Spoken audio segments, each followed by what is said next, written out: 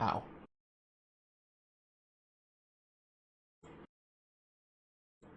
Got it? It's up. Yeah, I'm there.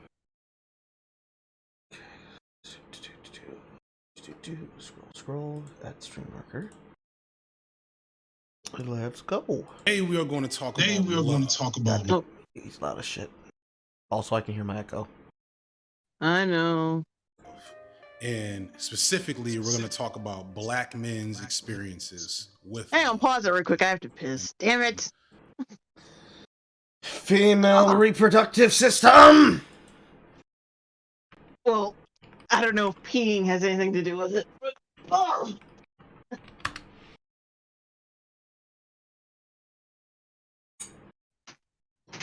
Hand on the funk. Gotta have that funk. Oh, we get the funk. Gotta have that funk.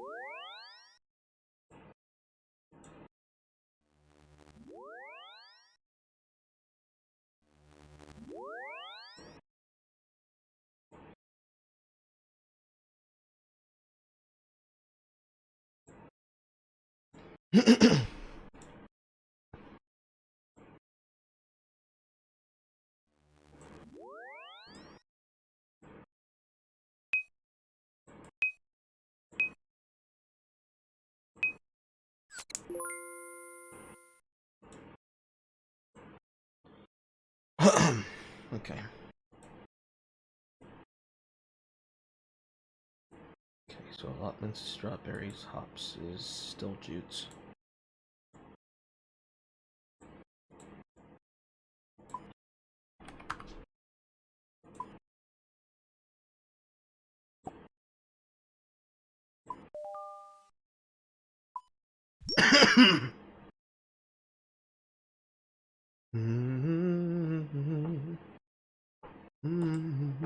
Oh, we hit the funk. Don't I have that funk? I can farm willow trees.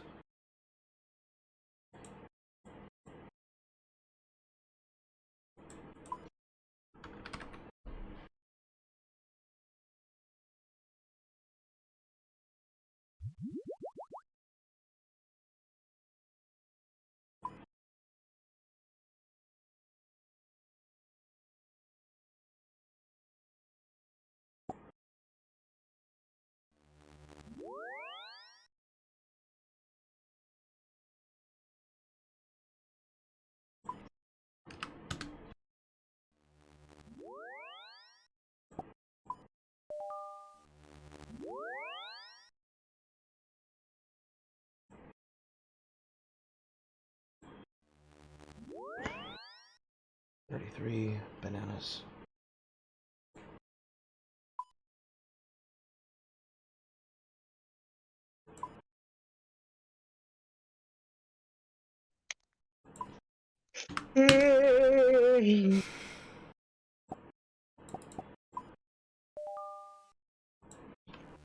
Okay. Don't have to poop too, do you? No. how that works and can be complicated by numerous things. For example, we may talk about how Quincy from Love and Basketball kind of gets a bad rap. Who is that and why does it matter? You gotta. I forgot. Fuck. Yeah, I've seen this movie and I do like it, but I gotta rewatch it. So I can't speak on that because I don't fucking remember this movie that well. So yeah, we might as well just ignore it for now. I only remember is Omar Epps is in it, and this woman was like supposed to be everybody's goal for like a ride or die. I'll play you. What? One game, one-on-one. For what? your heart. I can touch you no more. We're also going to talk about how a lack of pretty privilege in women is a lot like being broke if you're a man. No. I once heard my grandmother say, a broke man is like a broke hand. Can't do nothing with it. And lastly, we're going to try to dig into the complexity of how black men deal with love when they feel unwanted or unworthy of receiving love. So yeah, we're going to get kind of deep today. Hopefully I don't mess this up. Hopefully I don't go so miss fast where I can't understand what he's saying, please. Sometimes I can't hear that fast. Okay. We're going to address some bullshit that doesn't matter. We're going to address how men feel when they are treated like dog shit, which, welcome to the fucking party, dummy. And how, what was that? Pretty privilege. I want to make sure I understood that exactly the way he said it. We're also going to talk about how a lack of pretty privilege in women is a lot like being broke if you're a man. A lack of pretty privilege in women is a lot like being broke if you're a man.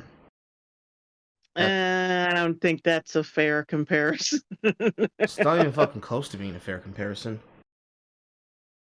As long as a dude has money, he could be fucking butt-ass ugly, and a woman will still fuck with him. Emphasis on fuck with.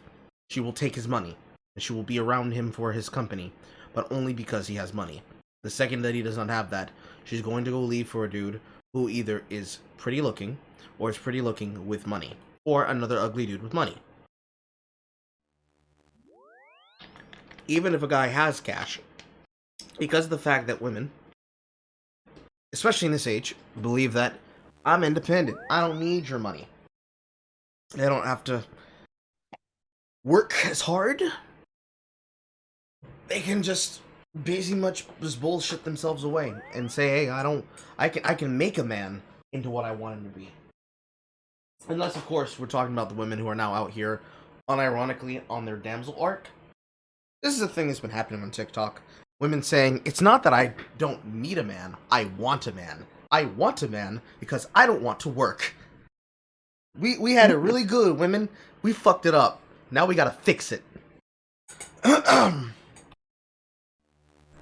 No. I once heard my grandmother say, Well, know that this channel is made by cis hetero black men, and the overarching goal is to speak to that experience in a way that I don't think is present enough on YouTube.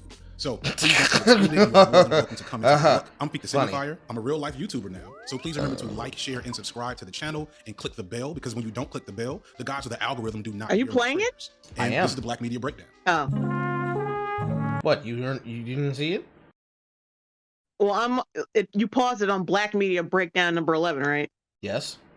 Yeah, I'm there now.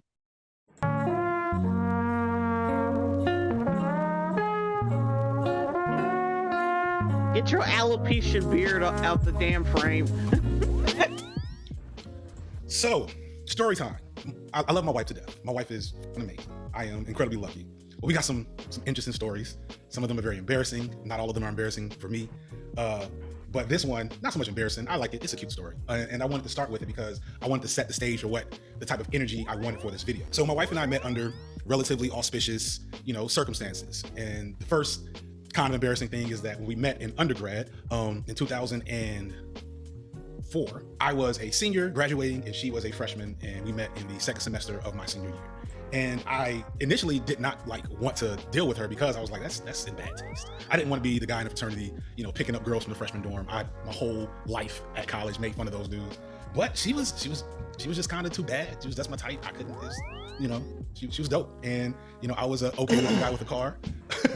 We kind of knew, or at least had in our heads, that this was just going to be a nice thing to do for a little while, because I was planning on leaving the state, so it did not seem necessary to make this momentary, fun thing any more than just kind of a friends with benefits type situation. Plan changed, and I ended up sitting at home living with my mom, and it sucks. One night, out of kind of boredom and loneliness, I called her just to say, hey, what you doing? And we talked. And to be, embarrassingly honest, it may have been the first real conversation we ever had.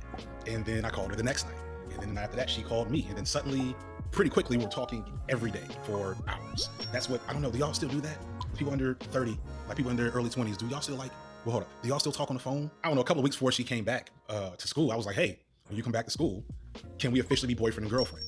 And she of course said yes, because, you know, but I didn't like fully get until she got there, until she came back to campus from her hometown. And I saw her for the first time in 2-3 months. And I remember so vividly because there's a dorm room that she was staying in for, you know, this new year. And it had like this hallway that as a person was coming out, you could kind of see them walking. And I remember her walking down that hallway for the first time in however many months, and I was seeing her for the first time, and I almost passed out in my car. Like Isn't she lovely? This man sounds like he just had his cherry pop for the first time, which I guess is appropriate considering it's a love story about him and his wife. However, I don't care. I don't care. literally started like hyperventilating and blinking and like had to hold my breath and close my eyes to like compose myself. I was so nervous and excited to see her that it had a legitimate physical effect on me. And that feeling happened every time I saw her for about a year. And what's crazy is that this was a girl that I had been with, you know, been intimate with and seen and talked to and like all these other things for several months prior. But because we developed this like new emotional bond, my, you know, feelings toward her had completely changed and were just so intense in a way that I really didn't understand at the time. I call this butterfly season. It's that special time in any relationship where your mind and heart are awakening to a new reality of falling in love. And even though like that's not the most important part of maintaining, especially a monogamous relationship, my wife and I have a really good marriage and partnership, but we still have our moments because passion and love are fleeting. They don't feel the same. There's no way I could have that same excitement seeing her every day for the last 11 years that I had on that one day. But I always remember that day because when things get kind of rough and difficult, we feel disconnected, that reflection on those feelings helps kind of pull me back into focus and to figure out, you know, how to work through whatever we need to work through in the moment. Recently though, I've been thinking or wondering maybe about other Black men's experiences with that feeling, because like I don't think I'm unique. I'm a little bit of a, you know, doughy sucker for love, but like I can't be the only one. But when I think about the way Black men kind of conceptualize love, or more significantly the way Black love for men is conceptualized in the media, it does feel like that piece of that puzzle is missing. So the question I had is, how are other Black men experiencing romance? Are they at all? How does that fold into the way Black men experience love and relationships? And like, is there a disconnect between the media that is trying to portray that reality for us? To dive deeper into that, I reached out to the community because I didn't want it to just be about my experience, because I don't know if my experience is unique or not. And to talk to just a handful of brothers about their experience with love from as diverse of a variety as I could muster, because, you know, I'm only one guy and this isn't paid work. Well, I paid a little bit this month. Thank you. I appreciate that. A lot of times we hear about Black men and relationships, or more significantly, the things that people desire in Black men as it pertains to relationship. I feel like very rarely do we talk about love from a Black man's perspective solely in the emotional aspect of that experience. And it begs the question why that is. And more significantly, if this is something that's not being presented in the media, at least from my perception, why might that be the case? The very first one was when I was a young man. I was like 19, 20 years old. Growing up, nobody ever talked to me about love or how to treat a woman or, you know, any of those types of things. I mean, to a very great degree, I lost myself in that. I know the language to express myself now, but at that time, again, I was 20 years old. I was just like, yo, this is it. If you would have asked me, yo, is this the woman for you? I would have been like, 100%. 20 years old, I'm ready. I don't want nobody else. This is it. And to start us out investigating that concept, I want to look at probably one of the most, you know, significant love stories, Black love stories from my youth, which is the movie Love Jones, starring Lorenz Tate and Nia Long. Love Jones is already special because it's got this indie vibe about it that very few movies had at the time, especially Black movies. It's shot unconventionally, their romance is unconventional, like everything about the movie is a little ahead of its time. But furthermore, the romance between these two characters— Actually, there were a lot more Black indie movies back in the 90s than there are now. Out there, especially when you talk about Black romance. That was very common back then. Which, ironically, was greatly shaped by this movie. In fact, so many movies I'm going to talk about after Love Jones only exist because Love Jones existed, if that makes sense. The best way I can kind of like describe it is imagine The Photograph, but a little more messy, because the thing about Photograph was it didn't have a lot of drama. But one thing I remember and appreciated on rewatch is how the men in this movie experienced love in a way that is somewhat transgressive for Black men at the time. They're vulnerable, passionate, but also petty and foolish, and like all the things that come with love that I feel are kind of left out of the depictions of love for men. For example, Isaiah Washington's character Savon and his wife separate at the very beginning of the film, and we don't really know why or how serious it is, but it's depicted seriously. It's not played for comedy, which I feel like is a common trope that is fell upon for movies when they describe Black men going through heartbreak. We are meant to understand that this is a complex and serious problem in his life, and he spends the whole of the movie processing this in the background. At the same time, Bill Bellamy's character, Hollywood, behaves in your typical boy fashion. And I mean, it's Bill Bellamy, like that's kind of the only character he played throughout his career in Hollywood. The whole of his character is that after Darius and Nina break up, he decides that he wants to date Nina. But the way they depict it shows that the basis of that decision and behavior is really just insecurity and childishness and envy on his end. But most interestingly is Darius, the starving artist on the precipice, I guess, of a breakout. And he's managing the balance between his, smoldering 90s sex appeal. Action Mama, if she had a Lorenz Tate poster in her room in 96, she probably did. And a vulnerable yearning for love. He plays like he doesn't have that in him, but everything about his performance is clearly a man seeking to have this level of intimate emotional connection that he sees with Nia Long's character, Nina. Darius hits butterfly season pretty early, right about... One more. Eyes enough with the camera. Take off your clothes. Shoot. Take off your clothes. Take off my clothes. This moment speaks so much to my spirit because men need to be challenged and desired. A lot of times the depictions of men and sex and just some of the things I hear, people think we're machines. And no, moments like that, that's what gets you the type of attention you might be looking for under the circumstances. And it's right about here, from his point of view, at least, that Darius is sprung. He is a goner for Nina, and much of the story is basically him trying to make sense of this feeling that he's unfamiliar with, but that he also can't deny. However, despite me claiming that it's unconventional, Love Jones does do the classic trope where the two characters in love need to become separated by some semi-stupid action on one or the other's part. And these barriers bring out one of the major themes that I found when looking at love from a black man's perspective, which is a balance or an imbalance between masculinity and vulnerability. The split between Darius and Nina, or at least the first split in the movie, is because Nina gets an option to go to New York with her ex-fiance. And it's pretty obvious from her character and performance that Nina doesn't want to go. However, in the spirit of around and finding out, and just the classic trope of women listening to their single friends for relationship advice, she decides that she's going to use this as a test for Darius. She asks him what she should do, understanding that in her head, if he tells her to stay, then she'll stay. And if he tells her to decide for herself, then she'll decide to go to New York. And of course, Darius tells her to decide for herself. It's just as obvious through Lorenz Tate's performance that this is not what he wants either. Again, he's in butterfly season, but he fears being vulnerable to his emotional need for Nina to stay because that lack of vulnerability connotes power, something that isn't unique to black men, but takes on a unique form when intersecting with blackness and masculinity. Especially with women, you know what I'm saying? Like with men and friendships, I feel like when you have I feel like it's being exaggerated. I have to watch the movie again. But with women, I feel like you're supposed to be this protector. And usually when you review a film or use it as a reference for a subject, you show the clips that you're talking about. And I find it suspect that he doesn't right there. I find it suspect that he's referring to films when he could just ask well-known creators about how they have met their partners. Mm-hmm. I mean, fuck the idea of saying, hey, how did you meet your black husband? How did you meet your black wife? You're like, hey, how did you introduce yourself to them? Because honestly, you would find some very interesting kind of information when you start looking at the aspect of interracial dating here. Like black male, black female, it really doesn't matter. Once you add race into the mix and interracial mixing into the mix, what you end up seeing is a clash of cultures and how those cultures conflict with how a person was taught in their youth and how they learned to acclimate to adulthood becomes the basis of how their relationship forms. Mm-hmm.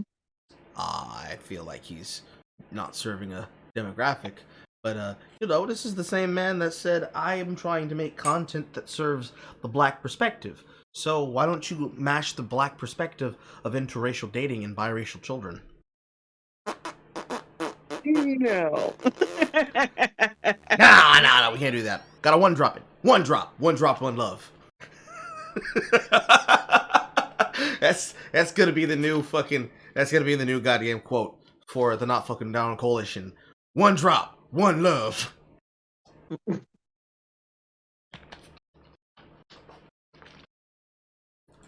you open up or when you are vulnerable, it kind of pokes holes in it. You know what I'm saying? Like, you have all these issues, like how you gonna protect me? You know what I'm saying? Or you're worried about your career, how you gonna provide for me? And now you're having a little bit more, I don't want to say like a fight for power, but like that whole like, can I, like if you're dating someone, they're like, are you really the guy for me? Or really can I like trust you to do your part or handle your role? Like I was talking about Caribbean machismo earlier, we, I think, are a lot less tolerant of feelings than Americans are. When it comes to it, we have very traditional ideas and understandings of what a man is supposed to be. The stress that comes from all of that, the stress that comes from, being the planner, as people expecting you to have a plan. all with the things that you dealing with and everything like that. Like, my dad was needed a kidney transplant. Like, I remember the things that I was dealing with around there, and she would always remark, she's saying that, I never feel like I know what's going on with you. What I see in this situation in real life is that a lot of black men fear losing their edge in these situations. That if they commit to full emotional engagement with a woman, they lose the veneer of masculine stoicism, and that these women may in turn lose interest. Now, you could blame Nina for playing games in the first place, which is completely fair, but again, I want to focus on Darius, and Darius feared that his emotional attachment to Nina might mean something negative in her mind if she saw it in its totality. Now, of course, at least according to the story, had he just followed his emotions, he'd have gotten what he wanted. Nina would have stayed, but that would have been a significant act of vulnerability, and many black men are taught to avoid vulnerability as much as possible. This makes me think of the term fragile masculinity, and the way, in my opinion, it's severely misused in common parlance. Fragile masculinity is meant to refer to the anxieties that men have for upholding cultural norms and expectations for men. It's that anxiety that often leads men to sometimes ridiculous and bizarre behavior. So now you're just lying. You're just lying now. Fragility in men, which is just called toxic masculinity, is exactly what the character in your so fucking called film was avoiding. He was avoiding thirst. If he said, no, I want you to stay here, I want you here, that would have been interpreted in this era as, no, you shouldn't go with that man, you should stay here with me. This is not an idea of him avoiding vulnerability, it's him not wanting to be controlative. So, if a man didn't want to look controlling and say, no, you can't leave there, bitch, what the fuck you think this is? You think you have freedoms?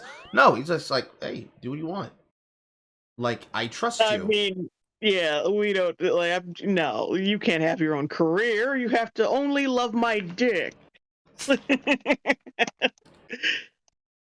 definitely would have been seen that way. Damned if you do, damned if you don't. It's why why my generation don't fight. Like, oh, what's that? Oh, you got feeling for your ex? Oh, that's nice. Have fun. You ain't gonna change. You ain't gonna change me. You're not gonna come and stop. No, I'm not fighting for you. You're not a real man. Oh, goddamn! I'm gonna stay over here being not a real man, wrapped up like a burrito while I eat this burrito. Bye, bye. Close my door. Bye. Fuck you mean? It's the exact same reason why the dating scene is how it is. Shit, that leads in the conversation of why men are not having fights with women in general to try and be heard. Right now, there is an ongoing race war between black men and black women. You can see it everywhere. You can see interactions on the internet, but there is none place where this happens more frequently than Twitter and specifically TikTok. You have men and women writing TikTok saying, what does the black community need to hear right now? And the most common advice, because I already cut one of my own, for some reason it didn't upload, I might remake it, doesn't really matter. One of the most common fucking pieces of advices that were given was, women, you need to get out of your own way and listen to men, and men, you need to learn to fucking stand up for yourself and have some fucking dignity, because the shit that's going on around is the fuckboy behavior and the Miss Independent behavior that was precipitated by both genders.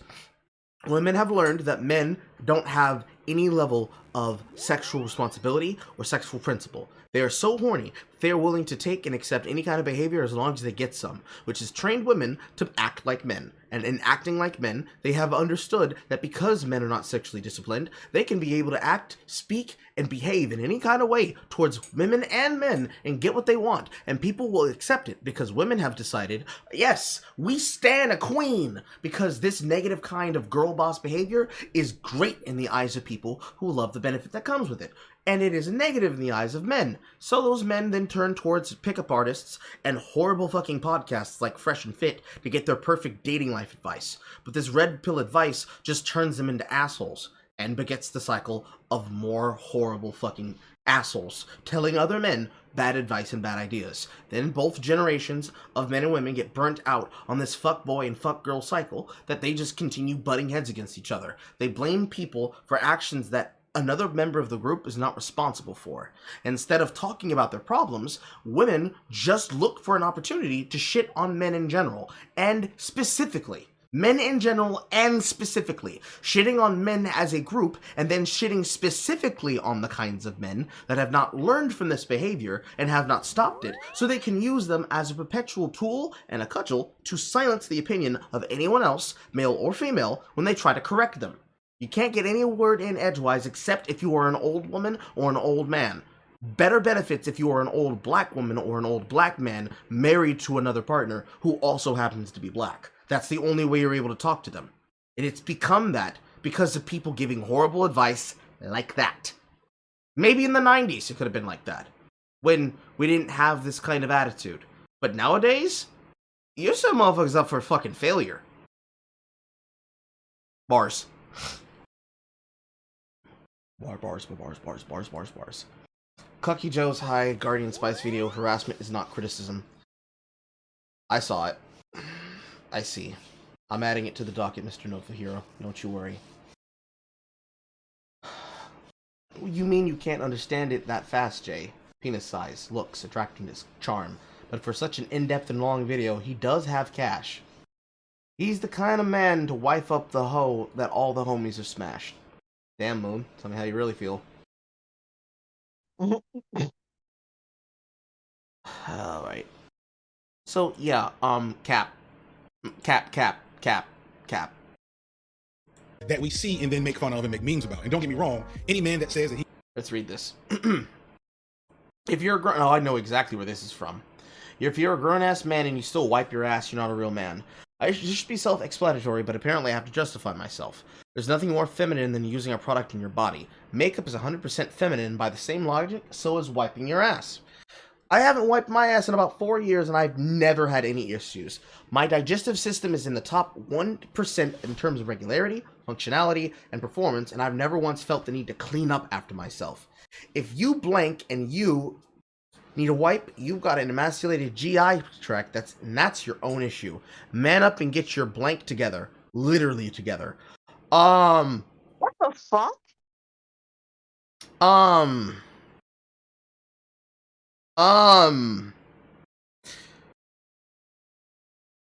Nani desu ka? That's Japanese for what the fuck?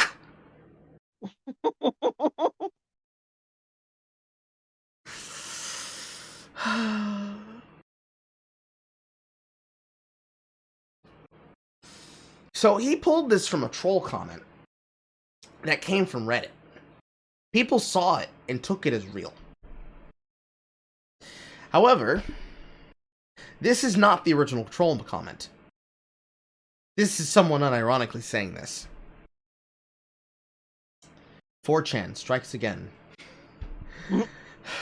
He's not gonna wipe his ass because it's gay to touch your own anus. I'm perfectly fine with you making fun of that person. But we've mean... Oh, yes. Everybody would be fine with making fun of that person, but that has nothing to do with black men and love. Unless... Yeah, really? What the fuck? Unless you're talking about a certain kind of love that happens south of the border, partner. Then you talking about a different kind of love entirely. You talking about that thug and love. Talking about that thug. the term so much that lost track of its original point, its original goal, which is to really speak to that sense of anxiety. The meme seems to imply that that anxiety is fabricated, that there's no reason for men to fear how society will treat them when they don't uphold masculine standards, and that's just not the case. When we True, however, I feel like you're about to lie. expect Darius and other men to be vulnerable, we have to recognize that we are asking him to behave in a way that not only is very different than how he was taught to behave growing up as a man, as a black man, but has probably also proven hazardous in his love life. We are asking him to believe and trust not just that it won't be a mistake to get serious with Nina. Who, Okay, but let's be real, are those has a handful- themes even explored in that film?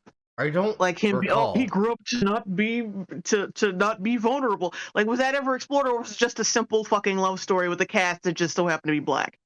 And you're reading into it. I don't think he's going to tell the truth about that, but I'm going to make a guess from my memory, which is very, very slim when it comes to these kinds of films. And I'm going to go ahead and say no.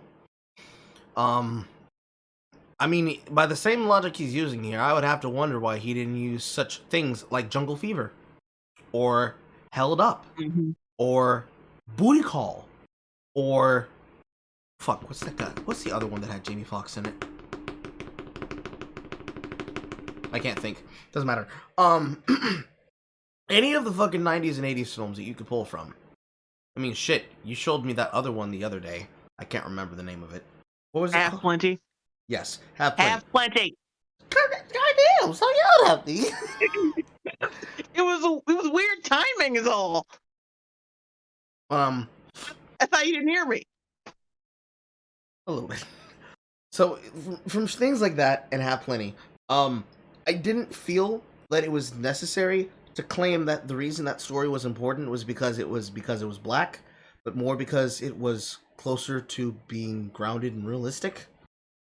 Being in an awkward situation, having someone who you vibe with so much that you don't want to do anything that potentially could push them away, and you lose them because of either indecision or because of possession.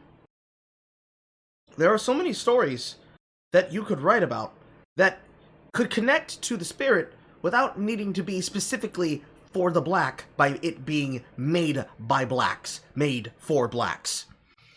Because really, you're just throwing out a whole bunch of different kinds of love stories. But then you say this kind of thing that they were taught. 90s children were not taught how to date. We intuitively learned from witnessing what the last generation did. And where necessary, we made alterations and choices. My generation had to learn how to socially navigate the idea of being around other races and how to parse our emotions for those other races. It was not seen as cool to be friends with girls that were considered to be nerdy. It was not seen as cool to be friends with girls in general, unless they were somebody who was so homely that they were basically one of the guys. It was not considered or seen as cool to be a person who had multiple friends of multiple social groups and races, unless, of course, you were that group of kids. Like a fucking cast from Disney's Recess. It wasn't considered to be something that you would do, where you would hang out around these people that came from different kind of cul-de-sacs and that were outside of your streets and outside of your neighborhoods. Cause don't you want to get the baddie that's at the end of the block? Well, fuck that. I'm trying to talk to Aaliyah that lives on 23 Crenshaw Lane. Like, and these names are not specific. I'm just pulling names out of my ass. Like, I'm trying to talk to the girl at the end of the boulevard where the Latins meets the blacks, meets the Hispanics, and all of the retired white workers. Like, living in neighborhoods and suburbs will do this shit to you. The ability to have to code switch and walk into a Chick-fil-A and order your food and walk right the fuck back out and go down the street and order from the Popeyes. And have people at both restaurants try to holler at you, but you have to speak two specifically different ways, and you have to act in two different specific mindsets. This is the problem for both whites and blacks. And unfortunately, this is the same thing for every other race too, because then you start adding on other cultural aspects. For the Mexicans and Latinos, this now comes with the idea of work ethic. How are you going to balance a work life along having to work with and also support your family if you're not also working in the family business? If you're Chinese, Asian, Japanese, Lebanese, Cantonese, Vietnamese, any of the E's, any of the E's. If you're any of the E's, you now have to do with bringing home somebody who is at least respectful and also acceptable for your parents. And if you're black and you have a racist mother, or you're biracial, now you have to be looked at as a betrayer of your race. Because whatever partner you bring home, as long as they don't have this complexion, they're going to have to deal with the shit that comes from not only your people, but also your family. Twice as much if you live in the South. And 3 times as worse if they're heavyset. And maybe 4 times as much if they're country. I don't think he's going to talk about that shit. But I'm going to pass it to you. What about your generation? Jay? Oh, I thought you were talking about him. I thought you were going to start the video up. No, what about your generation? Oh, I don't fucking know. I know nothing about relationships or anything. Wah, wah. Full of red flags of her own, but also that by being vulnerable, he's not going to shed too much masculinity in her eyes and turn off her attraction to him in the first place. I think That's a little bit of a mixture. That happens sometimes. A little bit. But that has to do more with something that happened in the more recent years of dating. There's even this trend where above the age of 30, but down to the age of 15, that it is seen as pathetic that a person is emotionally available. Not that they are emotional, that they're emotionally available. A person in touch with their feelings to say, what, you're upset that I was laughing at you? Yeah, I felt some type of way. I worked really hard for the money I have, and seeing you laugh at what money I do make and the fact that I'm willing to do all this shit for you on even a cheap-ass date to Waffle House, yeah, I feel some type of way. I didn't like when you did that, and I certainly didn't like when you said that shit to your friends. Being emotionally open like that dries up some women like a desert. They don't like being told about that shit. At the same time, the idea of pushing back on a woman and not being willing to take some fucking shots, same fucking difference. You can't be too weak and not be able to take a joke, but you also can't just be permissive and be a doormat and let them walk all over you and get away with whatever they want. Because, oh, you're a pushover. You're not a real man, or, see, you got so much fucking shit to complain about. You're fucked either goddamn way, but now you have to really know whether or not it's valuable to even push back against it. Sometimes it's really not. It ain't that deep. It's the fear of being vulnerable and then, like, it not being supported, I guess. Like, I feel like, if you can't hold it together, then, someone might be, and that's what is, like a really scary thought. Like, if I truly care about someone, and I slip up or I fumble or I like break and then they're gone.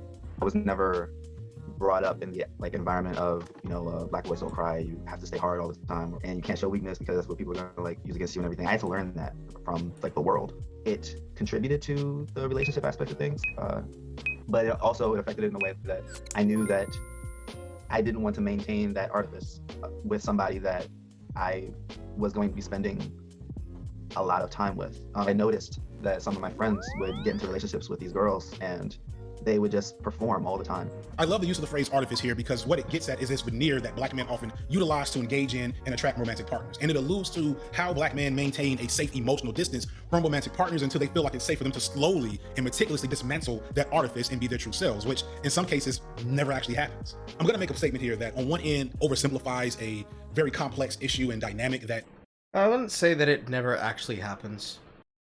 And also, I've already talked about this shit before. What they're describing is exactly the shit that I call the interstar player. There's you, and then there's that nigga. And sometimes that nigga needs to be something other than you.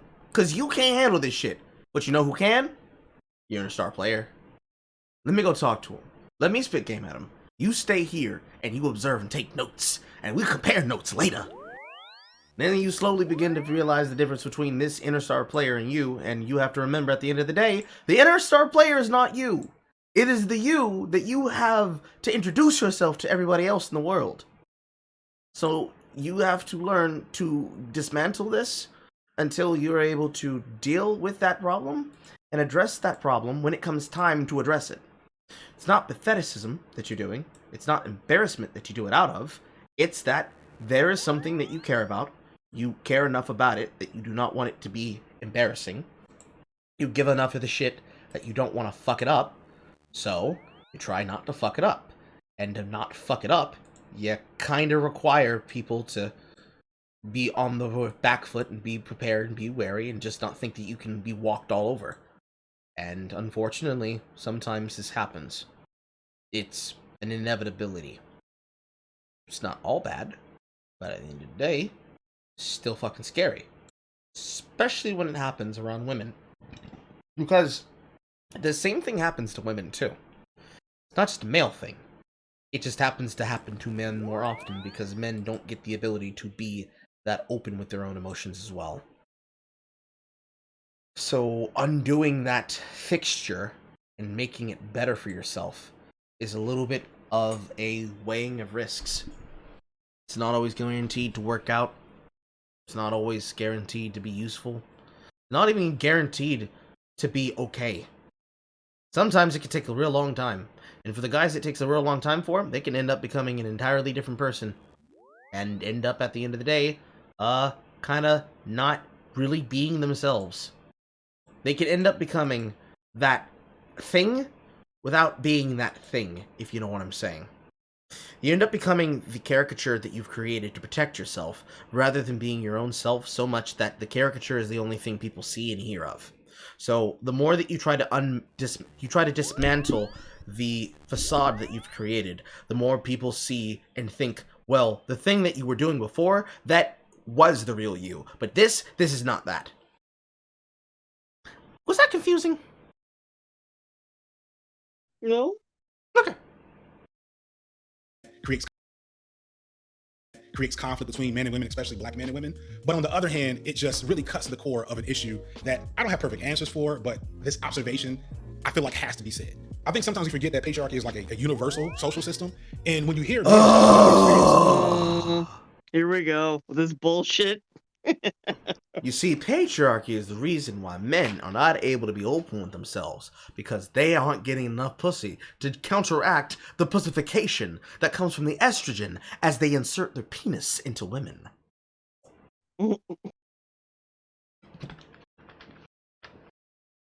Sometimes it's not all patriarchy, guys. Sometimes it's not all patriarchy. Sometimes it's not all patriarchy.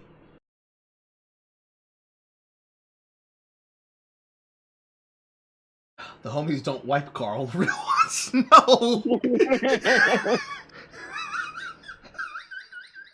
Moon, get out. Door now. Trust me.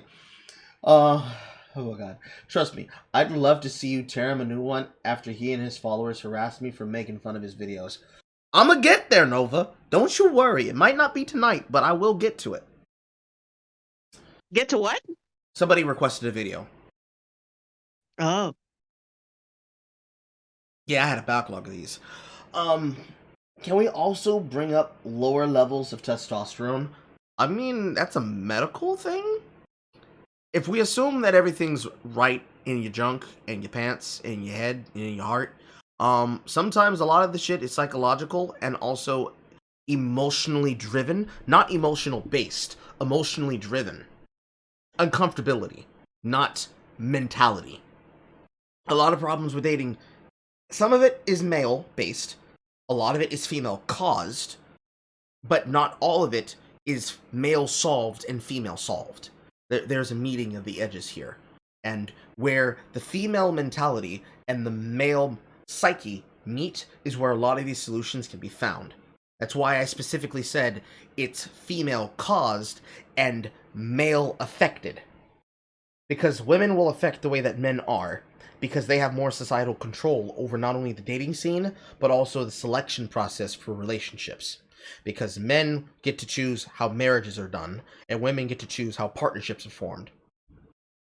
How much leniency a woman gives to a guy leads to how comfortable he is in a relationship, and how fucked up he may have been from his last relationship, whether he's gay, trans, straight, super straight, hyper straight, Super Saiyan 4 straight, or otherwise. All of that shit comes from what happened before him, and the same thing with the woman. So, a youth who's been fucked over by a young girl, and a girl who's been fucked over by another young youth, they are going to look at a relationship differently than a young man who has been harmed and has healed versus a woman who has still done yet no healing and is now looking at every single man like he is a predator. Do you feel me, chat? Well, it affects confidence and emotions. Yes, that's what I'm saying. Most of the time, a lot of the things that women can do to affect our emotions is subconscious, or they're very aware of what they're doing. It's just that it's just as tender as if they were to tell you to take out your dick. These are not things that you just come out and say. You have to have a very serious conversation because it's a very serious thing to do. You can't just talk about it and say, all right, let's talk about this shit. Because you do that, you're going to scare a guy. Because women don't like talking unless it has to do with something that is affecting them. Not all women, not most women, I wouldn't even say some women, but few, or as I like to say, those women. There are very few women that when they want to talk about something, they will tell you what it is they want to talk about. And those women, the people like those that we find in places like female dating strategies, they are usually the ones that are responsible for the standards of society, but feel absolutely no need to change because it all benefits them. So, since they don't have a penis, and they don't actually have to suffer the consequences of their actions, they're more than happy to keep taking and taking and demanding until somebody fits their needs and their qualifications and their standards, while never taking accountability for anything they do. Because most women love to be held until it's accountable. Being vulnerable and sharing their emotions with women, and candidly, when you hear some women talk about their experiences dealing with emotional ass men, like, this isn't all that controversial of a statement. Now, I'm sure, of course, my progressive viewers are not of that ilk, so feel free to go ahead and put in the comments how you've never had issues with men showing their emotions to you. But consistently, I've heard men talk about and have experienced myself that if a man is not showing anger or lust, any other emotion is sometimes met with confusion or denigration. But even after the fact, we have to guard ourselves from it. We can enjoy the conquest of the physical and like the sexual nature of things, and we're taught to like enjoy that and to seek that out and to like get that thing specifically, like that's the MO of the patriarchy. But the vulnerability that comes with it, we're taught we need to reject that. And for us specifically, just because we are so often put in these sort of like one size fit all ways of acting, ways of emoting, and ways that we have to exist if we don't want any trouble, either from like within communities or outside of the community. We all have to play this same certain game we all know is messed up. And even in those situations where women are not like explicitly put off by their men's emotions, they sometimes just fumble their response. And that is a very delicate thing for a lot of men, because we're already transgressing against our own upbringing. And if you drop the ball, speaking of dropping the ball, Love and Basketball, y'all remember that one? Stupid. You stupid. And your dad plays for the worst team in the NBA. What? Last time they won, Dr. J was a nurse. Shut up. I don't want to be your boyfriend anymore, you ugly dog. Why want to be your girlfriend, big head? So Love and Basketball, we have... They were children. I know you're not trying to adhere adult relationship standards on the fucking children. Because they're children. They fucking do that shit. I shan't. Stupid. We have Quincy and Monica, and they're childhood friends, and as expected with the trope, Monica plays the aloof tsundere for the first chunk of their youth until eventually it's just Monica. However, unlike Derek... Can you not use Japanese terminology to describe black characters in films? You fucking weeb. You think somebody's just gonna sit there and be like, man, Chandri, what you doing? Stop acting like a baka. Come over here and get his dick, bitch. No. I don't know a single man that has ever spoken to a woman like that. I am terrified that you would even imply such through your fucking dictation, sir. Don't do that no more. Don't do that. That's scary. Darius and Nina, there was a very clear power imbalance between Quincy and Monica. Quincy has a very high status. It's probably as high as a black man can have in most general circles, and it definitely colors his worldview and the way he treats Monica. So as I go forward, understand, Quincy is trash. Like, I'm not about to deny that.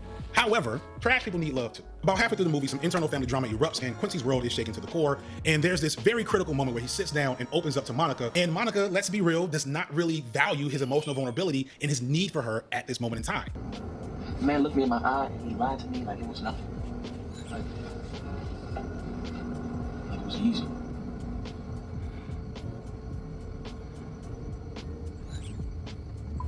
I've seen people downplay this moment and focus solely on Quincy's subsequent fuckboy behavior, and I'm not here to justify that at all. But the thing that is missed is what separated Monica from all the other women, the women that have been throwing themselves at Quincy this entire time, is that in his head, him and Monica had a legitimate emotional bond, while these other women were mostly attracted to Quincy's artifice. And when that sense of bond is broken, Quincy like immediately pulls back from the relationship. And it seems extreme, and it probably is, but to me it makes perfect sense from Quincy's perspective. So he gets with Tyra Banks, good old Tyra. But I also want to point out he does it relatively responsibly. He breaks up with her, and like in a really sad moment, she begs him after like he was cheating on her.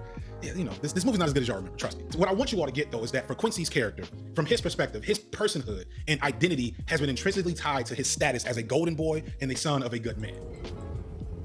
Can't do this shit. Well, what did I tell you about using that word? Can't should never be in a man's vocabulary. And why not? Because when you say can't, you ain't a man. And when that identity is compromised by his father's misdeeds, everything about his identity comes into conflict, and he fears having other people see him in this level of vulnerability. He has been operating in artifice for most of his life, and the only person that sees the man behind the curtain is Monica. So in this moment, and yes, this is a very imbalanced relationship where he needs her to come through for him emotionally, and she doesn't. I get it. I get where he's like, you know what? Clearly, this is not a thing that I can really do with her. And I commend him for breaking it off. And you see in his subsequent behavior that he commits wholly to just making his artifice as strong as possible. He goes on to deal with classically more feminine women and declares to the NBA and decides that he's going to reproduce his father's role of a man that he failed at and be a patriarch, but better. And that is the next topic I need to get into more. This idea that for a lot of black men, it's not really love or receiving love, it's access to and ability to perform a certain notion of patriarchal masculinity. The role of a man, you know, if you want to go archaically, you know, stereotypically is, you know, provider, protector. Again, kind of gets you in the notion of suppressing or just either not validating or not kind of operating in your emotions. Similarly, in terms of being a protector, you know, if somebody starts shooting, I got to jump in front of my woman or whatever and take the bullet for her. So there's like that expendable nature that you have to accept to be a protector. And that can, again, make it so like, you know, damn, this could be my last day, you know, especially if you're actually serious about that. You know, so you have to kind of have your mortality in the front of your mind, you know, or even suppressing your compassion for another human being. I don't want to hurt anybody, but if you're trying to hurt me or my woman, I'm going to fuck you up. I'm sorry. I have like a couple like friends that like have had children, they're like a couple years older than me, and like just the like you can see the switch in like mentality and like the social norms. Yeah, is expected of you, and it really just like if you don't do those things like that you're expected to do from like your significant other or whatever, like whatever the situation is, I feel like you're going to be seen as subpar or not adequate, which in some cases that, I mean, that's, you know, the reality, but some cases it's not. I don't think most people can easily explain why they fell in love with someone, but one thing I noticed just from observing some of these conversations around black love when it comes to men is that a major aspect of strong attraction and love in these normative heterosexual relationships is the concept of role competency. I would not say that it has to do with black men. You really gotta stop doing that. Imagine if this video had just been titled Men in Love. Because that's not a black thing. A lot of it, sometimes it can be like, come on. Well, actually, no. I can tell you explicitly the reason why I think he probably did like this. The constant notion that it is considered to be a commonality and a well-known fact trait that black men and black women are the most argumentative. And therefore, when black women are argumentative in public, they can end up causing precipitated fights between other people, especially other black men or black women fighting other black women and needing to be broken up by their men. And that being what would lead him to put that section in his video. Because I can tell you right now, I've had at least 5 times in my life where a woman has looked at me after she started talking some shit to somebody else and looked at me as to be ready to defend her if something is to happen. And I look at her and I get up and I walk away from the table and I go towards the door and I get far enough away from them and be like, hey bruh, you can beat her ass. I ain't stopping you. And then pull me aside and say, oh, how dare you do that? Don't you know you need to protect me? I'm like, no, the fuck I ain't. Fuck you mean? I ain't your man. It's like, but we seen each other. No, woman, I'm not getting my ass killed for you. So sorry, I'm not that stupid. Role competency is basically the ability for a person to perform a prescribed social role. A salesperson sells shit, a janitor is expected to clean, and in this case, a man in a heterosexual, classically gendered relationship, which is to be a leader and a patriarch, and possibly help support a family and a community. I think that so much of what we understand love to be as men is attached to our ability to perform that role. This is to the point where there's tons of examples where a lot of men cannot experience or accept love if playing that role is not a core factor. One way to see this is in Sylvie's Love from last year, where we see Nnamdi Asomugha's. So, this is where I edit, and I just had to jump on real quick to say that I've been saying Nnamdi Asomugha's name properly for years. For years, I've said. I hate when he does this. I'm skipping forward until he's not on the screen. I get tired of seeing him jump in to try and fix his shit. Just record the script better! To the end and a lot of other drama, and Robert is faced with the reality of not being able to functionally contribute to his household as a man. And when he realizes this, instead of facing Sylvie and giving her the choice of struggle love with him or moving on, he makes a decision for her pretty much out of pride, stating that he didn't want to drag her down. I can take care of things until something pans out for you. And what kind of man would that make me? Now, what this is getting at is he didn't see himself worthy of her love if he couldn't hold up his end of the bargain. Of course, by the end, they've worked it out, but the thing that is discussed is the long-term strain that might be caused in their relationship and his inability to perform that masculine role. The next time that they argue or disagree, is Sylvie going to resist turning this lack of role performance against him? That's something that we know is a possibility, and it's something we see a lot in the media and a lot of men have experienced in real life. But it's interesting how, especially for men, black men especially, you know, when you touch on the fact that black men, if they don't feel like a provider, they feel literally less of a man because our worth is intrinsically tied to that. So if we're in a situation where, you know, our woman is actually providing, you know, even if we're down, let's say we laid off, let's say this and that, the power dynamic switches in such a way that it creates tension. And that's the reason why, like, I always took such a very, like, cautious time when trying to get married with someone, because in the Caribbean, we have, marriage is very sacred, even though, like, this, the idea being that if you're gonna put a ring on a woman's finger, you have to be able to provide for them fully. You know, many of us that live in that, you know, even if those, I think people that, you know, came out earlier in life, you know, even more, I think, you know, even if we speak to like the younger generation, this was more than normal to come out a lot earlier. There's still, I think, we still deal with the heteronormative definition. So like you said, the gender roles. And I think that's where a lot of times those relationships tend to go south, because we automatically think somebody has to step into more of the masculine role, somebody has to step into more of the feminine role. Which again, I mean, even as a, you know, self-identifying gay man, like that's not, the stereotypes is where it starts to become problematic, right? When we're not showing up as our authentic self for whatever reason. And this is not to insinuate that role competency isn't important with women. Women are expected to take care of the home and submit and be classically feminine and maintain acceptable levels of beauty at all times. And like this, I know all these things, there's definite angst around the performance roles for women. Patriarchy is shitty, we kind of know the deal. However, from my perspective, we at least have the language to problematize all those internal conflicts with women. But for men, especially black men, and here's like one of the big things that came out of this, is that we really haven't begun to be critical of the status quo. Chris Rock, in his most recent comedy special from maybe this time last year, helped crystallize the angst that causes in black men. Only women, children, and dogs are loved unconditionally. Women, children, and dogs are loved unconditionally. A man is only loved under the condition that he provides something. Okay? I've never heard a woman in my life say, you know, after he got laid off, we got so much closer. Now you may disagree with this, but like, you can't disagree with how people feel. Right? Now, Chris, like a lot of other comedians in the previous era, has his problems, but one thing he's always done is effectively speak to the angst of black men in relationships, for good or for ill. I've heard many black men speak to this experience of wanting unconditional love and lamenting the persistent requirement of having to be of a certain economic status to access that love. And it's something I think a lot of men struggle to effectively express and explain to women, partly because pride makes them just say it in the most vitriolic and misogynistic ways, but also because it's very transgressive and emasculating for them to admit in the open. Now, I want to be clear as I get into this, that this isn't an endorsement for struggle love or for women to lower their standards to love men who do not meet their expectations and needs or requirements for intimate partnerships. But what I'm trying to promote is that we need to at least open up the discourse on the feelings and experiences of these men. A little while back, a YouTuber named Stefco, I think is how you say her name, made a video about lacking pretty privilege and how that sucks. And it's a really interesting watch. Basically, in the video, she describes her experiences in the world as a woman who lacks the intrinsic social currency and privilege of being seen as attractive by the outside world, and all the ways in which pretty is an advantage to pretty women, while she, as a not so pretty woman, her words, not mine, has never really had those experiences. And the core of her video is really her just sitting in that space and energy and processing it and exploring those feelings and what those feelings mean to her. It's a very intimate and revealing look into that, something that I think really needs more attention, and I commend her for it because it took a lot of bravery and vulnerability for her to do that. At the same time, she said some things in the video that I thought were very revealing in regard to this blind spot for how black men go through a similar struggle, but the narrative around it is almost rendered completely invisible. I would go on a date.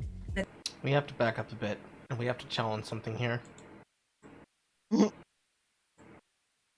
Of these men. A little while back, a YouTuber named Stefco, I think is how you say her name, made a video about lacking pretty privilege and how that sucks. No love and lamenting the persistent requirement of having to be able to on the performance roles for women. Patriarchy is shitty, we kind of know the deal. However, from my perspective, we at least have the language to problematize all those internal life, you know, even more, I think, you know, even if we speak to like the younger generation, this was more than normal to come out a lot earlier. There's still, I think, we still deal with the heteronormative definition. So like you said, the gender roles. And I think that's where a lot of times those relationships tend to go south, because we automatically think somebody has to step into more of the masculine role, somebody has to step into more of the feminine role. Which again, I mean, even as a, you know, self-identifying gay man, like that's not, the stereotypes is where it starts to become problematic, right? We're not showing up as our authentic self for whatever reason. And this is not to insinuate that role competency isn't important with women. Women are expected to take care of the home and submit and be classically feminine and maintain acceptable levels of beauty at all times. And like this, I know all these things, there's definite angst around the performance roles for women. Patriarchy is shitty, we kind of know the deal. However, from my perspective, we at least have the language to problematize all those internal conflicts with women. But for men, especially black men, and here's like one of the big things that came out of this, is that we really haven't begun to be critical of the status quo. Chris Rock, in his most recent comedy special from maybe this time last year, helped Chris. Let's say we laid off, let's say this and that, the power dynamic switches. If they argue or disagree, is Sylvie going to resist turning this lack of role performance against him? That's something that we know is a possibility, and it's something we see a lot in the media and a lot of men have experienced in real life. But it's interesting. He makes a decision for her pretty much out of pride, stating that he may not belong to the streets. This is a common conflict we see in a lot of black romance. Say that I've been saying Nnamdi Asomugha's name properly for years. For years, I've said this man's name right. But when it was time to get on camera, I'm John Travolta, clearly. So, yeah. Sorry for whatever's going on in the background. Rohan, wave hi. That kid. Also, you're too close to the fucking TV. That kid is gonna have a hard life in the future. And neck problems. Get on the fucking couch, kid. And Sylvie strike up a relatively taboo romance because Sylvie's fiance is off to war. Immediately, one conflict is Sylvie's relatively upper class existence and Robert, who may or may not belong to the streets. This is a common conflict we see in a lot of black romances as writers understand that this is a relevant conflict in real life. The barriers keeping black men from certain status levels are absolute and make it so that black women seeking to love black men often have to be open to dating men who are now the same socioeconomic status that they are, but we're gonna get to that later. Fast forward to the end and a lot of other drama, and Robert is faced with the reality of not being able to functionally contribute to his household as a man. And when he realizes this, instead of facing Sylvie and giving her the choice of struggle love with him or moving on, he makes a decision for her pretty much out of pride, stating that he didn't want to drag her down. I can take care of things until something pans out for you. And what kind of man would that make me? Now, what this is getting at is he didn't see himself worthy of her love if he couldn't hold up his end of the bargain. Of course, by the end, they worked it out, but the thing that isn't discussed is the long-term strain that might be caused in their relationship and his inability to perform that masculine role. The next time that they argue or disagree, is Sylvie going to resist turning this lack of role performance against him? That's something that we know is a possibility, and it's something we see a lot in the media and a lot of men have experienced in real life. But it's interesting how, especially for men, black men especially, you know, when you touch on the fact that black men, if they don't feel like a provider, they feel literally less of a man because our worth is intrinsically tied to that. So if It's not that man's worth is intrinsically tied to the value we bring to our household. It's that, and say it with me now, chat, nobody gives a damn. Nobody gives a damn. I could die tomorrow. Nobody could give a damn except for my loved ones. The world's gonna keep turning, nobody's gonna cry. But the value that I have to supply, no one's gonna supply that either. So I have to do things, if not for myself, to provide for other people. And I don't do it so that I can get ass. I do it so I can eat. That's the first thing. if we're in a situation where, you know, our woman is actually providing, you know, even if we're down, let's say we laid off, let's say there's not, the power dynamic switches in such a way that it creates tension. And that's the reason why, like, I always took such a very, like, cautious time when trying to get married with someone, because in the Caribbean, we have, marriage is very sacred, even though, like, this, the idea being that if you're gonna put a ring on a woman's finger, you have to be able to provide for them fully. You know, many of us that live in that, you know, even if those, I think people that, you know, came out earlier in life, you know, even more, I think, you know, even if we speak to like the younger generation, this is where it's more the norm to come out a lot earlier. There's still, I think, we still deal with the heteronormative definition. So like you said, the gender roles. And I think that's where a lot of times those relationships tend to go south, because we automatically think somebody has to step into more of the masculine role, somebody has to step into more of the feminine role. I mean, even as a, you know, self-identifying gay man, like that's not, the stereotypes is where it starts to become problematic, right? We're not showing up as our authentic self for whatever reason. And this is not to insinuate that role competency isn't important with women. Women are expected to take care of the home and submit and be classically feminine and maintain acceptable levels of beauty at all times. And like this, I know all these things, there's definitely that there. Women are expected to do housework, to be traditionally feminine, and also to submit. Would you like to chime in there? Oh.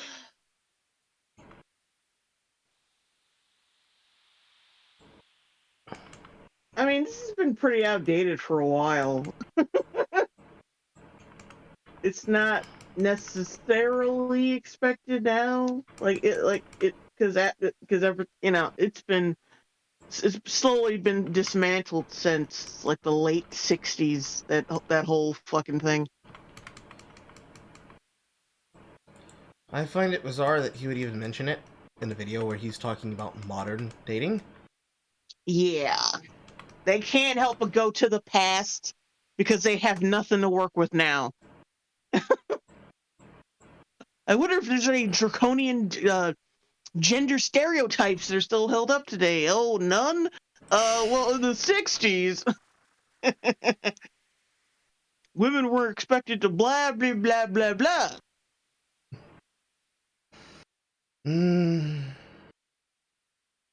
It's a living, guys. It's a fucking living. I expected this to be more cringe, though. The second one might end up being more cringe than the first. Yeah. Around the performance roles for women, patriarchy is shitty, we kind of know the deal. However, from my perspective, we at least have the language to problematize all those internal conflicts with women. But for men, especially black men, and here's like one of the big things that came out of this, is that we really haven't begun to be critical of the status quo. Chris Rock, in his most recent comedy special from maybe this time last year, helped crystallize the angst that causes in black men. Only women, children, and dogs are loved unconditionally. Women, children, and dogs are loved unconditionally. A man is only loved under the condition that he provides something. Okay? I've never heard a woman in my life say, you know, after he got laid off, we got so much closer. Now, you may disagree with this, but like, you can't disagree with how people feel, right? Now, Chris, like a lot of other comedians of the previous era, has his problems, but one thing he's always done is effectively speak to the angst of black men in relationships, for good or for ill. I've heard many black men speak to this experience of wanting unconditional love and lamenting the persistent requirement of having to be of a certain economic status to access that love. And it's something I think a lot of men struggle to effectively express and explain to women, partly because pride makes them just say it in the most vitriolic and misogynistic ways, but also because it's very transgressive and pride makes them say the things they need in relationships in the most vitriolic and problematic ways. Cap.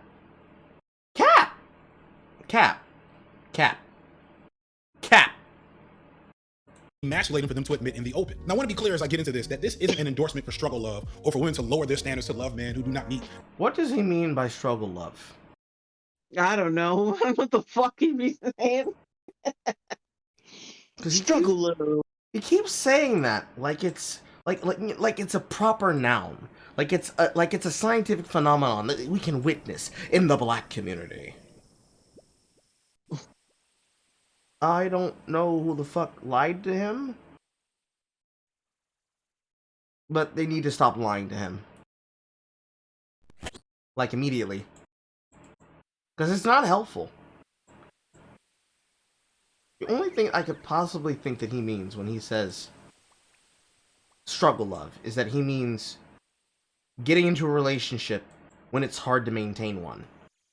And my response to that is very simple. Don't get in a fucking relationship then.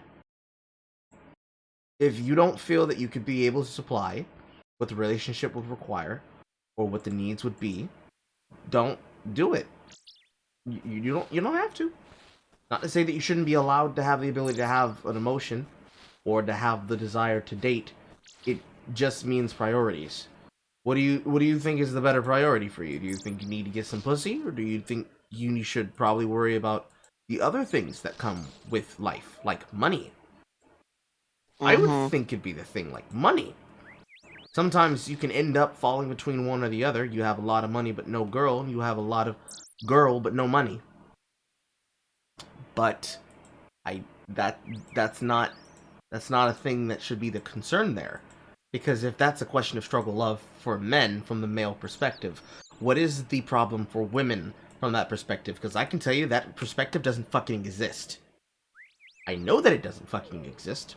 Because that is not at all how women are told to think about or are treated when it comes to them and their dating habits. Thick, thin, double-cheeked up on a Tuesday afternoon or a Thursday afternoon. Women will forget men of any type, of any size, at any time. To say otherwise is cap. The problem that then becomes there is the pickiness. I have witnessed the pickiness for myself. I've seen the pickiness. I had someone demonstrate the pickiness to me. Every guy has. Every woman has. Sometimes it can be because you unfortunately were not what that person was looking for. And they will laugh at you because you were not that thing that they were looking for. Sometimes it's because they're just horrible people and they deserve each other. And then sometimes it's just unfortunate luck. You are not the thing they're looking for, even though you entice them. It happens to everybody.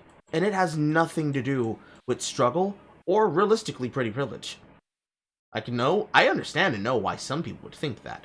But that's just not true. It's just not fucking true. And you're kind of lying to them if you say that it is. Because the difference there now becomes a problem of basically where they're from. Where are they from? What do they do for a living? Etc, etc, etc. All those things go together.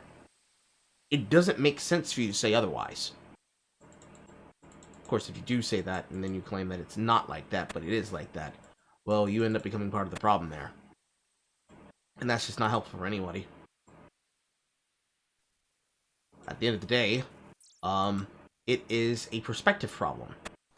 And the problem with the perspective is that if you don't know what this experience is like because you've never been there, you're kind of bad for this advice. Yeah. Yeah.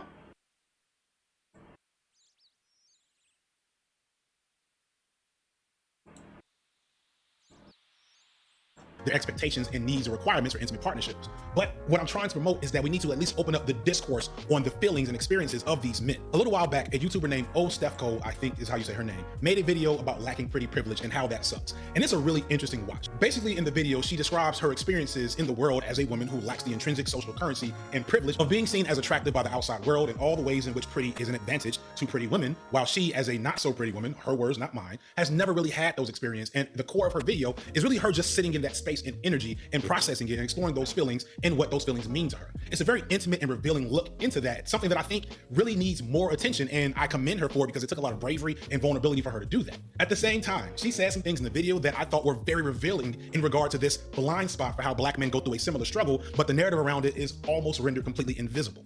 I would go on a date. The guys would be...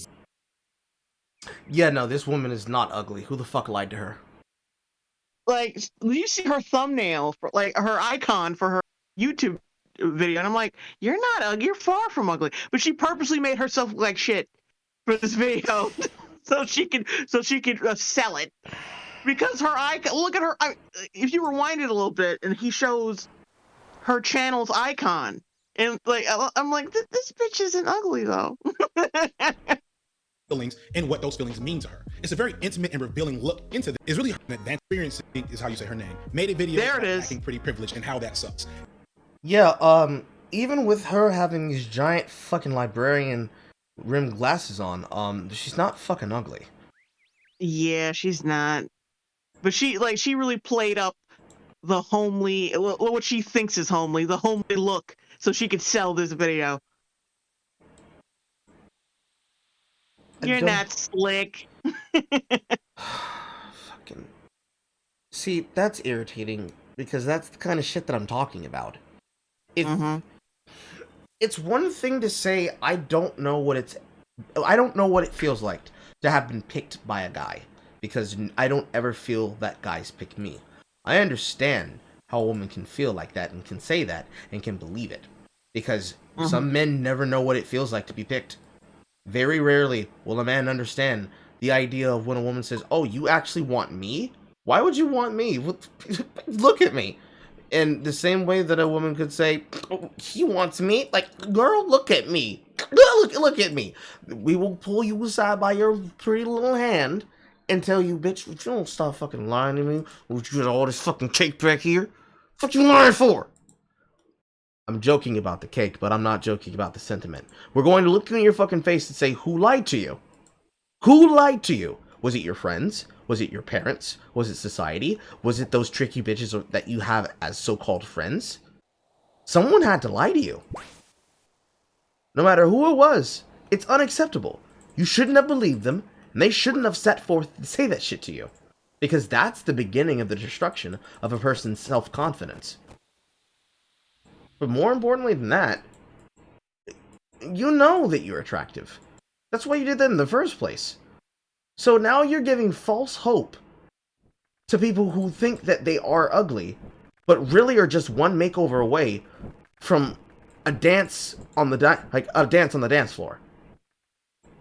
As some of the people who do this know this, some do not. Let's be charitable. I don't want to be charitable, but let's be charitable and say this woman legitimately, even though she's done all the work possible to look a certain way, to act a certain way, to be a certain way, and to give off a certain perspective, let's say she legitimately doesn't know what it's like to be that attractive. She doesn't know what it's like to have an intense feeling from a person. She's never had the spark. She never had the oomph. It was never given to her. If we're being charitable, and we're saying she has never known what that feels like, I have to still call cap. Because it is the explicit difference between being the actually heavyset, my parents have done nothing but destroy my self-esteem, I feel like I'm precious, and the tall, lanky, people look up at me and say, hey, Stretch, how's the weather out there? Kind of girl.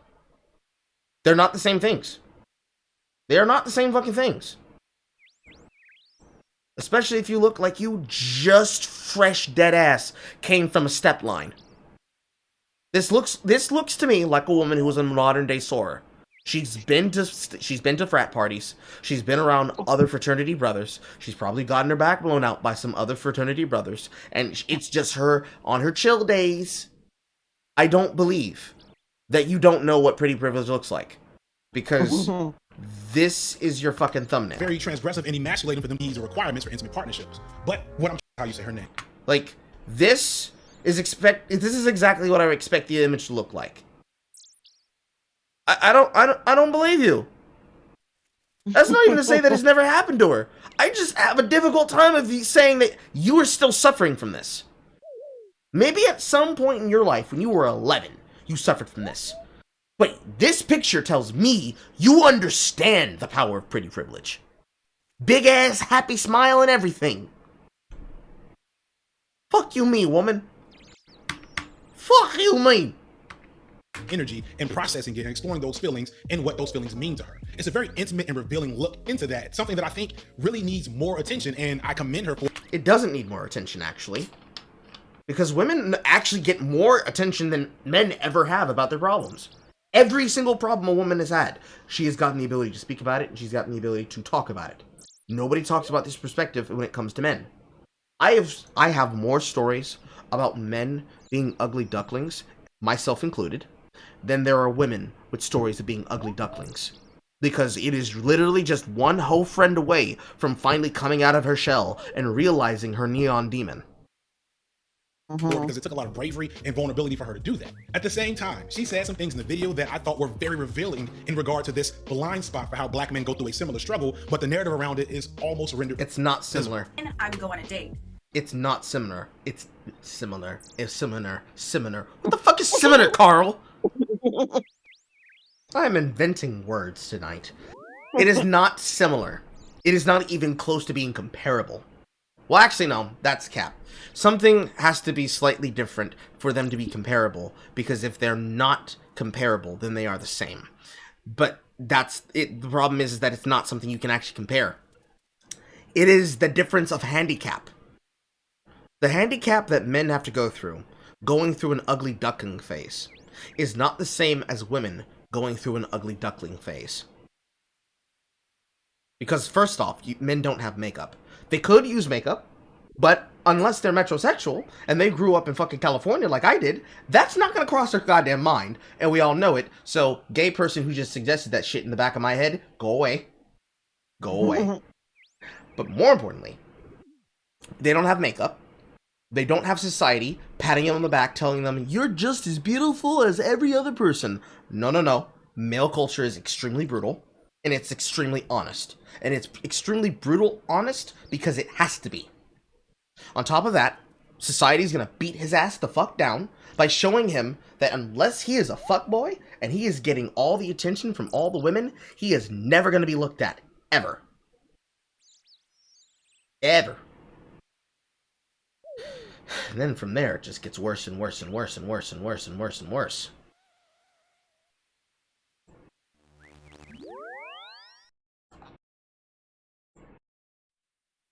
The guys would be so down bad, that made someone really upset in the comments, that I knew I couldn't even expect for them to buy my dinner. I definitely have extended. I've dated men who were just straight up unemployed. I've dated men who were unemployed with no car, suspended life. Like, I have extended the compassion. But wouldn't it be so nice? Hallelujah. If instead of me extending, I could be met where I'm at. I want somebody who can meet me halfway. And a pizza delivery driver can't do it. And the only reason why I was even doing all that stuff is because I had vision for where I wanted my life to be at the time. When you meet a new girl, what do your friends ask you? What's she? Okay, now, that is not the problem that men have. That is you saying, he's not good enough for me. I want someone who's good enough for me. But that's not the way that men heard that. What women heard was, what? She has standards. She's not allowed to have standards?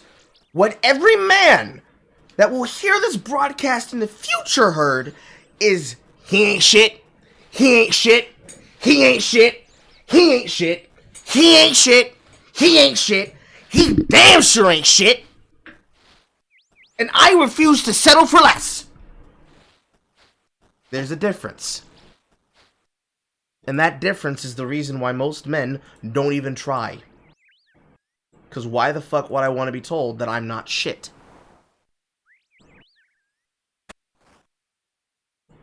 Am I lying, Jay, or am I lying? Not really, no. It's not made better by the fact that he's co-signing this shit. Which is the other goddamn problem. If it's not bad enough that men can't be heard, you've got some men, or specifically those men, doing everything possible to make sure that somehow this opinion that somehow we've never heard before needs to be heard. Because, man, now we have to hear it. Because, goddammit, we weren't hearing it before, and we just weren't listening.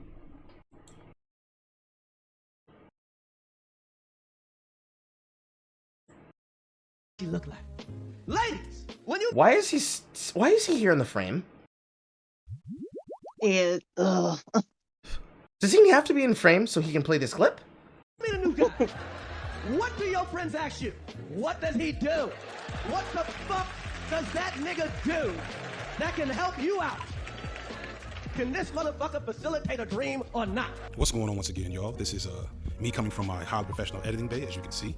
The kids are not here right now because school started. But anyway, I wanted to jump on camera because I know that the internet is a cesspool of awfulness and that there is a strong chance, especially if this video reaches a large audience, that there will be people in the comment section that see that last snippet as a green light to go in on their issues and complaints about black women and black women do this and black women do that. You mean people are going to see that last clip that you just played and say, now hold on a second, nigga. Because what he's saying right now is supposed to be a counteraction for, well, what are you saying? You're saying that people aren't trolls on the internet? No, I didn't say that. What I'm saying is that you're fucking lying. You're not just capping right now. You're fucking lying. And the people who will have emotional reactions to that fucking lying, because they don't know how the fuck the internet sections will work when it comes to comments, he's now trying to dismiss any real cognizant argument with, well, you see that person, they were just in their feelings and they thought that it was an opportunity for them to unload their toxic red pill mindset on all the people here, and I can't have that in my comment section. No. Now bring that ass back here, sir. You're hiding behind Chris Rock and you're hiding behind this woman because you know that if you said that with your own words, you would be heavily criticized. And I'm pretty sure that's the other reason why he chose to make mention of his wife and his son. Because why are you putting yourself in this?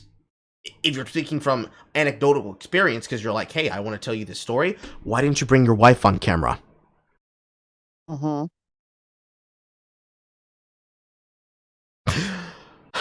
you know, that would be cynicism. We would never do that on the internet, Jay. Nobody ever tells lies here. Snippet itself is a response to somebody talking about Kevin Samuels in her comments on her video. And so because I don't want that and I don't want Kevin Samuels and Chris Rock are not the same thing. One is a stand-up comedian, the other one is a red pill enthusiast, to the point of at least being somewhat of a pickup artist. But he doesn't give advice about how men should date or how women should date. He gives women's advice about having realistic standards, and he clowns women in the perspective of being a misogynist that's trying to put them on the right path and giving men the ability to say that you have to take responsibility for these women's expectations. Realistically, he does what you're doing right now, except that when he does it with the presentation of keeping women involved so that they are able to co-sign his message and say, he really does understand our standards.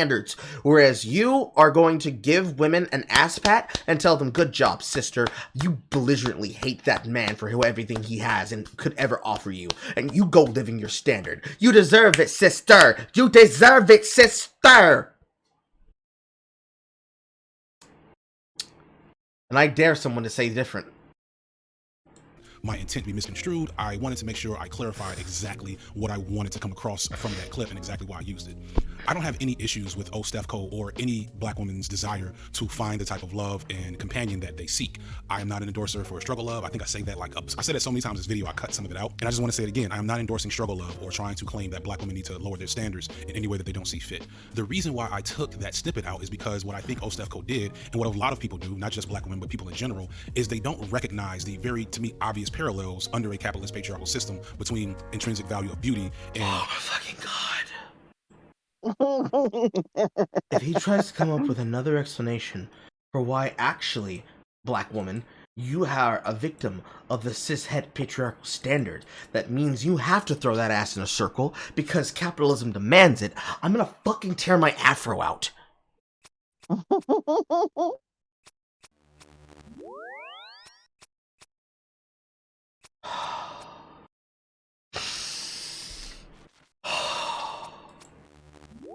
a man's access to capital and status and money and economic, whatever. In the same way that Stefco feels like she is suffering for her lack of pretty privilege, there are a lot of black men who are suffering for their lack of access to the tools they need to increase their status, to increase their income, to escape from poverty.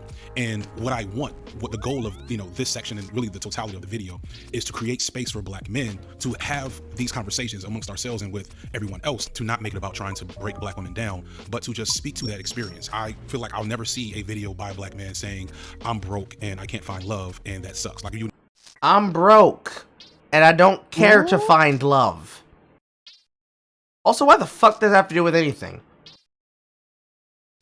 Also, secondly, they wouldn't care. They would not care, Signifier. They wouldn't care. There are 52.3 to 54% women on this planet. The rest are men, and what is not made... Oh, I just thought of a horrible joke. There are 54% women on this planet, and there is little less than 45% men on this planet, and trace elements of trans.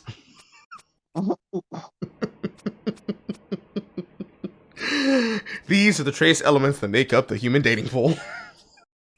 That's a horrible full Marcus's joke. Anyways, there are more women on this planet than there are men. Why the fuck would these men be telling their story about how they feel about their emotions? More importantly, the amount of actual tenderness and the open potential to get mocked for doing so outweighs the risk of taking that very chance. It is not going to happen. Men are not going to do it. And we're not going to do it because we're not fucking stupid. We're not fucking stupid because we don't trust people in society to understand. Because if they could, then they would already, but they don't. So we know that that's a lie. So no. Absolutely not. Absolutely not. Opinions, comments, questions, Jay? No. would never see the counterpart video, and that's because we don't feel safe or empowered to have that conversation. And really the main thing I'm trying to show is that there's so much synergy between the pain points between us, way more than we often understand and way more than we conceptualize, because we are too comfortable endorsing the status quo when it comes to black men. So that is the goal of that snippet. I hope that comes across, but knowing how the internet works, who knows? Either way, back to the video. So I point out this little snippet not to be critical of her or really any women that feel that way. I didn't marry a person that was below my standards. I don't think anybody should be with a person that's below their own standards. Do what makes you happy. But the thing I just want to enter into the conversation is that we really need to... I'd have to push back against that a lot. I need him to stop framing it as below your standards. No one is below your standards when you have a certain level of decency, when the person themselves also have decency. A person who has the same median income as you, and you have no real excuse to try and say anything about them, is undesirable, except maybe some particular concept of your looks or some idea of what you'd like your ideal man to be or look like. If they are that thing, you don't actually have the ability to say, you have the right to say it, but you shouldn't have the ability to say and mean, well, you see, they're just not good enough for me. Because what is good? It's a relative state of perception and of standard.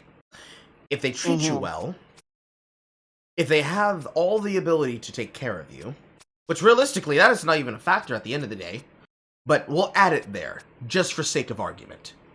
If they treat you well, if they have the money, if they have the ability, the time, the access, or the drive to get the money, and every other quality that you will either learn to love or grow to love over time is at least above a median level, or, better yet, they have a good personality, therefore, all the rest of that shit doesn't really fucking matter, because who cares about how ugly they look? They're beautiful to you.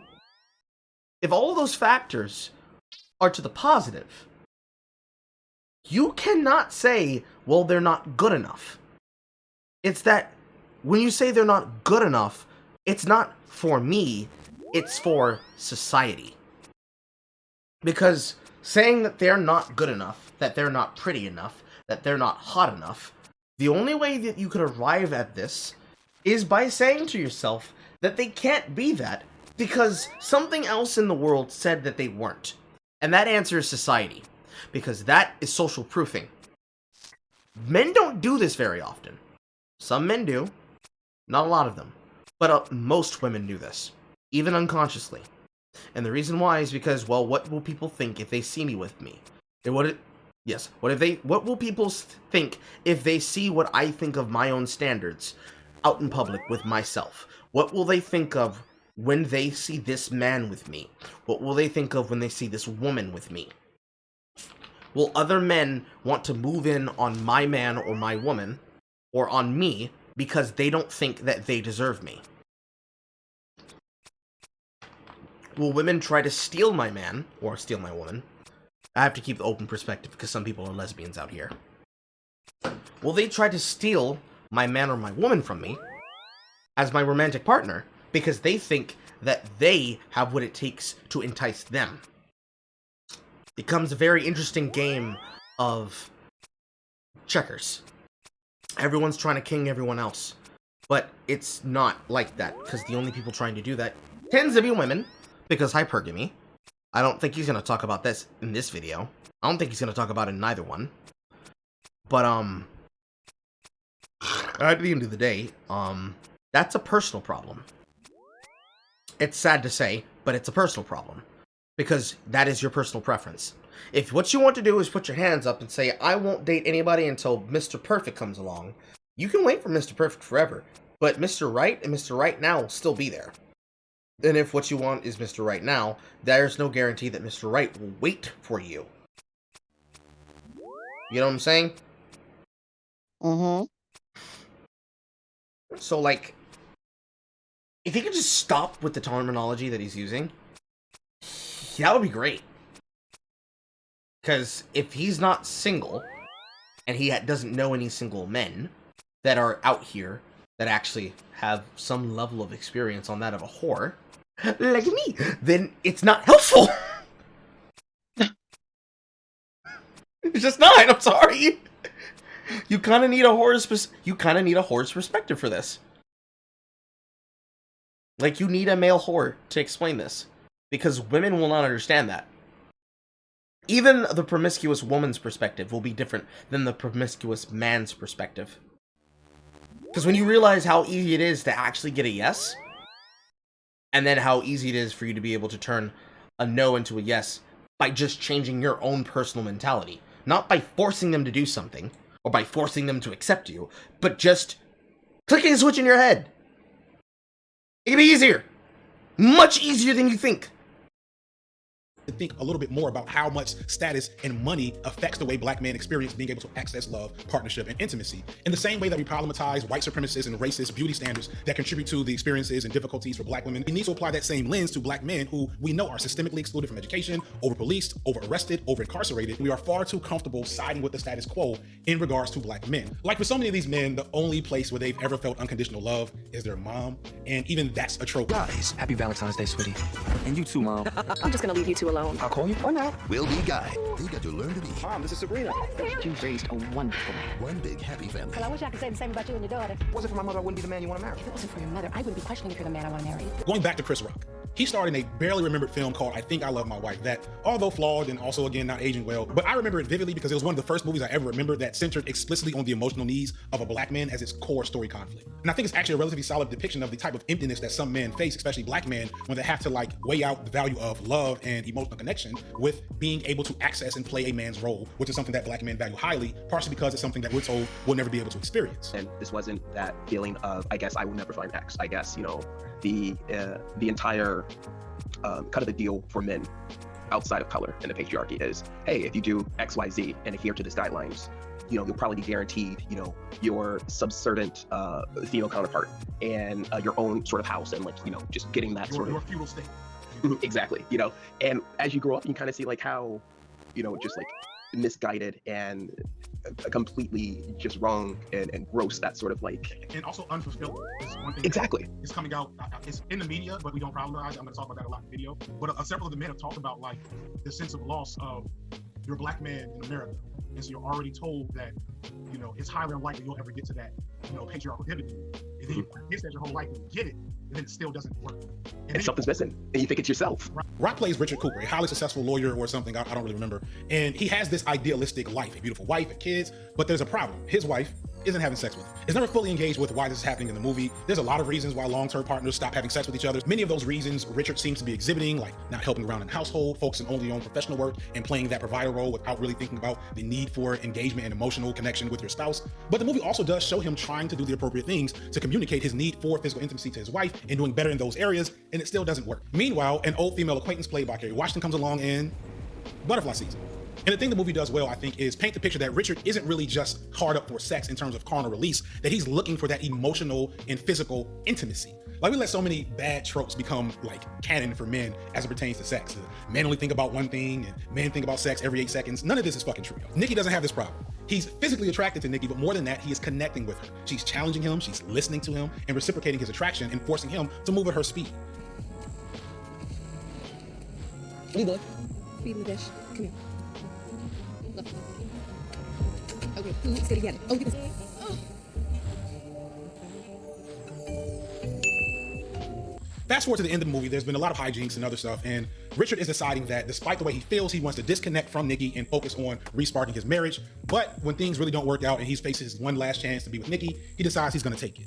But right before he hits the point of no return, he changes his mind after being reminded of his role as a father. And with that, he leaves Nikki not having fully crossed the line and returns home. Now, this is meant to be like a righteous and happy ending, but what's interesting is that the happiness that Richard is supposed to experience is an emotionally dysfunctional marriage where he feels disconnected from his wife, but he gets to still be a husband and a father, that his need for physical intimacy and emotional connection is not necessary for him to be happy. And that just like happened and nobody believed. It's that status of husband and father that Richard decided was worth enough to keep from cheating. And I'm not endorsing cheating or endorsing leaving a family or a wife or a child for the sake of pursuing something you think is better. I know that divorce and being separated from children can be devastating for men. I'll get into that a little bit later. But the movie really cops out on resolving the actual conflict that Richard was having. When Richard went home to sing this silly ass song, Lord, I just need to know. How come we don't fuck anymore? there was no guarantee that the problems that he was experiencing in his relationship were going to be resolved. And I think that's so profound and something that I don't think enough people think about, that the emotional needs of Black men can often become very subservient to their ability and capacity to playing those roles. This language that we're talking about right now is something that it's vocabulary that I'm in the process of building and molding. If we would have had this conversation 2 years ago, right before I turned 40, I don't even know if I would have had the language to speak on this. I speak for myself, but I talk to enough men with an organization that I founded called Indugal, where we're starting to have these conversations more and more. What does love look like? I think it's first even defining, right? It was a while that it took me to even understand for Jamel, what does love look like, right? How do you want to be loved? And I think if you talk to the average, specifically Black man, we don't think of ourselves the amount of the time that's allowed to kind of really dig into those thoughts. I feel like all of American culture only really responds to them two emotions in Black men specifically. If you are happy, people gonna look at you like, what are you so happy for? Yeah, what are you so happy about? Why are you grinning and happy and skipping and shit? What's wrong with you? You know what I'm saying? If you are sad, people gonna be like, oh, what now? You know what I'm saying? What's the problem? The only things that people are gonna be like, okay, this I know how to deal with: anger, lust. That's it. It's unfortunate, but it is the way it is. Any of these like Facebook dating groups, or like vacations or anything like that, for 90% of the posts are like battles of the sexes, controversial posts that kind of get a reaction, one way or the other, versus the guys versus the girls. And there's always this who hurts you thing. And I always kind of laugh at it because I feel like we're all hurt. That's why we're here. That's why we single after college or after undergrad. All of us are hurt in some way. That's why, we're not with our college sweetheart. We're not with our high school sweetheart. Something went left. They're not lying. I just feel that he could be able to speed through this shit a lot quicker. Somewhere, and now we the ones left trying to figure it out. And that's only when brothers like are aware of that, because there's plenty of times where men are so caught up in playing that role that it's them that neglects to emotionally and intimately connect with other people's in their family or their partners. You may or may not be familiar with the show Ayanla Fix My Life, which is like Black Dr. Phil adjacent. Like it's really exploitative, but it's entertaining. And they had a family on there where the guy went viral a few years back for this really over the top speech he gave to his daughter and his daughter's boyfriend, maybe, about what a real man is. I've been married to my wife for 18 years, going on 19 years. My wife has never paid a mortgage payment. She's never paid a gas bill, electric bill. She's never paid a cable bill. She's never had to pay insurance for her cars. I pay for all that, but that's what a fucking man does. I have always hated any phrase that starts with a real man blank. Or a real woman blank, to be fair, but so I immediately hated this video and, didn't think anything of it. But lo and behold, some years later, he's on Ayanla Fix My Life and his whole family fucking hates him. Are you an abused woman? If I stay, I'm gonna die. Your kingdom is in ruins. I can't say that I'm like all you. You know you can't.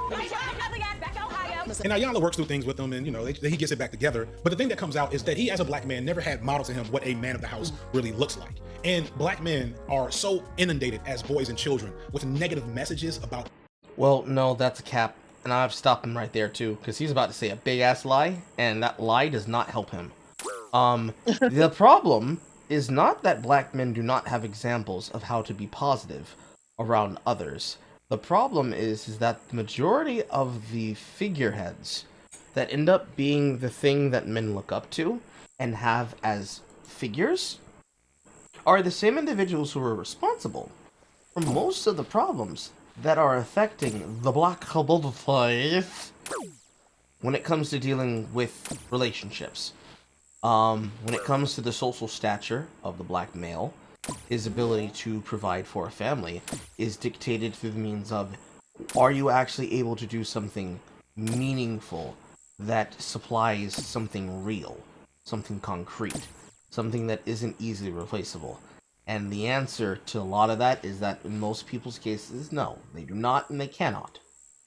And a lot of that ties back to the idea of, well, who told you that you couldn't, or who told you that you aren't, or who told you this, or who told you that. And a lot of the times when you're talking about the black community, is that you're looking at drug dealers and gangsters who are able to tell your sons and your daughters that the way that they should be is the way that they saw in a music video.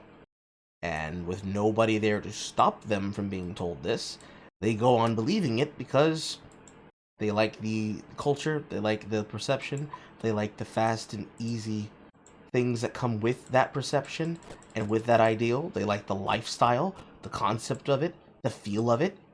All of these things that is very easy to flash in front of a youth's face and to make them basically become dazzled with that perception and not realize how easy it is for them to lose themselves in that before they inevitably lose themselves in that.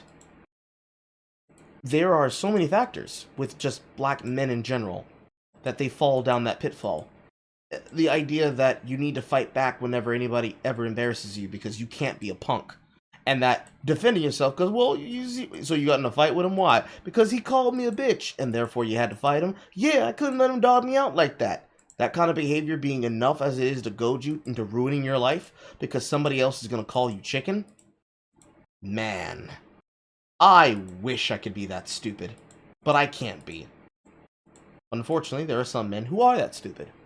Sometimes it happens from men. It happens from other men that have been led astray. But you know who mostly does it a lot of the time, Jay? Women. It could be their mother.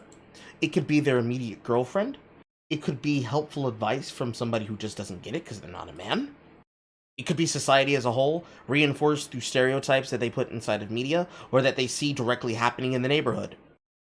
There's a lot of factors. But very commonly, it is always something close to that, if not exactly that. And unfortunately, pushing back against that kind of thing kind of requires people to be put in a position that requires the accountability to deal with it. And unfortunately, you can't really deal with the accountability of that. Because it means that you actually have to hold them accountable. A lot of people don't like being held accountable. Mm-hmm. And if you can't get a single person in your home to hold themselves accountable for the nasty, horrible shit that they put in your head, how the fuck you gonna get a woman to do that? Or a man?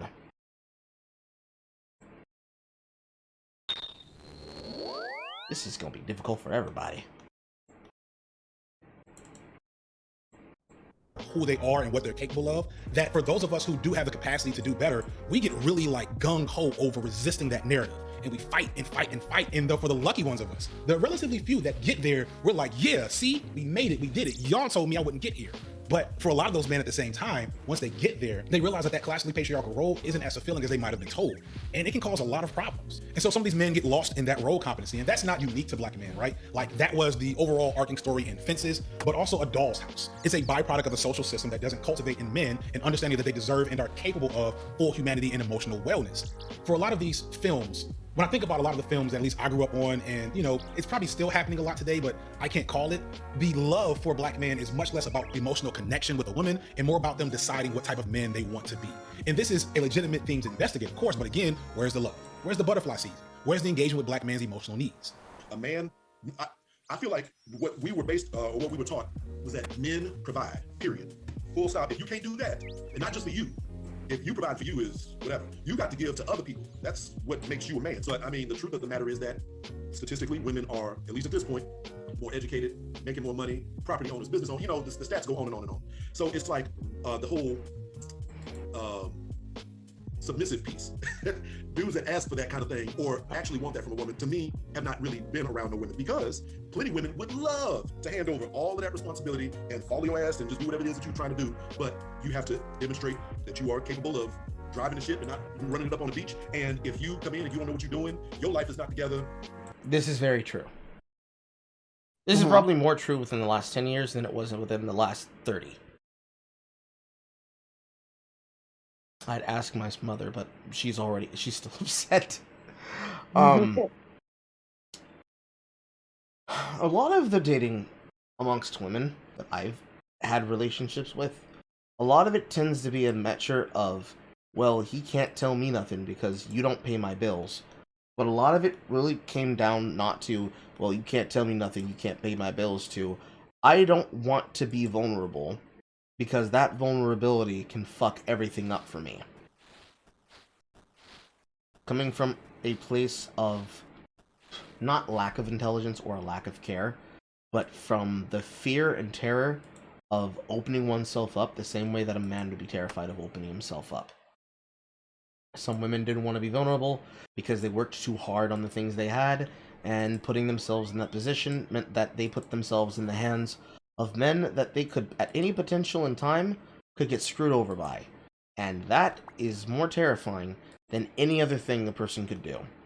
And that vulnerability then came with the doubling down of, well, I'm not gonna let no man put me out like this. And that then leads women to, I will be independent and I'm gonna fix the shit myself and I'm gonna have control over this. But then at the end of the day, what ends up happening is that they can't relinquish the control, because the control comes with money and influence and interest. And when you start adding all those things up, for the most part, you now have to ask yourself, well, what am I actually sacrificing for, and who am I going to submit to? Because I can't submit to just any kind of guy. He has to prove that he can deserve to ride the rails on my curves. This is then when it becomes more about what freedom they're willing to give away, rather than what freedom they were willing to give up. And that's a little bit more scary, because then you start calculating the concept of, well, am I going to submit to a man because I like him? Or am I going to submit to a man because me being combative and being emotional, that ain't working out for me? Because a lot of these men don't like seeing me like this, and I know that's not what they want, and they know that that's not what they want out of me, so maybe I should just give it a fucking rest. That ends up getting to the place where you then have the kind of woman that will come along and will say, I'm not going to bow down to any man. I'm always going to be an independent woman, and I'm going to run shit the way that I want to. But then it becomes the, well, I'm just not going to submit to that kind of a person. And then sometimes that submittal of I'm not going to submit to just any kind of guy becomes I'm not going to submit to people who I don't think can challenge me. And then that I don't want to submit to men that can challenge me can end up inadvertently turning into I want someone to take care of this because I've given up and no one else wants this because nobody else can handle this. It's very difficult to put it in words that make relative sense, but effectively what it ends up becoming is that either through just being defeated, because there isn't anybody else that has tried to show the interest of wanting to be with a woman, to I don't want to put up with the struggle of having to fight anymore, to really anything that could go south when it comes to relationships. You just end up with women that have put that interest in, and little bit by little bit, whether it's they've been challenged by this and it's just not working out, to being mocked that they're childless, to really anything. You just end up with women that just get to the point that they've given up on things and they think, well, I'm just not going to have it. Then it falls in their lap. Or worse, women that go out of their way to say, I'm never going to give it up. I'm never going to do this. I'm never going to do that. And then become the arbiters of their own doom. It's difficult to say because it really depends on your experience and exactly what conditions you ended up in that brought you to that position in your life. Sometimes it's easier to do than others, but most of the time it's not that easy. Hello, Evan. My first movie that I saw with a black man with emotional needs was a Tyler Perry movie. Evan, you know that doesn't count. It was on one of those recorded stage shows. You mean a Tyler Perry play. The Tyler Perry plays are not the same as Tyler Perry films. Yep, they're better. They're better. Most of them are. Some of them are. Is this video about black people and their emotions? It's about black men. I mean, do I just say yes? He's not wrong.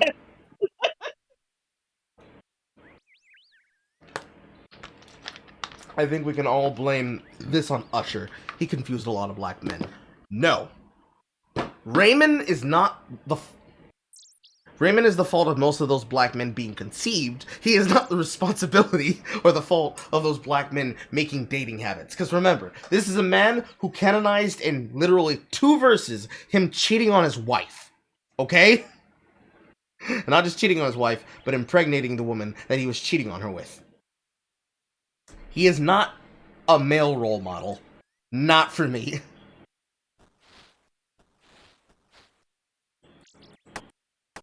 But, yeah, to finish up my point there, some women will not submit until they find a man that is capable of carrying their burden.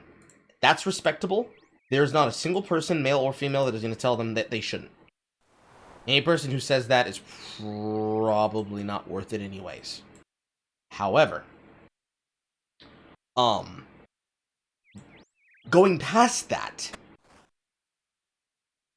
you'd have to have an understanding for what you're asking for. If you're a woman who basically wants to be taken care of by somebody and you don't want to put in any interest and any effort into earning that, you are effectively asking for something that you cannot give back for and receive. And you get in or you get out what you put in.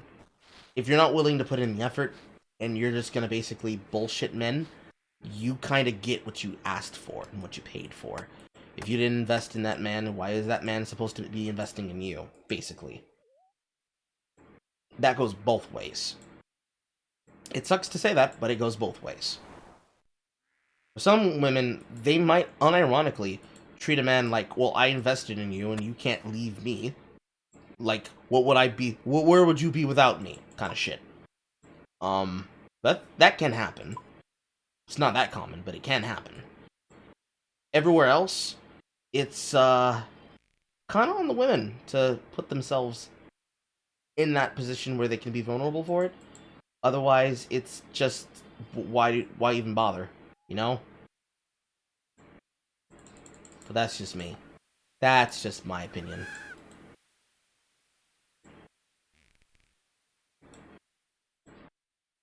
you're asking for a lot.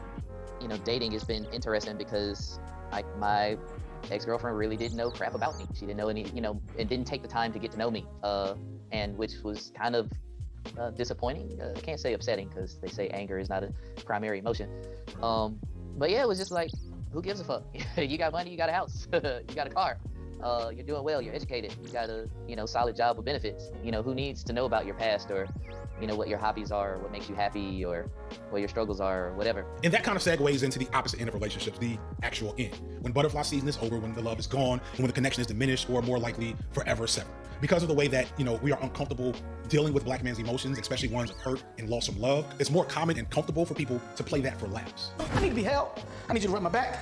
Put me in my onesie. Whatever you need to do, baby, I'm yours. Going back to Love Jones, after the initial breakup where Nina leaves from New York, Darius attempts to open up to his friend about his heartbreak before eventually checking out in fear of judgment. And like many men, black and otherwise, decides that it's safer to channel his negative emotions into a bottle. He again fears being vulnerable, even though he's with some of his closest male friends, because he is still scared of losing that sense of masculinity and status. Also, harking back to the video about... No, it's because most men are not going to talk to their friends about women that they failed to sexually or emotionally conquer or stand their footing with and be in a relationship with, because it's pretty much just telling those men, hey, yo, bro, I fucked up, and there's this hot woman out there, or the interesting woman out there I could get, and they're gonna hear, hey, yo, bro, I got some shit to talk to you about this woman.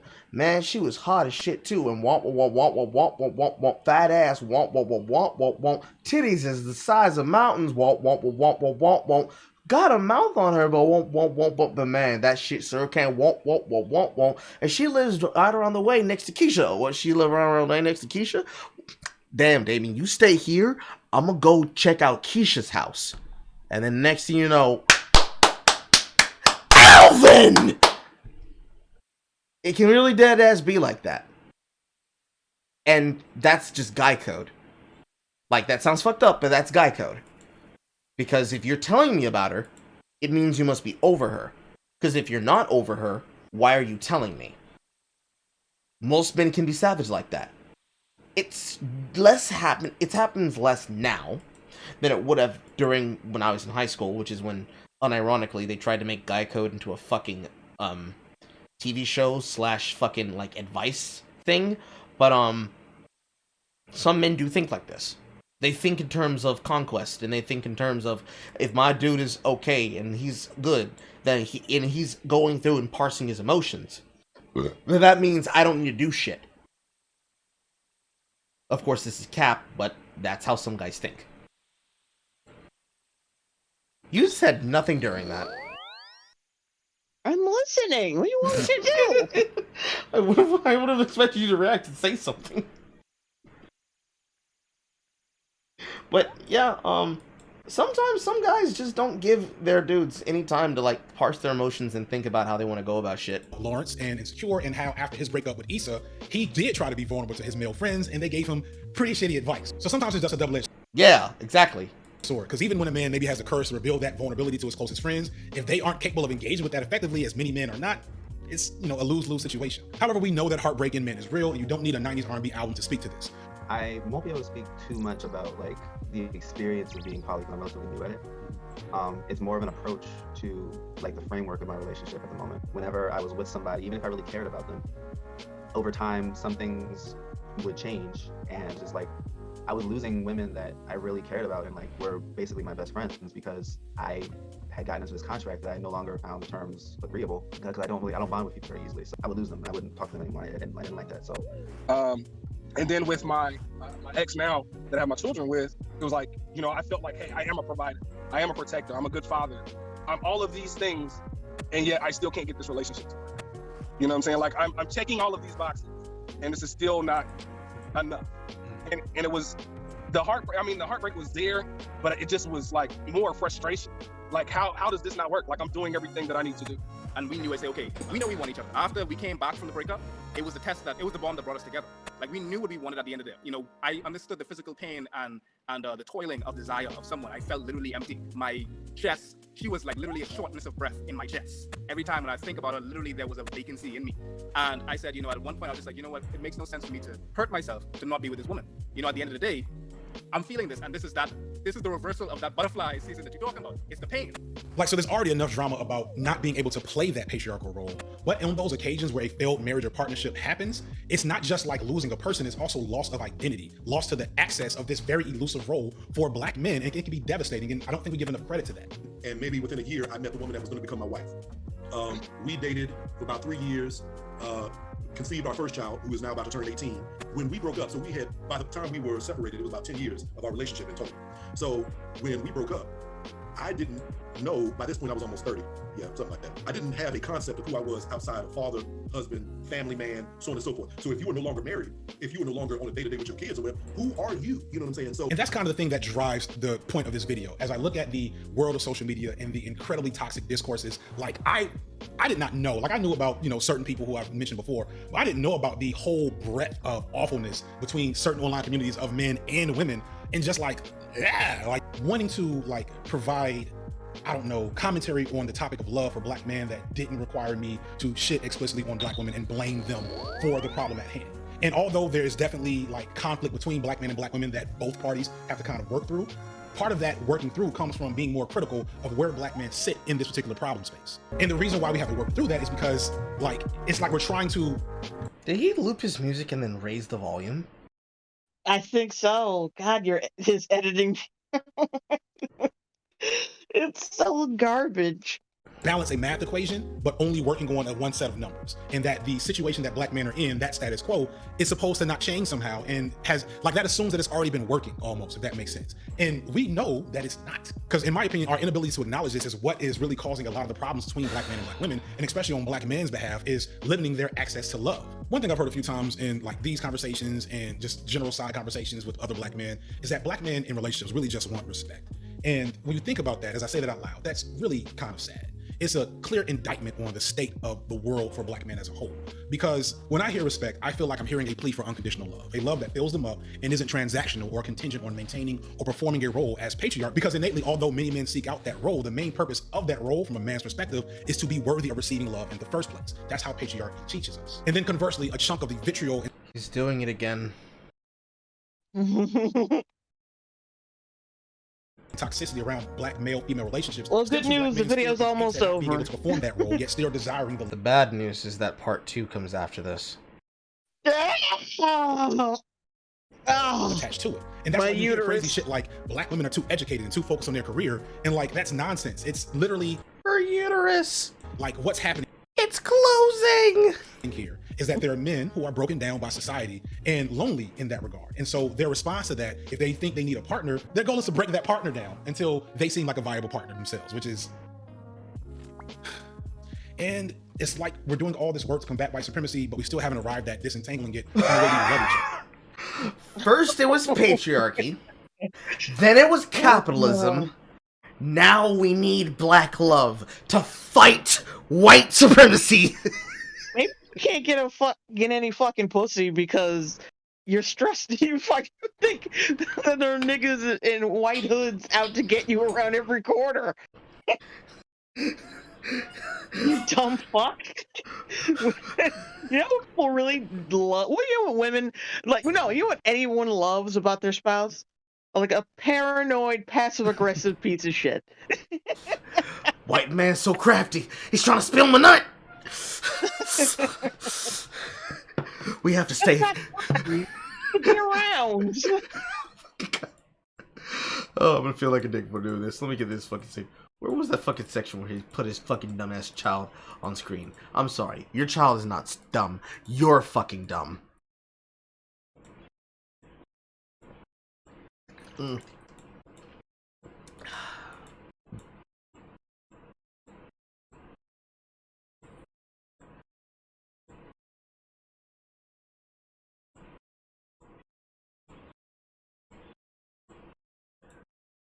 God damn it. I can't find the section where his kid was at. Oh, wait, here we are.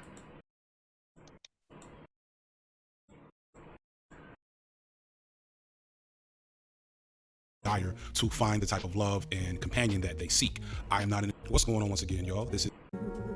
Really heard just certain economic stats on the performance roles. Life, you know, even more.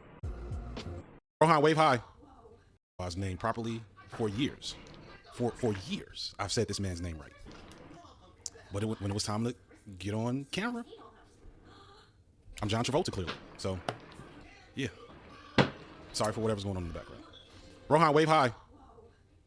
Honey, we have to stay together. The white man is trying to kill the black future. We have to do it. Rohan. Rohan. We have to do it for Amon Ra.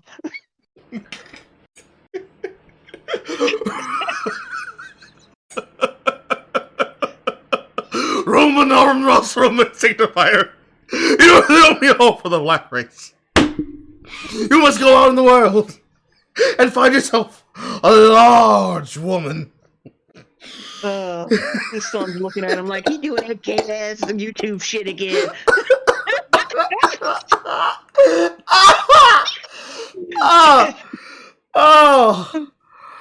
Oh, I can imagine right now somebody's watching this shit back in the future saying, that's the exact reason why I don't like these debate me bros. They attack and us personally while you bring my kid into it. Because you put him in the video, you dick. And we're not attacking your kid. We're attacking you. I have to Not really attacking, but like roasting. Slightly roasting. Let's go big script for this. JD Signifier. JF Sign. I don't know which one your initial are. Signifier. Sir Fire. Don't put your kids in your videos, okay? Don't do that. Don't you do it. Don't you do it.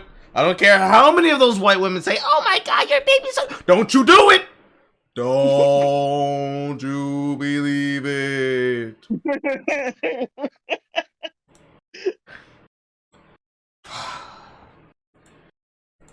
That's from Tom and Jerry. It's from those Hanna-Barbera cartoons, right? Tom and Jerry. Yeah, okay. Just making sure.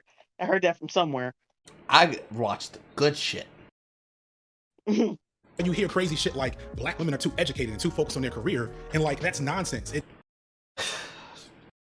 Black women who choose to put off having children in their 20s to try to wait until their late 30s and 40s. What would you call that? Being focused on their careers. What does the female production system do, Jay?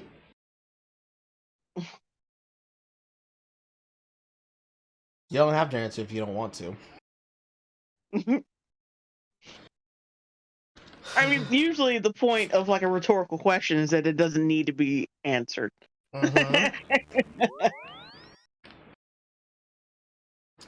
You know there's somebody in the audience who's going to watch this back and say, well, what does it do? Mr. Carl, what does it do?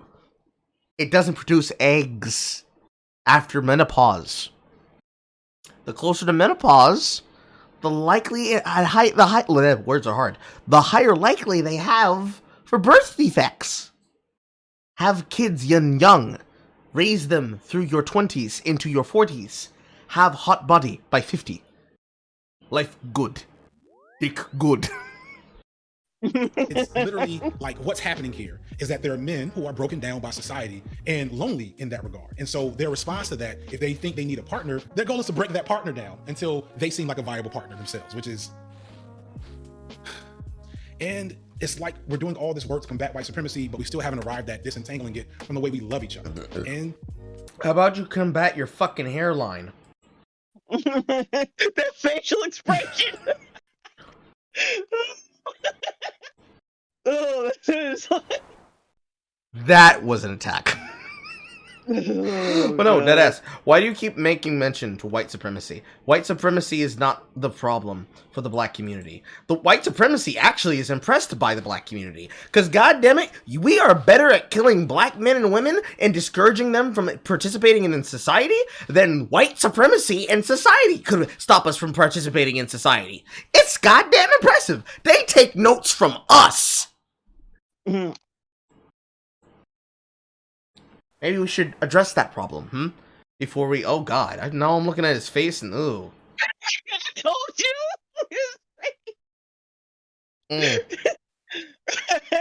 He's got no gums. He's gumless. Swagless, dragless, and gumless. But maybe we should improve the problem of the black community and the problems that are stopping them from talking to each other before we start blaming our problems on a specter that has been dead for like hundreds of years in the form that you think it takes. That's not to say, well, actually, no, I am saying that white supremacy doesn't exist. What I'm saying is that when you think of white supremacy in the form of a man who thinks the South will rise again, it's more likely to be someone who thinks, oh my god, this avocado toast is bussin'. Just saying. Good luck with that, y'all, because I'm fucking married. Good, you know. By the way, the extended interviews for the men. By the way, I mean, shit, good luck, bitch, I'm married. So, what you're actually saying is, man, I wonder if somebody's gonna come up with answers for the black men. Not me, though, I got my pussy.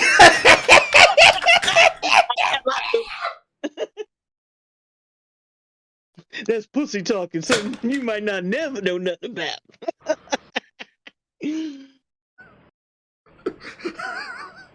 I'm trying to come up with a phrase that doesn't sexualize the phrase pull the ladder up behind myself, but pull the dick and pull the pussy up behind myself does not work. I pulled Cuddy up behind myself, put it right in my back pocket, then nobody gets my cookie.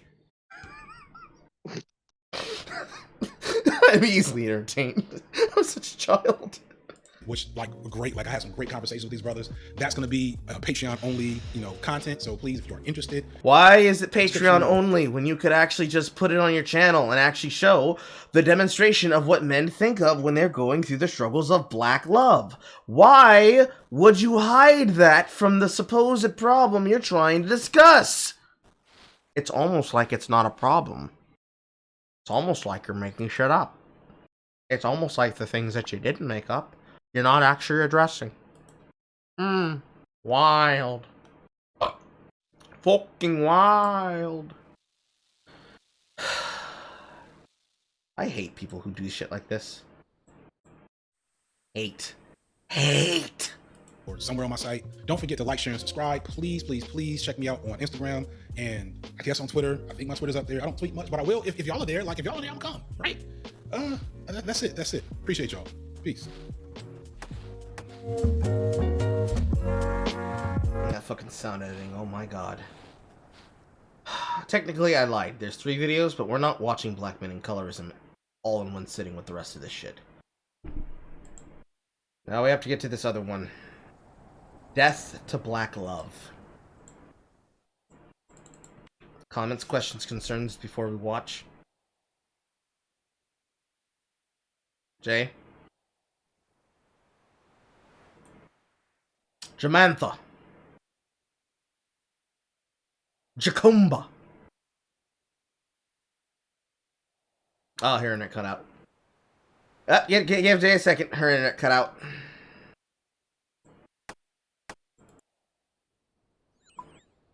Let me real quick second scum through chat.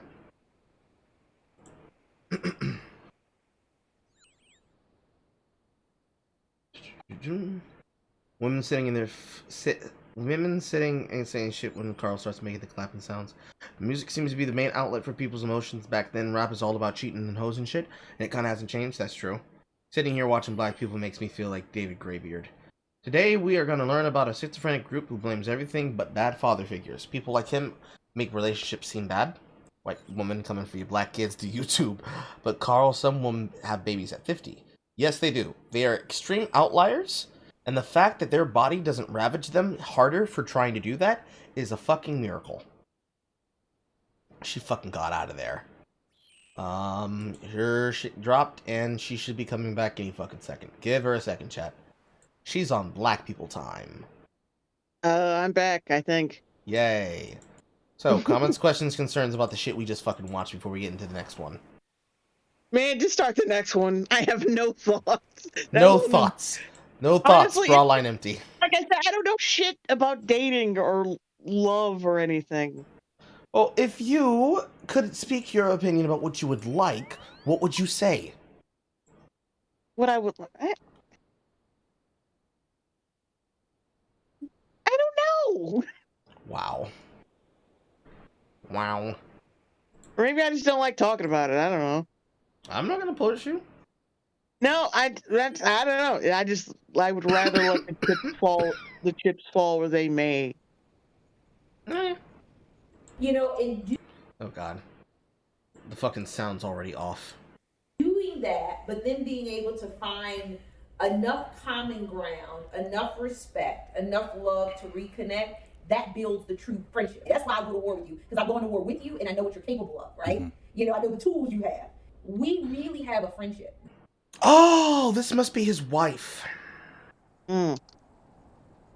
So why didn't you put her on camera? What prevented you from putting her on camera last time that you put her there for now? Now, see, I'm not saying that you shouldn't have put her there. I want to see her hear these videos. Mm-hmm. I'm just wondering, why the fuck wasn't she there before? Wouldn't you want your wife's perspective about black love? Maybe it wasn't relevant because she wasn't a black man, therefore she couldn't speak to your experience. Not in the syrupy sweet way. We have a friendship because we know each other inside and out. We know the things that endear us to each other, and we know the things that scare us about each other. And we are willing to have conversations that may be cringeworthy and uncomfortable for the purposes of growing and challenging each other. And that is our sport.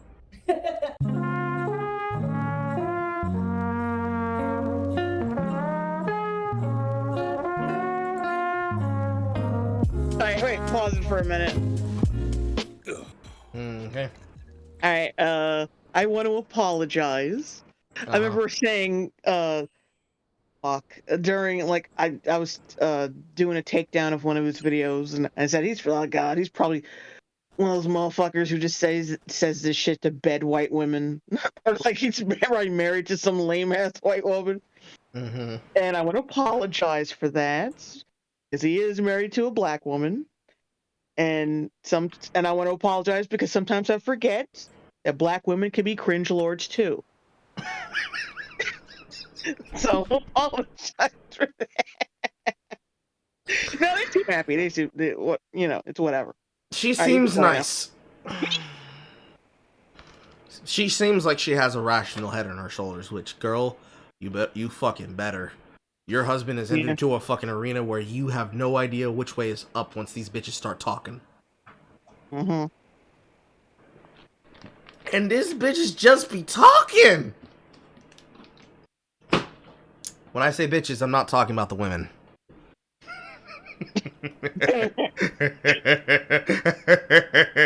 I'm an asshole. Happy Valentine's Day, everybody. Although this may come out on Valentine's Day, it may come out the week before, we'll see. Either way, everybody's favorite holiday.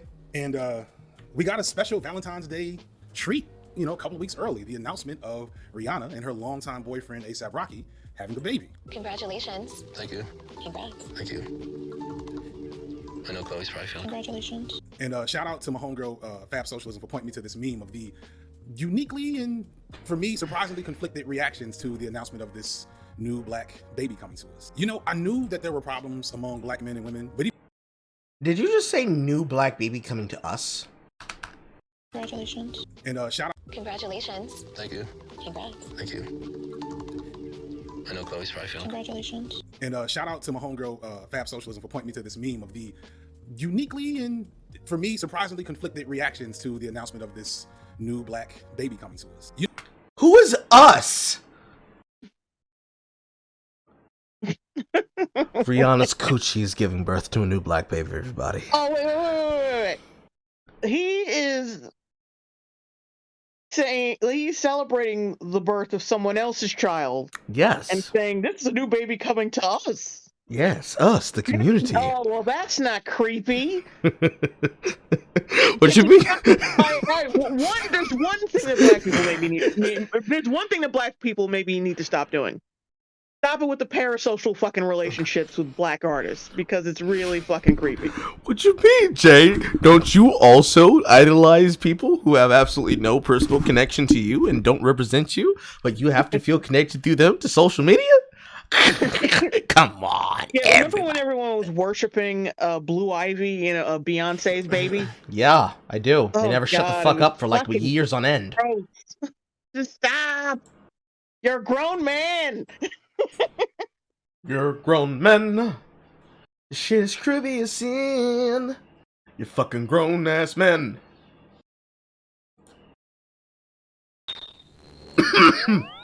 You know, I knew that there were problems among black men and women, but even I am shocked by the wide array of genuine anger and criticism that has come from the announcement that this baby is on the way. At first, it seemed like it was mostly jokes, and it is mostly jokes. Why can't I be Rihanna's baby daddy? We ain't never getting a new album now, etc. And then I learned that some people were taking issue with some of ASAP's previous head-ass comments about colorism and Black Lives Matter and things along those lines, and I get not being a fan of him because of that. It makes perfect sense. But then I started seeing some other shit. Rihanna getting pregnant for ASAP Rocky without getting married first on a Why, number one, has the person who's saying this comment been removed? 2, where's this comment at? 3, why should I care? Exactly.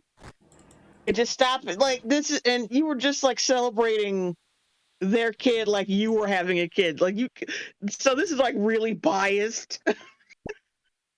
You come off like a fucking fanboy right now. Why is this important right now in a video? Like, shut up! Shut up, Theo! So creepy. So fucking weird. So fucking cap. Don't do that. Stop that. Stop it now. Right now. Rihanna getting pregnant for ASAP Rocky without getting married first. On a real shit. Isn't worth applauding. Celebrity or not, the right thing to do is to get married before having kids. The world has normalized baby mom and baby daddy like the dignifying status. God help us. I'm not Robin, but here's the thing. She's rich. He's rich. Mm-hmm. The kid will be fine. Yeah. Deal isn't worth applauding. Celebrity or not, the right thing to do is get married before having kids. Who the fuck is narrating this shit? Baby mama. Somebody trying to do their best Phil Lamar. On the real. This baby mama shit is not good. I can't even finish it.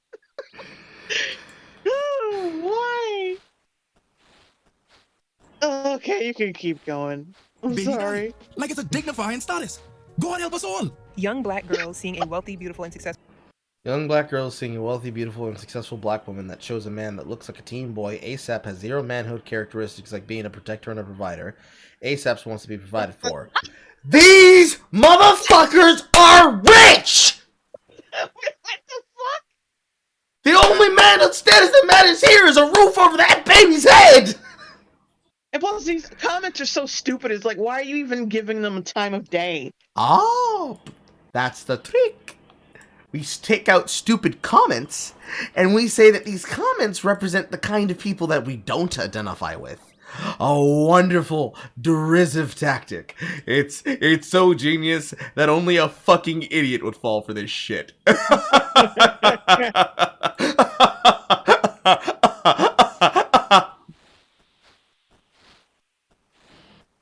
Ignorance. Pure fucking ignorance. And annoyance. It's cap. From the bottom to the top. But that's not the biggest problem. The biggest problem is that you're showing people this as though this has anything to do with black love and black standards. Mm-hmm. It doesn't. I can promise you right now, you show that to Rihanna and she's gonna be like, okay, that's nice.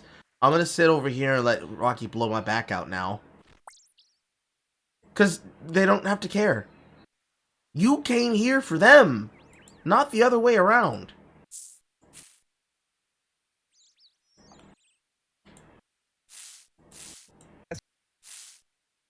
To black women that chose a man that looks like a teen boy.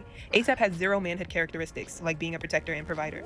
ASAP wants to be provided for. See, this is why they say women keep women single, okay? You all just applaud one another's behavior. You validate each other's negative behavior. This is why people like Lizzo feel empowered to act like an ass. At this point? Lizzo feels entitled to act like an ass because y'all told her she should act like an ass. I remember when she started drinking smoothies and wanted to get healthy, and y'all attacked her. Yeah. Remember when they did? Remember when y'all did that to Adele, and then you had the shame of attacking her for something that she did in her culture or in another culture when she then got slim? Yeah. Y'all some assholes. Why is this nigga wearing a quilt to the fucking Met Gala? I don't know. Rich people things. I have lost all respect for black women. It's a sadist, masochist relationship. All I can say is that they most enjoy being abused, and black men enjoy abusing them. I'm disgusted by both black men and black women. Even before I got on YouTube, it never ceased to amaze me how quickly black folks adopt white supremacist talking points when we talk about other black folks, especially when it comes to relationships. Wait. Wanting people to be married. Oh, hang on. No, I was gonna. Damn it! You beat me to it. But like, wanting people to be married before they have children is a white supremacist talking point. What? So I guess if you got your wife pregnant after you got married, that must mean you must be following white supremacist doctrines, right? Me and my wife Just had knock her up as soon as you met her. Like that would have went against the patriarchy and white supremacy. Me and my wife had a child out of wedlock. Our child has been blessed in sin by Satan himself.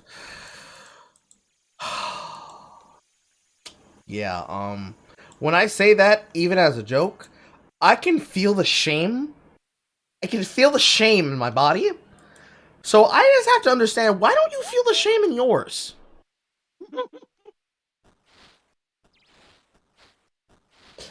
See, the thing that's worrisome about this, I'm about to talk about your child again, Signifier. The thing that's worrisome about this is that this is his father. His father says things like, having a child out of wedlock can be a term of white supremacy, in believing that children need to have etc. household standards. Now, let's just say he's repeating what he's hearing, right? Let's say he doesn't believe this. You have a justified, dignified job right now to say, I don't know what the fuck all that is about, but that is some crazy ass bullshit, ain't it, chat? And then move the fuck on. But you just dead ass put these people's comments on screen and then said what you just said. So that means you believe what you're saying. That's scary. Bro, your son's gonna need a lot of whole fucking luck in life. Like, he's gonna need so much fucking luck in life. Oh my god. You are... That's what that is. That's poo-poo. It's all over the lips. All over the tongue. Like, you swallow it. You can taste it in your spit. Ooh. Disgusting. Disgusting. Disgusting. Will have no self-awareness of how anti-black they can sound. We are willing to think, promote, and act on the worst lies about who we are as a people. And to be clear, this is everybody, because half of these quotes are direct quotes from black men and women. But at the same time, these are not the only words being said about this story, and many, though conflicted on some level, have the wherewithal to be positive and supportive of a black family out here trying to make it. But those statements don't get the same amount of likes and shares. And I'm really starting, and I've been talking about this forever at this point, to recognize this pattern and how big a problem this is in the way black folks, specifically I'm talking about black men and black women, engage with each other, especially online. There is a whole new wave now in the last year of content creators, black dating gurus and consultants, etc., who are purporting to teach black men and women how to find love, but are really only selling a specific form of anti-blackness and almost never seem to be partnered themselves, nor do they talk to other people who are partnered in their content. On the flip side, that type of content... Now we know why he brought his wife out. He's using her to cover up this jab. Ooh. That's very stupid. Bro, I'll shove your ass in my face. My ass in your face. Hey, bro, your Discord audio is too loud. Turn that shit down. I don't know who you are. I don't know where you came from. But I will fuck you up. Interrupt me again.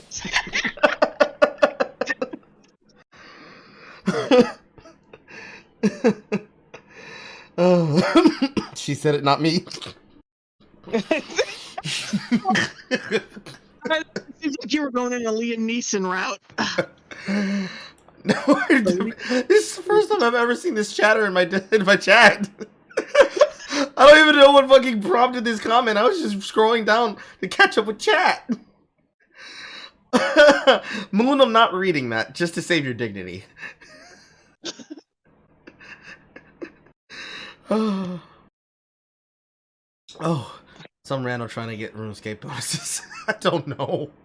I don't fucking know. But no, that's why he brought his wife on this time. He brought his wife in so he could say, see, y'all motherfuckers, you ain't got relationships. Look at me and my beautiful black excellence.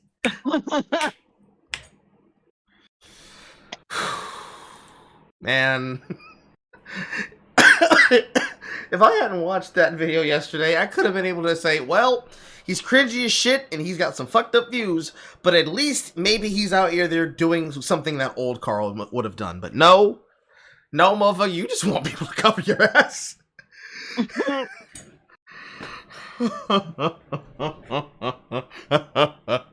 Couple lifestyle creators. There's the Black Love Literal channel, where they are showing and engaging with actual black couples and relationships. But I don't know if they're really providing a more useful alternative. While I do find it useful to model an idealistic image of what long-term black partnerships can be, they still often present a very idealized and probably highly sanitized image of what. So does Jubilee, but we watch that shit to mostly laugh at it. So, like, what are you really saying? Said partnership looks like, and in their own way probably do as much harm as they do good by selling this false vision of what it's like to partner with a person long term. Not to mention the overwhelming cis heteronormativity present in that type of media. Oh my god, shut up! Really? Shut up! Who'd have thought that heteros would have hetero relationships and have heteronormative? Like, shut the fuck up! Does your wife stick up your ass every fucking Valentine's Day to make sure your relationship doesn't get a little too heteronormative? Like, shut up! Honey, I woke up today and you looked as beautiful as the day I married you. Get the strap! Get the strap! That was too hetero. I need to wash off the hetero.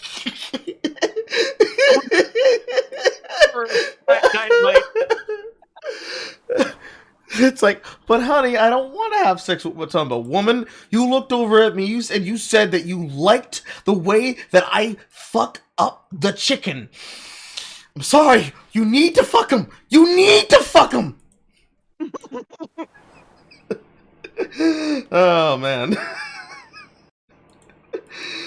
I need a little bit of that gay to wash off the heteronormativity. Oh boy. Where people from other God damn it, I keep forgetting to where click on people the from other plus. lifestyles, sexuality, genders, etc. don't get to see themselves as a part of this black love concept. It's concerning to me, whether it be positive or negative, how we do not acknowledge that this image of black love that we have all been taught to aspire to and champion the most is not only false, but is based on a capitalist lie created explicitly for white Americans that was never really meant to include. Okay, here we go with the cringe. That's why the first part was so boring. He was saving the best for last.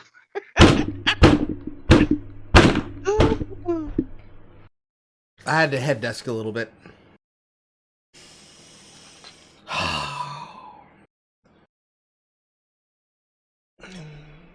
I wish I could understand why he keeps saying it, but he won't stop saying it. Us anyway. So now I have an agenda, and it's to support the death of black love as a branding aesthetic, as we know it, and to provide a useful and productive discourse around relationship conflict with black people for free. So this video will not end in an invitation to join my mailing list or buy my consulting services. I'm not even gonna plug my Patreon. And all I ask is that you watch the video, like, share, and subscribe, and show some love for today's sponsor. I'm not going to plug any of my things, but then I'm going to plug many of my things. I've got a sponsor who probably paid me a nice little chunk of change for this video, but I'm not gonna plug my Patreon or oh god, you were such a phony. I'm not going to plug the thing that I just mentioned in this very same sentence so that you know that that thing exists. I am not doing that. That is definitely not what is happening. I am not also putting my wallet on the desk so that you can slip your money into it, everybody. That is not what's happening. You cannot accuse me of this. You are lying.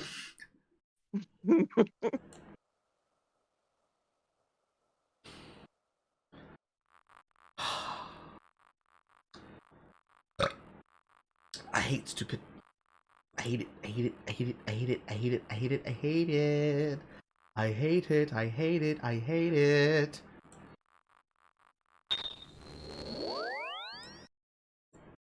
This video is sponsored by Skillshare. Skillshare and expertise and turn my dining room into a mini set for me to record on. Skillshare can Wait. Wow, you didn't get your money back, nigga. YouTube. And amazingly, DJ Mbo, who I give so much credit for supercharging my career, did a video months ago.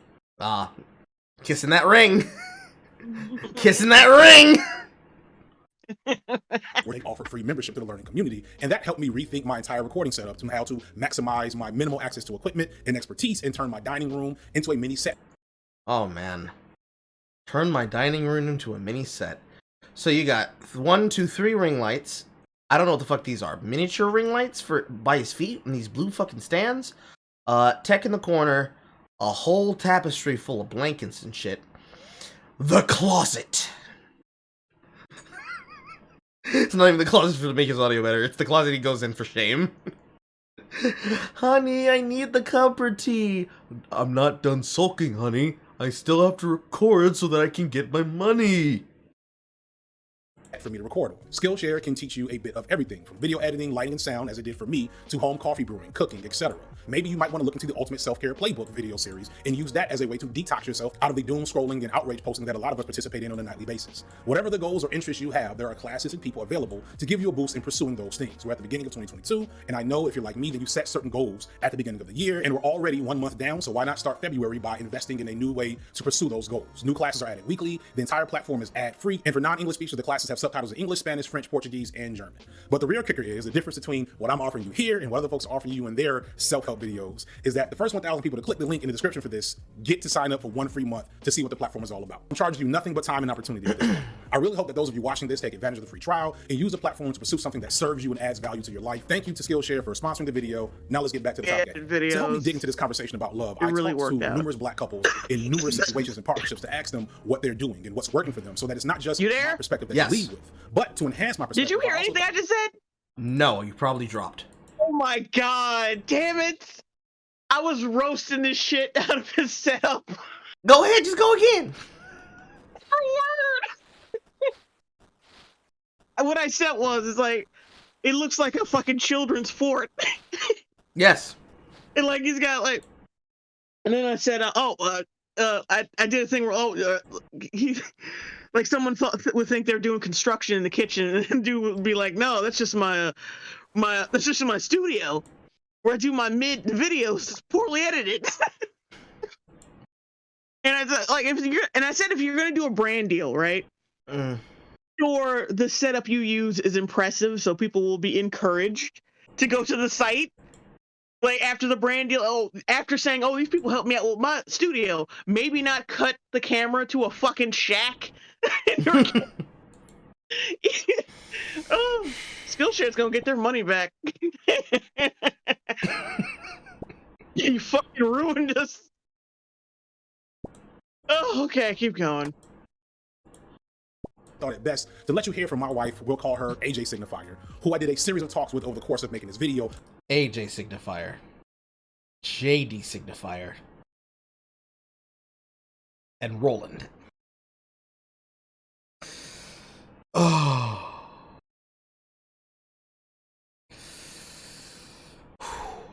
Don't say it, Carl. Don't say it, Carl. Don't say it, Carl. Don't say it, Carl.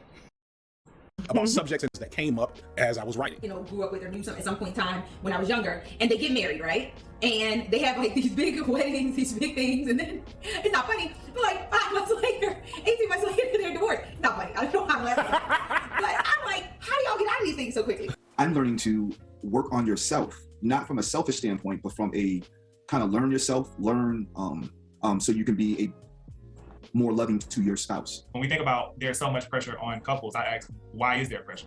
like, where is the pressure coming from? And I think a lot of it stems from when people look at you as goals or a couple goals or whatever. I think people then put themselves on this pedestal to where they have to maintain this image of being perfect. And I think for us, what we've done, we've kind of broken the barrier between an online couple versus a real life couple. And what we try to present is, unfortunately, I hate to tell y'all, but like, marriage is not easy. I would say like not so much in terms of my blackness. I don't feel like I have encountered a whole lot of discrimination or even that pressure that Black people feel to be the best at everything. I'm not like, I have to win polyamory, damn it, in the name of my people. I've never felt, so when I was doing the blog about my polyamory, I didn't feel any pressure to do it to present for everybody else. And I've never felt like, oh, well, we need to represent what. These are exactly the people that you think of when you think of polyamory. Yeah, just effeminate niggas in their fucking grandpa sweaters. Like, that's the sweater you wear when your wife is in the next room fucking Tyrone, and you feel a slight chill all the time for some reason, without realizing that it's the feeling you get when you are disgusted by your wife fucking other people. You feel a deep shame that feels like a chill, and that's the sweater you wear to get warm.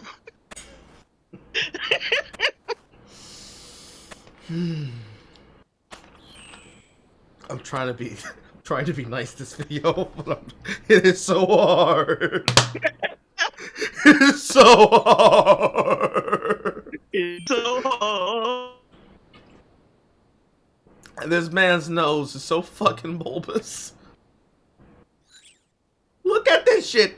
That's elephant tusks.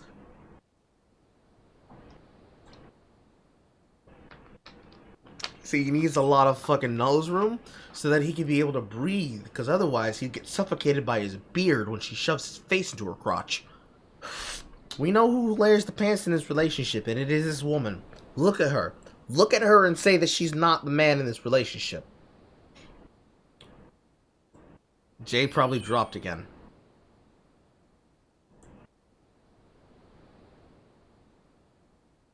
Yeah, give it a second. You gotta get her back.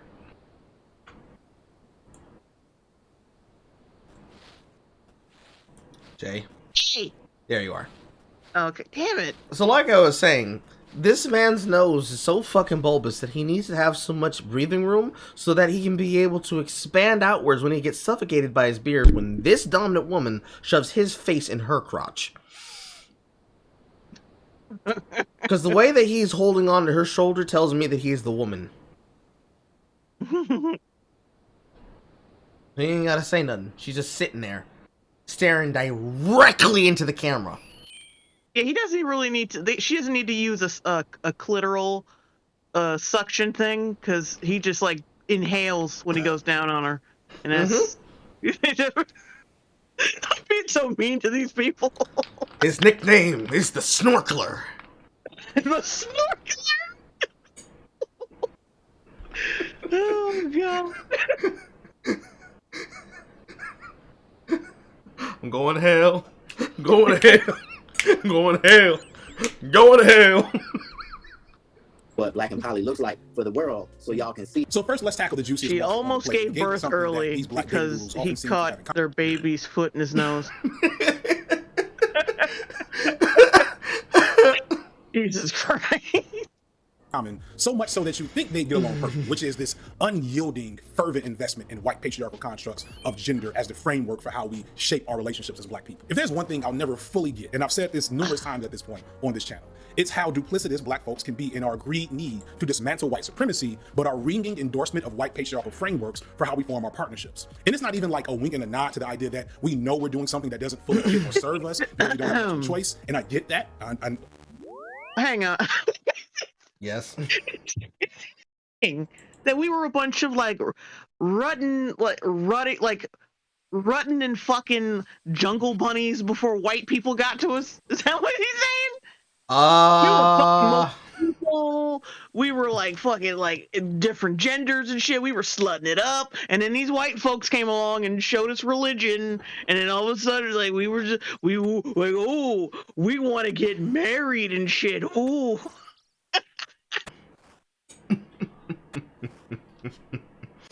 unironically just. Or actually, no, worse.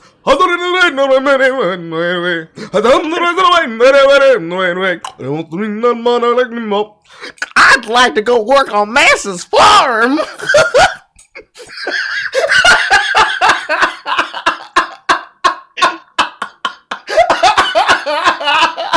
You're going to hell. You're going to hell. Oh. We are grown children. Yes. But it's worth every man. Oh. So anyways. Back to this bullshit. I'll talk about that later. But no, black folks out here really completely align to white supremacist frameworks for how we define ourselves as men and women, and how those definitions should dictate how we choose to partner with each other and how we raise our kids. And for the record, I don't know about you, sir, but I know exactly which tribe I came from, what tribe I sold into slavery, and exactly how many we gunned down before we had to give y'all motherfuckers up. I'm not ashamed of shit. We stayed out of slavery. And the few people of my bloodline that had to be in slavery fucked their way out of it. They fucking snail trailed their way across the globe to freedom and early motherhood. So you can say that about other people, but you can't say shit about that to people like me. And it wouldn't even matter either. Because what the fuck do you mean we uphold the white framework? Do you mean having stable families? A nuclear family? A mother and a father figure? And not necessarily a woman and a man, but two people who give you the love and support you need as your parents? Bro, that's not gonna work as long as gay men well, actually gay men and lesbian women, but realistically, we all know lesbian women lead the fucking charge when it comes to domestic violence. Even more than a black man and a black woman.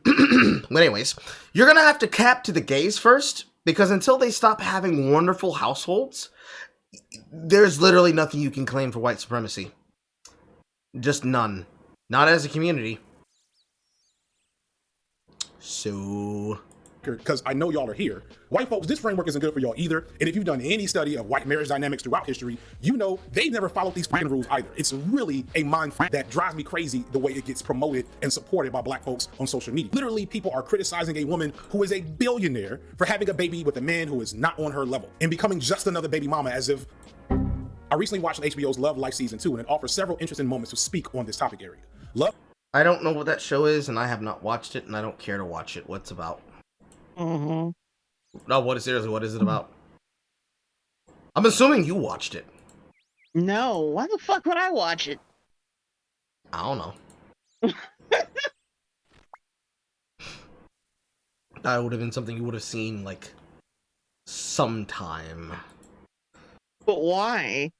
Because it was there. No. Okay. Love Life stars William Harper Jackson and Jessica Williams as Marcus and Mia, and looks at their long winding journey around, apart, and back toward each other to what amounts to be a very normative manifestation of a long-term partnership. They end up being a monogamous, heterosexual, idyllic family unit, but at least on the way there, they give us some things to chew on. One thing I love about the show is how it examines parts of black love that aren't as easy to sell or make outrage content over, things that we often feel and know, but don't often vocalize around this concept of black love. For example, at one point in the show, our main character Marcus has a relationship with Ola, played by Ego Nwodum, which typifies the falsehood of black love as a commodity and the precarious nature of holding patriarchal values as a key to partnership. Marcus and Ola meet, and Ola is faced with a professional crossroads, which jeopardizes her ability to be self-sufficient. Marcus steps in and steps up as a man to support her unthinkingly, jumping at the opportunity to play the man's role in this relationship, despite not having really taken the time to know if that's what he really wants to do right now and with this woman. However, like many men who can provide hypergamy to women, he's rewarded by what sociologist R.W. Connell calls the patriarchal dividend, being rewarded and celebrated by Ola for his willingness and ability to protect and provide. Oh, Marcus, my king. Nothing seemed to work. How's my king doing? What I'm looking at right now? Black love. Supportive, strong, beautiful, black love. Ola calls him king and christens their relationship as black love, ready for capitalistic consumption and sale to black people across the country. And for a second, it works for Marcus. But we as a viewer know that up until this point, Marcus is still recovering from various heartbreaks and is definitely in need of a lot of emotional growth to ever be successful in this type of partnership to find fulfillment in playing this role. Further, Ola is so busy celebrating Marcus's ability to perform patriarchal masculinity that she's missing some very obvious cues about how unfulfilled he is in this role. Marcus gets so alienated from this emotional connection to Ola that he becomes unable to perform kingly duties, if you understand what I'm saying. I used to think that I excited him, that I completed him, but he was lost. So was his manhood. Having failed to fully uphold his obligation as a high-value man, Ola reneges his patriarchal dividend and labels him a boy instead. You're not a king. You're a little ass boy.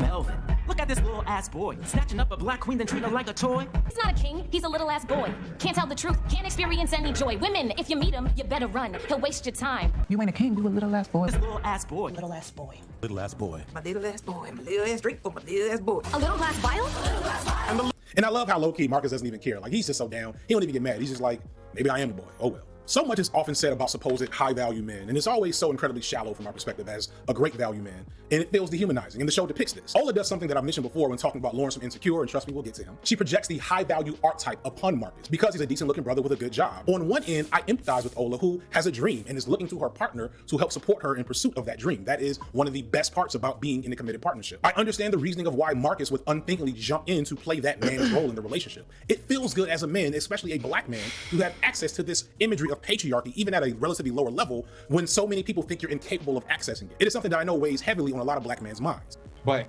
it took me to step back and realize I, one, had to have a different approach, and two, I have to understand that this is her ideology. So I can do what I do, but I have to dial it back. Just had to find ways that, you know, it's equal. That's one thing about Kayla. Kayla is where she has What the fuck are those earrings? Regardless of what body part you got, equality is a thing. And, you know, They are Rastafarian don't touch flag pieces. Okay. I don't know why she's wearing them. I could ask the same question on why their camera's so fucking dingy that she has the ability to afford wearing a high 13th century Shaka Zulian, realistically it's just Zulu tribe, Zulu tribe dashiki. And him wearing fucking fleece hoodie combo bullshit with his hat backwards.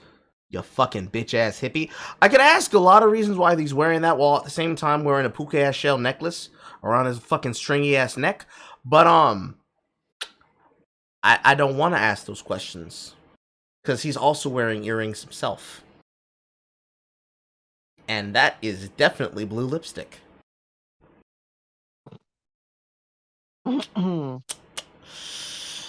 There are some conclusions you can draw from this, ladies and gentlemen. Go ahead and see them out for yourself.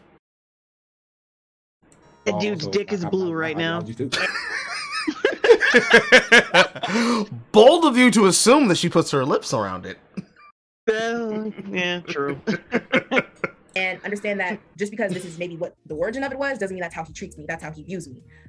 It's because he views me in a respectful way. It's because he loves me, because he sees me in this light, that he wants to take out the trash and he wants to do this, that, and the fourth. And it's not just gender roles of, oh, I should be in the kitchen cooking while you work out there and do this, that, and the fourth. So it's just been trying to, one, help him understand where I'm coming from, and two, not take away from who he is. Like I hate with people that kind of like constantly keep elevating their life. And you can't be a part of a group and not elevating, because you're saying other people elevating you, not, that make you feel awkward. And I just didn't want to be a person that's like, don't fit in when it comes down to being able to like take care of my family, provide for my family. So I just wanted more. I have worked 2 jobs damn near my whole life. Like I'm still kind of working 2 jobs. It's something I have to do. Like I always tell myself I gotta be better than my father.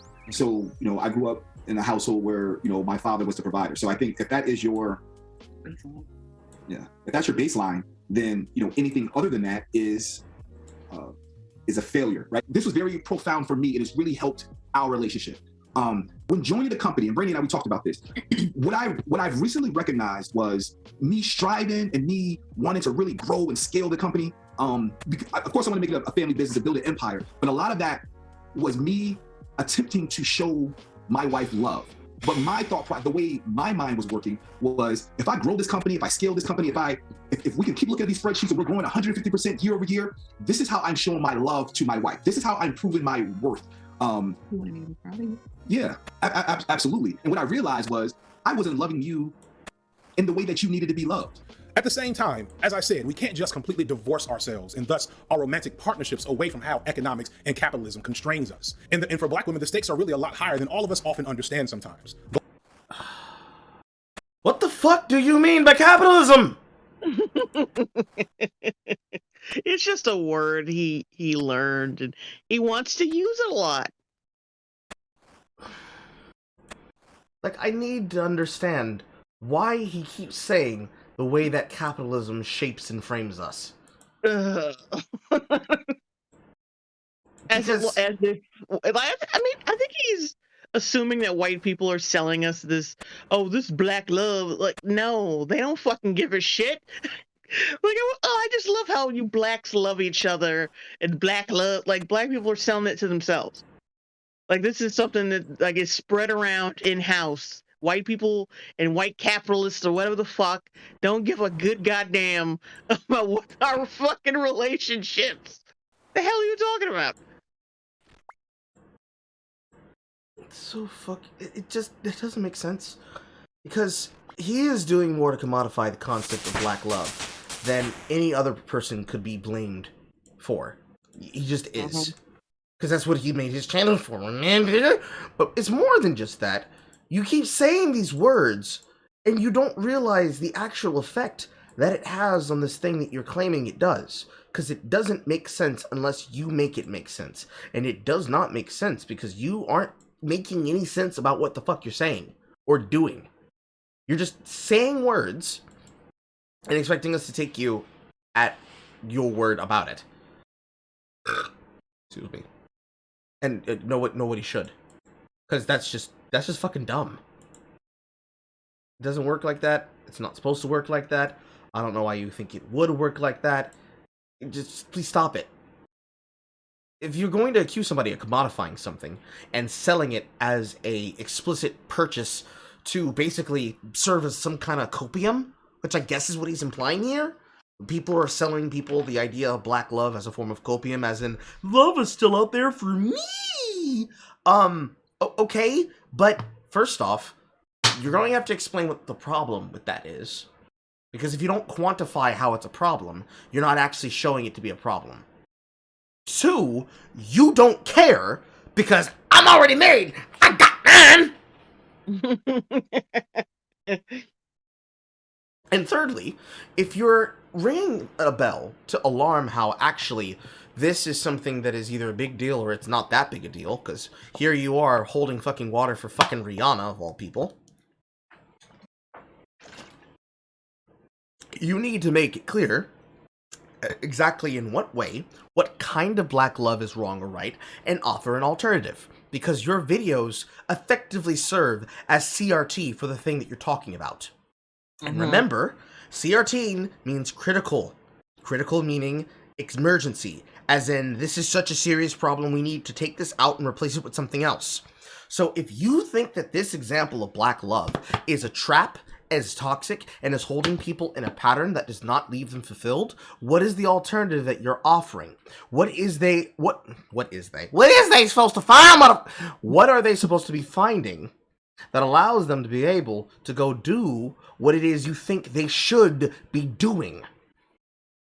Because if you want them to have lasting, fulfilling relationships, you can't give them all the information to find it. You can give them advice and tips and tools, but it's ultimately up to them to apply those tools and apply those tactics. And ultimately, at the end of the day, what you're describing is a tactic.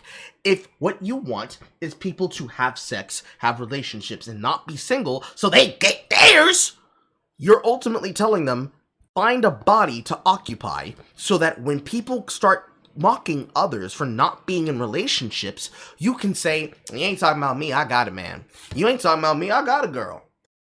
That's not what love is. Certainly not what I would quantify as black love. Because that implies something that is deep and long-lasting, like what your wife just said. Everlasting like a gobstopper. As flavorful as juicy fruit. As corny as that might sound, that is a starting point, but in order for you to repair that relationship between men and women, you first need women, especially in the black community, to stop going at each other's fucking throats. But hey, what do I know? I'm just some Negro.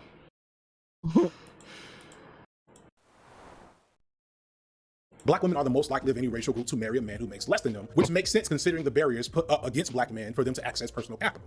And this conflict is really at the heart of so many issues these dating gurus speak on. At the end of the day, when it comes to the discourse around black men in these dating guru circles, it's about how black men cannot provide a normative image of patriarchal and hypergamous partnering. It's just that both of them come from different angles on what the solution to that is. And insecurity, anger, and frustration and bitterness all swell in the responses to this issue of black people trying to run in a race that wasn't designed for us to win. The range of outcomes with black men and economic viability makes it so black women seeking to partner exclusively with black men have to figure out a lot and have to compete for, relatively speaking, a smaller amount of men who are accessing that high value man status. And it's really important that we empathize both with the black men struggling against the constraints of white supremacist patriarchy, as well as black women who are experiencing life both as women and as black people and facing their own unique form of oppression.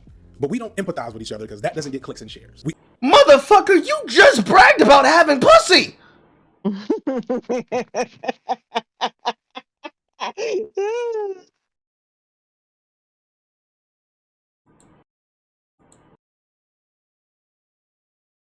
How? How?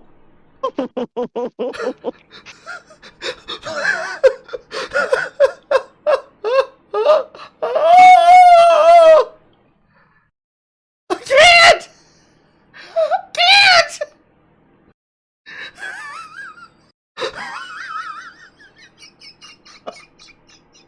My car's trying to turn over. We operate on these binaries where black men are either fuckboys or good men, and black women are either submissive or have masculine energy, and it's no wonder that none of these people ever find love until they get off these fucking sites. Just saying. I think I'm more empathetic than I was.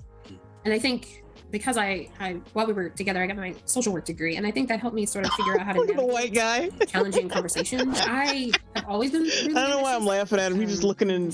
I'm sure you're familiar, but just being a black woman, I was always taught that I had to. Like in order for me to get just a little bit of what I wanted, I had to do more. I had to be better. And so I've always been very ambitious and a high achiever. And in our relationship, I always felt supported. I know that sounds corny, but like it just kind of worked out. Try and understand things from her point of view. And like I said, I've not always been able to do that, but I've always tried. And I think that's what she's been responding to is she could see me trying to figure things out, trying to understand things from her perspective. Yeah, there were just things that I just couldn't get, and there's still things I just can't get because there are experiences that I am never going to have. Really cool about being poly in that you have partners. Oh Lord. Oh God. This is probably the worst. This is probably the worst match-made couple so far. Black lesbian woman, very clearly either aggressive or submissive lesbian. Their energy does not read like a loving couple at all. Mm-hmm. She has a defensive position. Her partner's face is completely fucking blank. I don't know if it's because of the fucking reflection of the light that is clearly faced across from them, but their body chemistry does not. And plus, weirdly, she's like sitting on a fucking stool, and they're sitting on a chair that has them at like lower level. Maybe she's just fucking tall. I don't know. This does not read like love to me.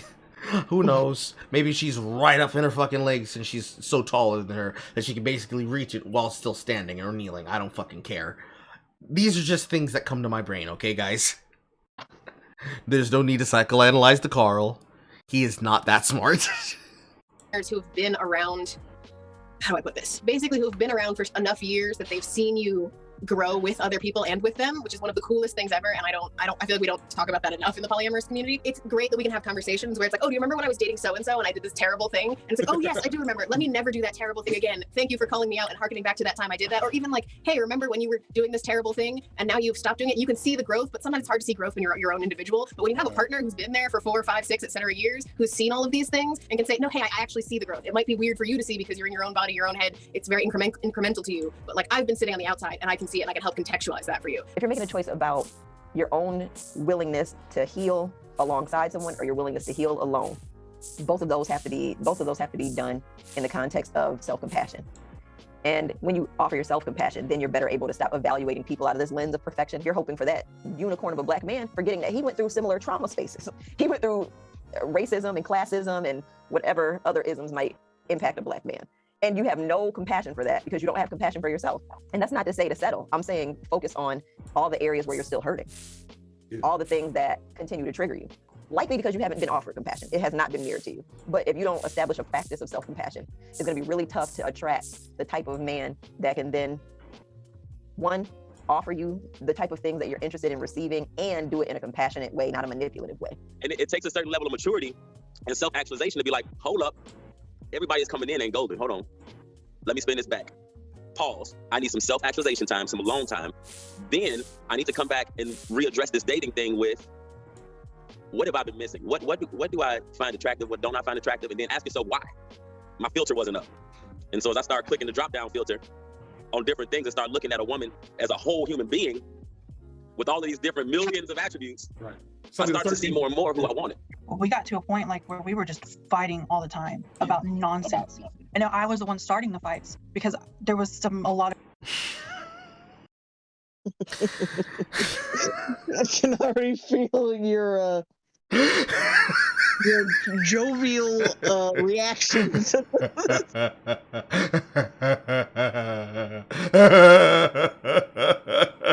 don't have to say anything. I already made a tweet about this shit.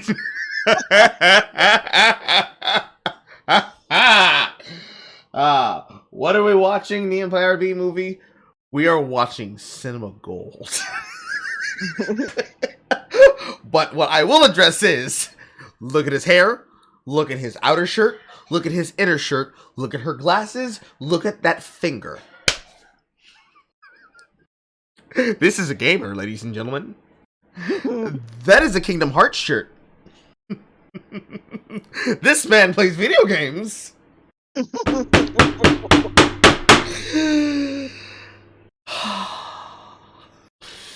Contain yourself. Contain yourself. Contain yourself. Alright, so let's have a quick comparison. Normal black man. Fuck Christ. Lesbian couple. Well, lesbian throuple, to be accurate. I don't count the white woman. This looks like a normal, typical white woman. And they're all within, like, their late 20s. This is typical. White man.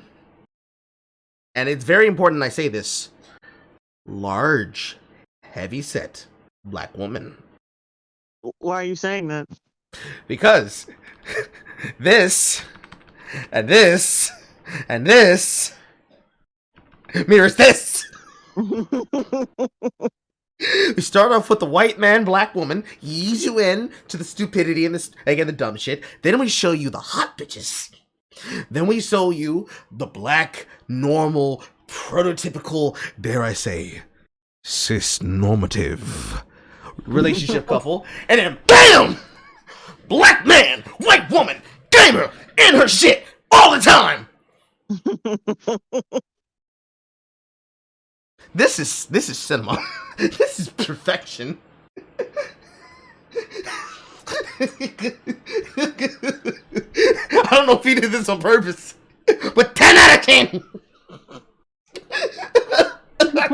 misplaced anger towards him that I didn't even realize was there. Being in therapy has helped me find ways to help have better conversations with him, be able to communicate with him better as far as like things that I need, or just kind of nice ring on her finger though.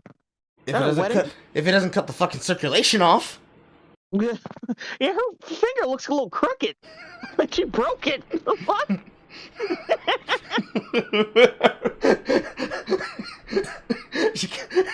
I'm just imagining scenarios now. She came into the house one day, started talking real wild to him. The black reached out of him, grabbed that finger, Or he broke it finger banging him. He just clenched too hard and just click. That is also a possibility. He is what we call a teddy bear. Behaviors that I was doing that weren't healthy. It's definitely been a lot of sink or swim moments. Especially this decade. This decade is rough. Like I'd be looking back. Neither of you are sinking. Still in a relationship with the person. Now let's be fair. Maybe they don't know how to swim. Or people. and you got in a relationship from 2010 to 2020, shout out to you, because this shit has been crazy. And I think instead of like trauma bonding, what we've done is we've tried to like evolve together.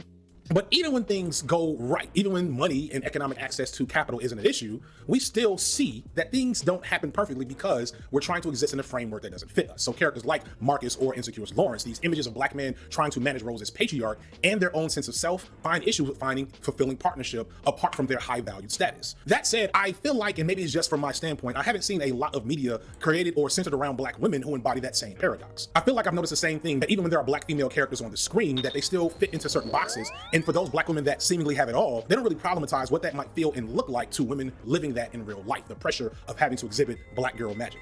The dream is, you know, you have your kids and you're able to love on them and cater to them, at least, you know, in their earliest time, right? And then your husband or your partner covers the provision, again, the money, right? To make sure that you're comfortable in doing it all. And while we couldn't have lived the lifestyle we lived without both of us contributing, and I want to be very clear about that, there were times that because I wanted to still meet and adhere to the stereotypes of what a good loving mother should look like, it was a struggle. It was something to process because everything else was telling me, girl, you doing too much, and why? Really hard decision because I was offered another position for a very big company doing marketing, and I turned it down. So here I was on this trajectory, you know, in corporate America, and my career was moving so fast.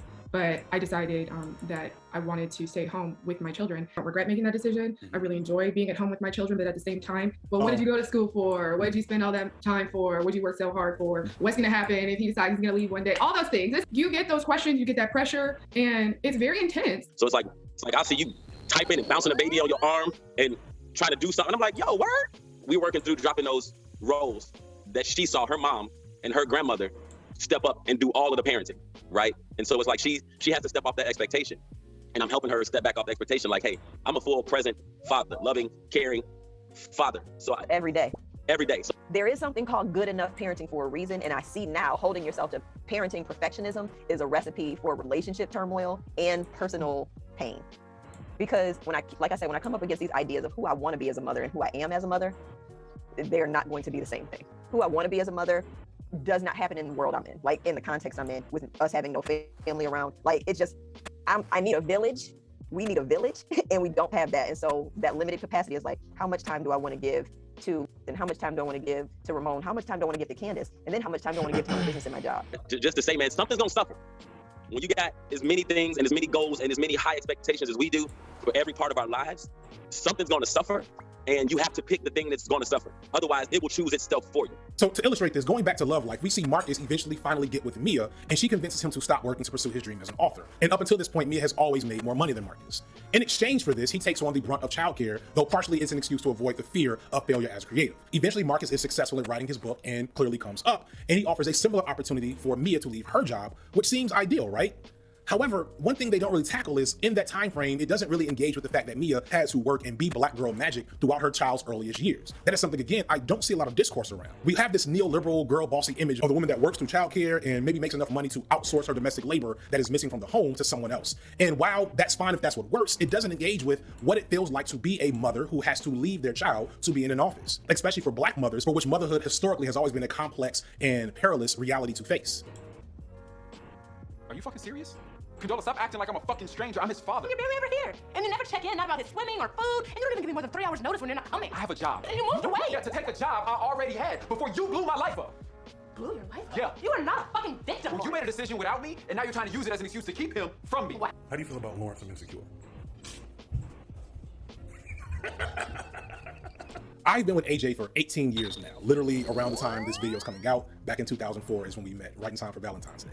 And she is a completely different woman today at 37 than the one I met when she was 19, as am I. I often call her AJ version 3 at this point. And at various points in our relationship, we've had to make the conscious decision to love and partner with the new version of the person that is emerging from the cocoon and ashes of the old one. That's a very weird way to talk about your partner.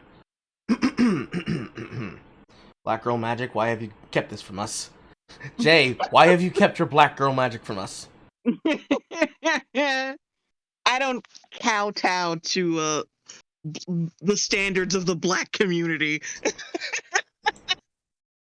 what the fuck? I don't understand that shit. The showboating. I got black girl magic. Black girls rock. Like, oh god, it's all so fucking cringe. I used to think that was a stand-in for chlamydia. What? That ass, not even joking. I used to think that it was a stand-in word for I've got the clap. I've got sexual diseases. Okay. Sometimes you're a little slow. A little spurgy. Look, it is not my fault. I mean, it is, but okay. I don't take responsibility for it. I am not accountable for these things. And ultimately, whose fault is it really? Wait. Can you rewind and go back to what he said about his wife? Because that last part was like, I kind of zoned out. I was looking at a message I got. And you moved away. Yeah, to take a job I already had before you blew my life up. Blew your life up? Yeah. You are not a fucking Ooh. victim. Well, you made a decision without me, and now you're trying to use it as an excuse to keep him from me. How do you feel about Lawrence from Insecure? I've been with AJ for 18 years now. Literally around the time this video is coming out, back in 2004 is when we met, right in time for Valentine's Day. And she is a completely different woman today at 37 than the one I met when she was 19, as am I. I often call her AJ version 3 at this point. And at various points in our relationship, we've had to make the conscious decision to love and partner with the new version of the person that is emerging from the cocoon and ashes of the old one. I'm gonna make a haughty and maybe unfair assumption here, but I get the strong feeling that a lot of single consumers of dating guru content, and along with a lot of these terminally online commentators about relationships, don't have a lot of healthy experiences with dealing with partners over the long term. Because the way I see it, the folks coming through with these hot takes clearly have not been very successful in their love partnerships, which... Okay, see, you're now just attacking faceless people on the computer screen. And when you say these love gurus, please just say fresh and fit. Please just say fresh and fit. Because there are no more gurus of this kind. And there's a reason why. I talked about it yesterday. But since Jay's here, Jay, do you remember when Prince E and Derek Jackson dominated YouTube in that perspective? Yeah.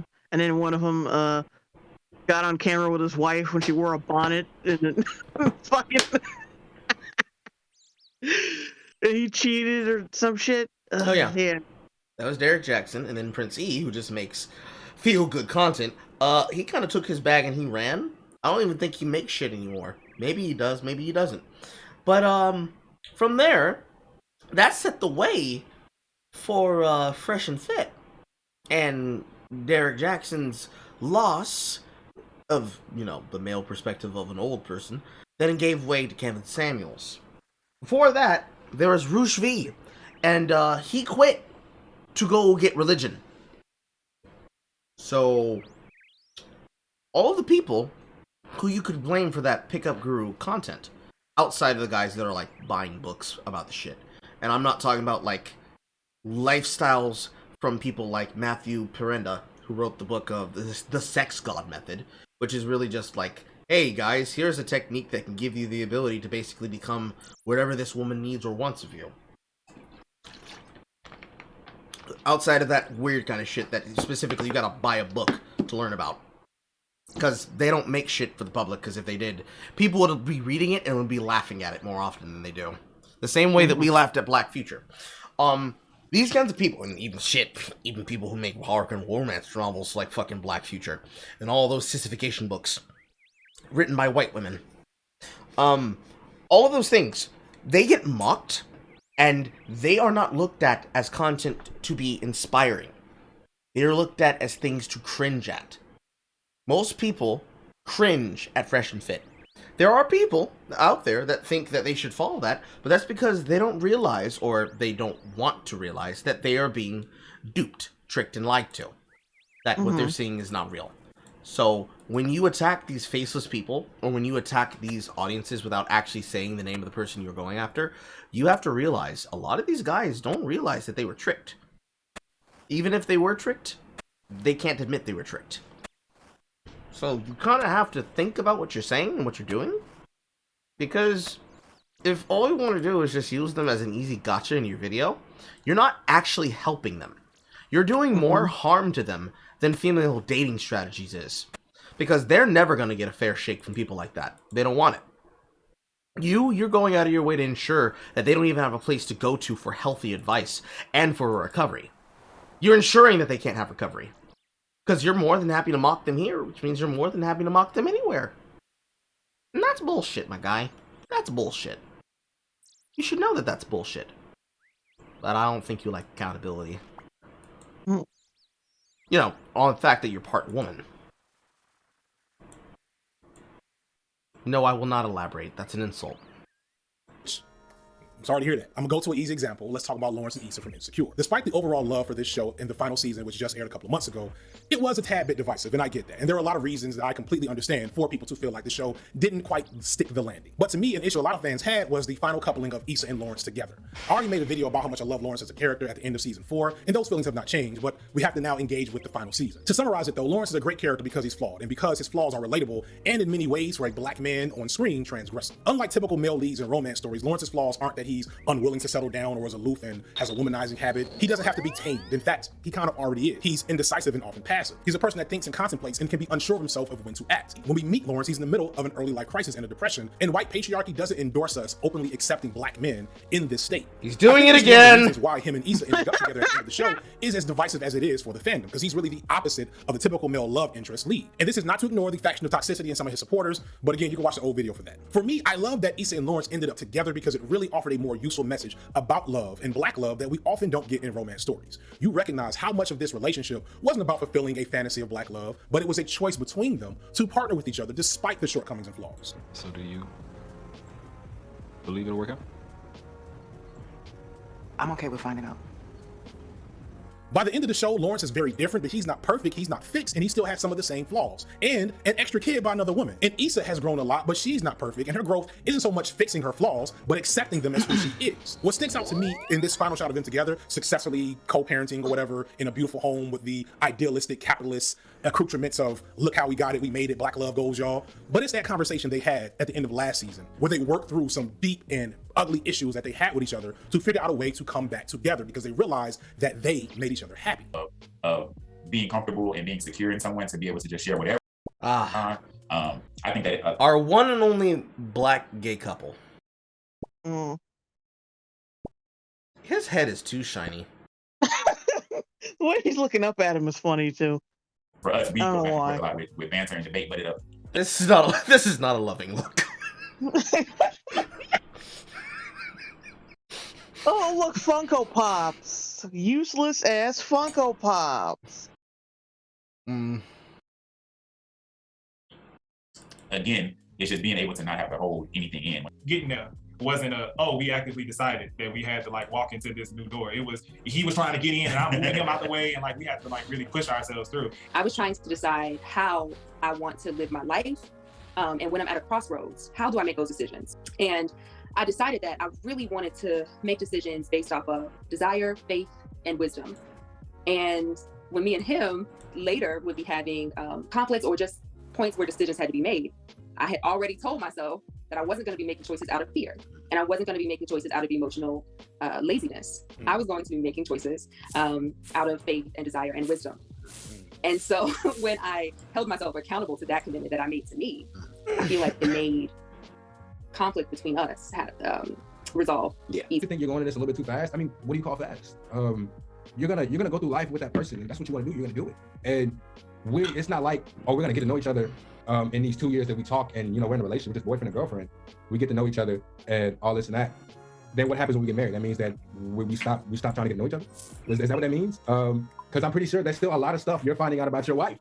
And these are things that's what keeps the relationship alive. I mean, there's a lot of things that keep it alive, but that's one of them. You just keep learning over and that's the best part of it. Conflict doesn't get enough attention in terms of how we think about love. We will see plenty of fights and romance stories and dramas, but we never get to see the conflict processed and resolved in a way that reflects the nature of what it's like to partner with another human with flaws and issues and traumas. But you know what movie I think does do a great job of revealing how hard and ugly this can be? A movie that I've loved but been scared to bring up for the last year because everybody else hated it. Malcolm and Marie, and I'm Not Alone. Your mind is not fucking based on you. It's an amalgamation of a whole different thing, a whole bunch of things. Who? People. What? People. It's because, Malcolm and Marie is not a beloved film, not very popular to the internet folks. But I've never heard of this film. I heard it was pretentious as shit. Just two people jabbering on and on about bullshit. Oh, one of those films. Yeah, it's in black and white too. That's how you know it's really special. Fucking Christ. Really call And then there was controversy about how Zendaya looked too young for I forgot dude's first. Denzel Washington's fucking son. That is because that woman is mostly stick and bones. I know. Let's see here. Evan went to bed, but I'm reading all his old comments. I ain't have one black woman want to date when I tell him I'm a dishwasher.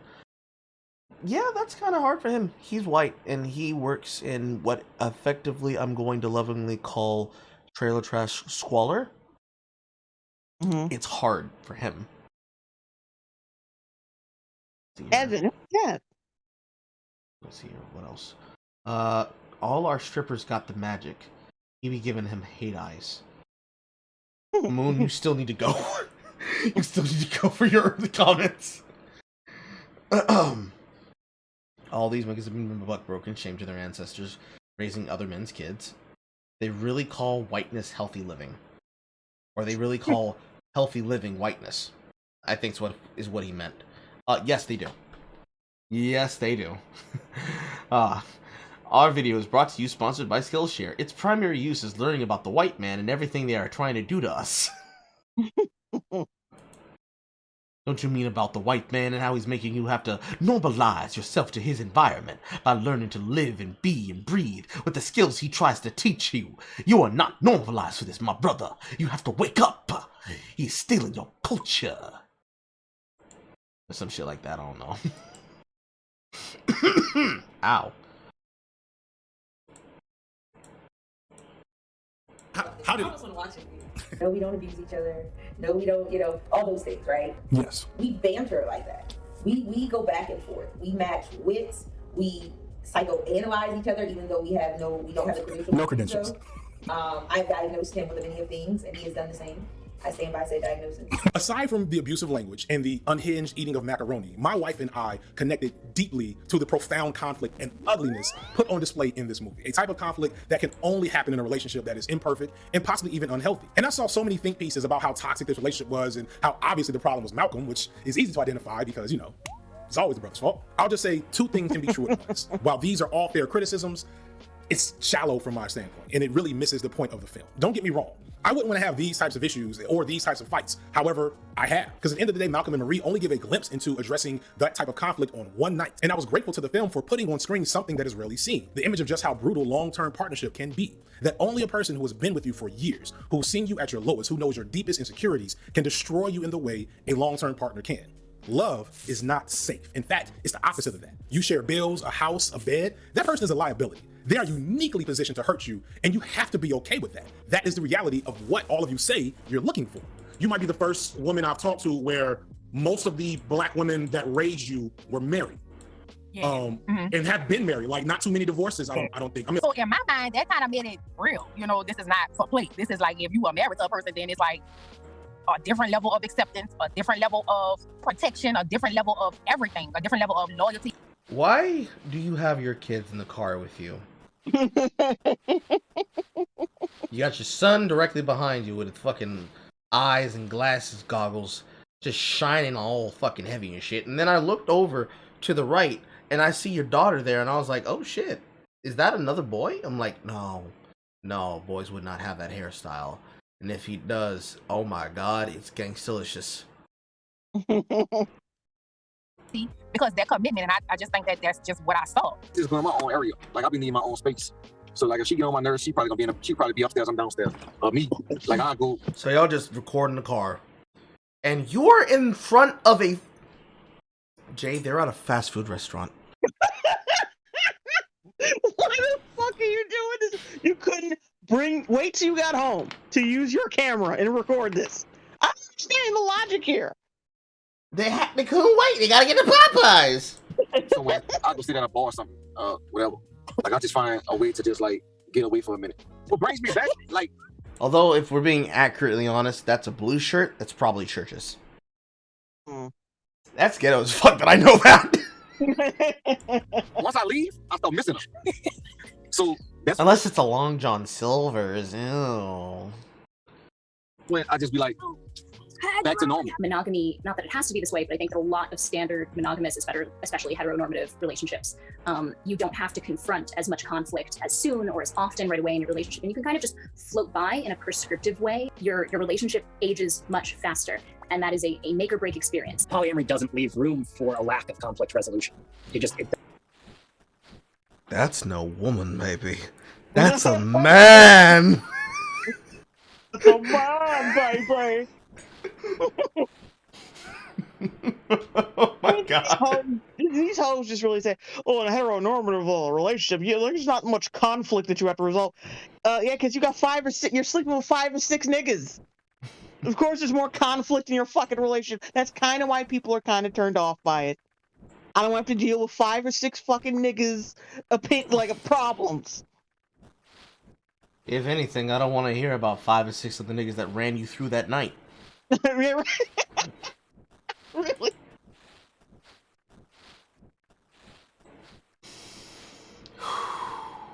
I'm trying not to make the joke I want to make. What if they're all trans and they form like a human centipede with their penises?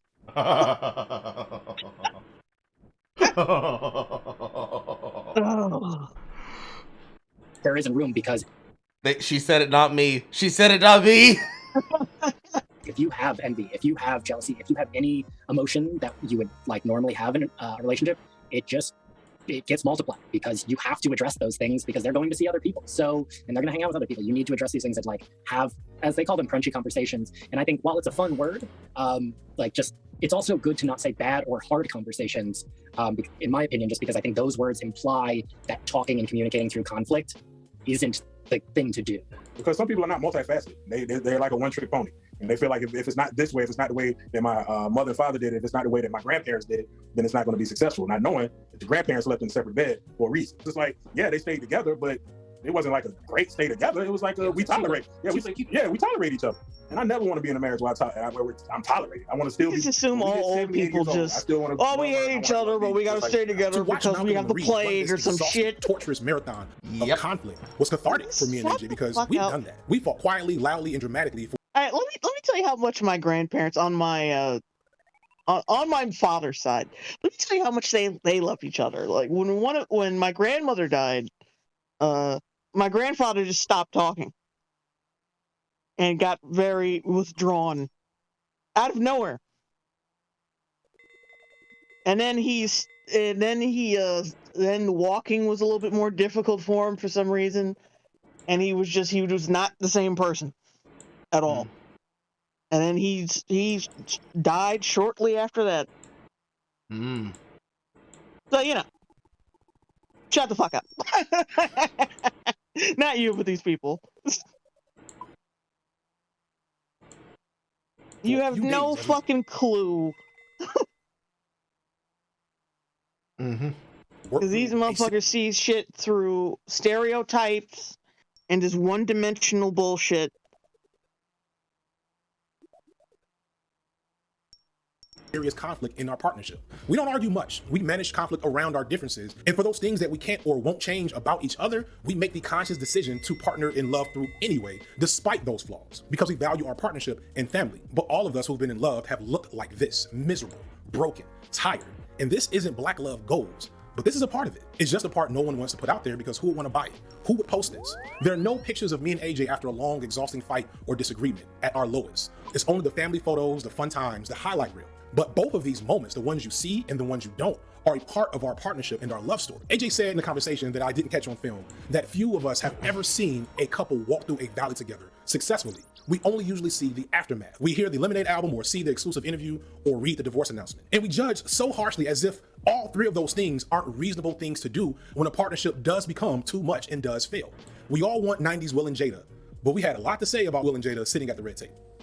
Really, all the 5 senses are depends on where we are tasting. You're just gonna pass over the fact that she had a whole ass affair with a younger man who he himself was struggling with mental health issues? Yeah, let's just forget. Let's just ignore that. That's just standard romance. So we got a lot to say about this shit. Yeah, we do. We fucking do. Yes. Let's start with, bitch, this man gave you multiple things along with successful careers and successful children to have careers of their own off your back. And you're just gonna fuck him like that? And it seems like Will's been overcompensating ever since. Yeah. With this fucking Bel Air show. Like, well, who needed that? That or that's his revenge. And let me cut it off, because otherwise I'm gonna start ranting about that. I haven't seen it, but like the whole idea is just like, it should have stayed a fan trailer. I mean, I saw the official one. It was like, this ain't nothing like the fan trailer. Like, they got this thin nigga playing Uncle Phil. Who's this thin motherfucker? Why is he hot? That should not be. You know what? Like I said, Nessie, now I'm ranting. I'm ranting about this.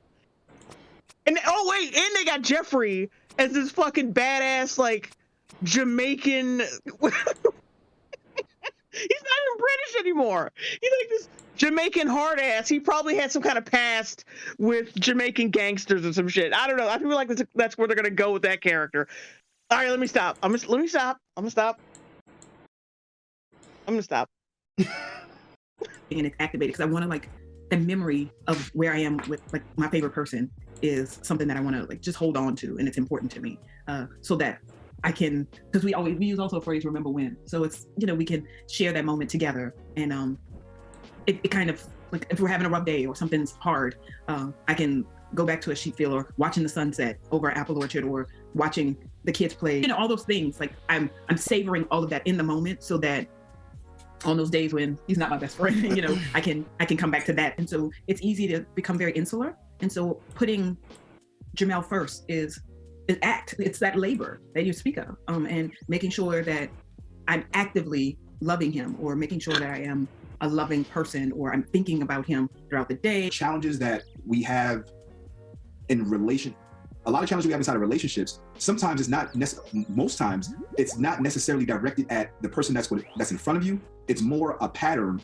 that you've kind of developed over your lifetime, right? And different, what about therapists say, different spaces, different people, but the same emotion, the same feeling. You have to keep constantly communicating about everything, about things that are bothering you, about things that are bringing you joy in your life, about things that you want to do, places that you want to go, careers, kids, family dynamics, all of that stuff. You always have to constantly talk about these things. But if you're constantly communicating, you can identify those things earlier, and you can either try to work with it, work around it, or be more involved in it, so that it's not somebody so much moving away or going in a different direction as the family is moving in a different direction. It kind of course corrects itself. On you. We've got nieces and nephews. We've got, I mean, our kids. We have people that we work, volunteers. Like, there's so many people watching us and seeing our development and seeing our successes. And then you've got those people who want so badly for you to fail. I was telling someone the other day, the idea of you can't have your you can't expect your expectations of somebody, you know, your predicted expectations, like you're predicting how things are going to be and how they're going to be. You can't look at that in terms of like it was an official contract we signed. A lot of people don't realize when they go into marriage, like, it's teamwork. Like, you're on a team. You're on a professional team. Like, you got positions. Everybody's gonna work together. Right. You gotta know each other's. You gotta learn each other's strengths and weaknesses. I think the current state of the Smiths betrays, especially for those of you too young to remember, just how they were seen as a couple for most of my life. Since the 90s, the Smiths were the image of Black love, an image that upon retrospect seems to very much have been not all that genuine, but maintained for the purposes of branding, to sell us a status and look that evokes that white capitalist patriarchal framework of how. Stop it, please. They were the symbol of love, period. Everybody loved them. Everybody. Because everybody loved Will. Mm-hmm. And everybody wanted to see Will happy.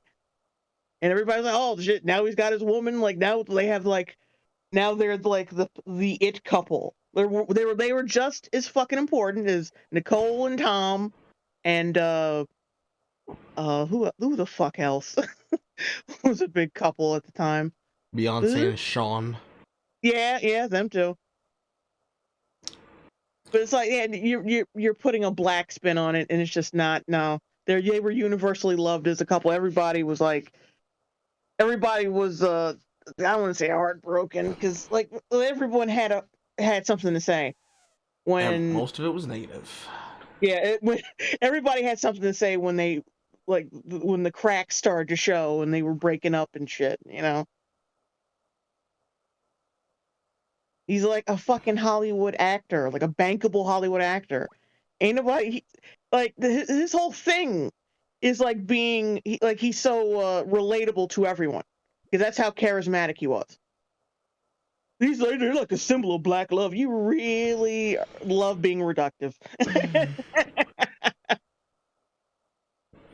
I'd go back again and say again, you're gonna have to define what you mean by black love, because if you're using him in this context of this word, you can't stop fucking saying the standard of heteronormative black love as commodified by white supremacy. Alright, let's dissect that. Let's go over the pieces that make up Will Smith's career and how he and Jada Pinkett Smith now relate to each other now that this information has been brought to light. You have a bankable, successful Hollywood actor who loves his wife so much and who apparently was in love with her so much that they both named their children after each other. Then, he does everything possible to give his children any and everything that they felt that they needed or wanted or just desired to have. His son said, "Dad, I want to be a Hollywood actor." He said, "No problem, son, I got you." His daughter said, "Daddy, I want to be a singer." He said, "Don't worry, sweetie, I got you." He cultivated his career off of the work that he put into his son, and that his daughter was pretty much able to do what children do. Her shit didn't really work out that well. She had herself for a black moment. Didn't really matter. She said, "Mama, I'm sad. I need something to do." She said, "Don't worry, baby. You come here and you come sit with your grandma and me at this big ass table, and you're gonna be just fine." Well, she's got a song out now with Machine Gun Kelly, so. Oh God. As if it wasn't bad enough. And don't forget, like, we started to figure out that Jada Pinkett was kind of like one of those, like, alternative, new age hoes.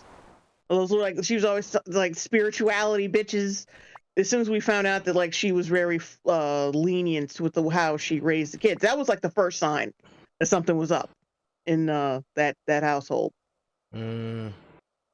Then we have examples of her coming out of the pocket for no other reason than just because it was her life. That she's like, "Hey, y'all bullshitting in that film with Tupac, All Eyes on Me, because, I loved that band. That man was a part of my life." And that's like, girl, you been a little bit too frisky with it, who died from fucking gun violence. Which is now where we get the phrase, his Tupac. Then, your son tells his father, in some way, either explicit or on the side, "Daddy, mama fucking around with my friend." And he has to come to be confronted by this, not only in front of the public, not only in front of his children, because his son was watching in the background and his daughter was sitting at the table with him. He had to deal with the fact that his wife sat across from him and on live television and broadcasted all over Facebook, because that's where their shit gets featured so goddamn much. His wife of multiple years, where he has been memified into existence of showing off how wonderful his wife is, with big arm Will, that this bitch was taking young dick, and just wasn't taking young dick, but did so in a way that she didn't take accountability for her actions. It wasn't an affair. It wasn't cheating. It wasn't Ashley Madison. It was an entanglement. I had an entanglement with the young man that came into our home when Jaden brought him over after Neo Yokio. He just told me about his music, and I just looked at him and said, "Young man, it's time to reach for the stars. Let's go, young man."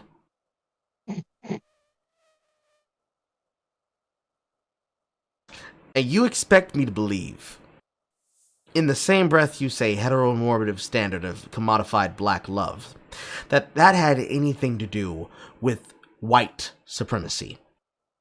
Yes, white supremacy, because when people cheat, that is the whiteness in them. Because you see, the colonialism makes us want to possess everything. But as you see, there's more colonialism in Jada than there is in William. Because William didn't do that shit. No. He didn't start doing that until he met his Tupac. So, again, I cannot say enough. Cap! We should love each other, just with a black face on. For years, if there was a social media post or magazine spread about black love, they were on the front page of it. But at the same time, that whole time, there were rumors about them being swingers or having an open marriage or how they were about to get divorced. And then in 2020, we got not a confirmation of these rumors, but at least an indication that the nature of their relationship was not as idyllic as we had been led to believe. Folks are still trying to wrap their minds around Jada's revelation that she had a relationship or, quote, entanglement with R&B singer August Alsina while she and Will were secretly separated. I've lost money, friendships, relationships behind it, and I think it's because people don't necessarily know the truth, but I've never done anything wrong. Jada admitted to having an entanglement with singer August Alsina, although stating that it was when she and Will were not together. And Will has explicitly alluded to, and it's hard to confirm, that he's had his own extramarital relationships as well. And there's also stories where Jada has explicitly talked about her feeling like she didn't want to ever be married in the traditional sense. And it doesn't take a lot to glean from these conversations that it was Will that was the driving force behind their image as black love goals and kind of forcing them into this traditional marriage box for most of the last 25 years. You say force, but it's not forcing anything. Nothing's being forced by asking your wife, please, we need to try to keep things okay so that the kids are not affected by the shit happening around us. That's what a responsible father does. Yeah, like, hey, hon, can you not get piped by other people? Apparently that's a tool of white supremacy. Like, apparently that's asking far too much of people. Clearly. Oh, sorry, of black people. You see, it is in the black nature of the tribe's people to just fuck anything that moves, because the tribe will take care of the children collectively. You need not worry, my brother, about who sired your child Matumbo. Just know that me, Akimo, will take care of your wife when you go out on the next lion hunt. That's what we do. That's what we do. I'm not taking care of your ratty ass kids. Man, get in there and get a fucking marriage certificate, motherfucker. You see, by this same logic, that means country white people are black. I don't know if we're prepared for that.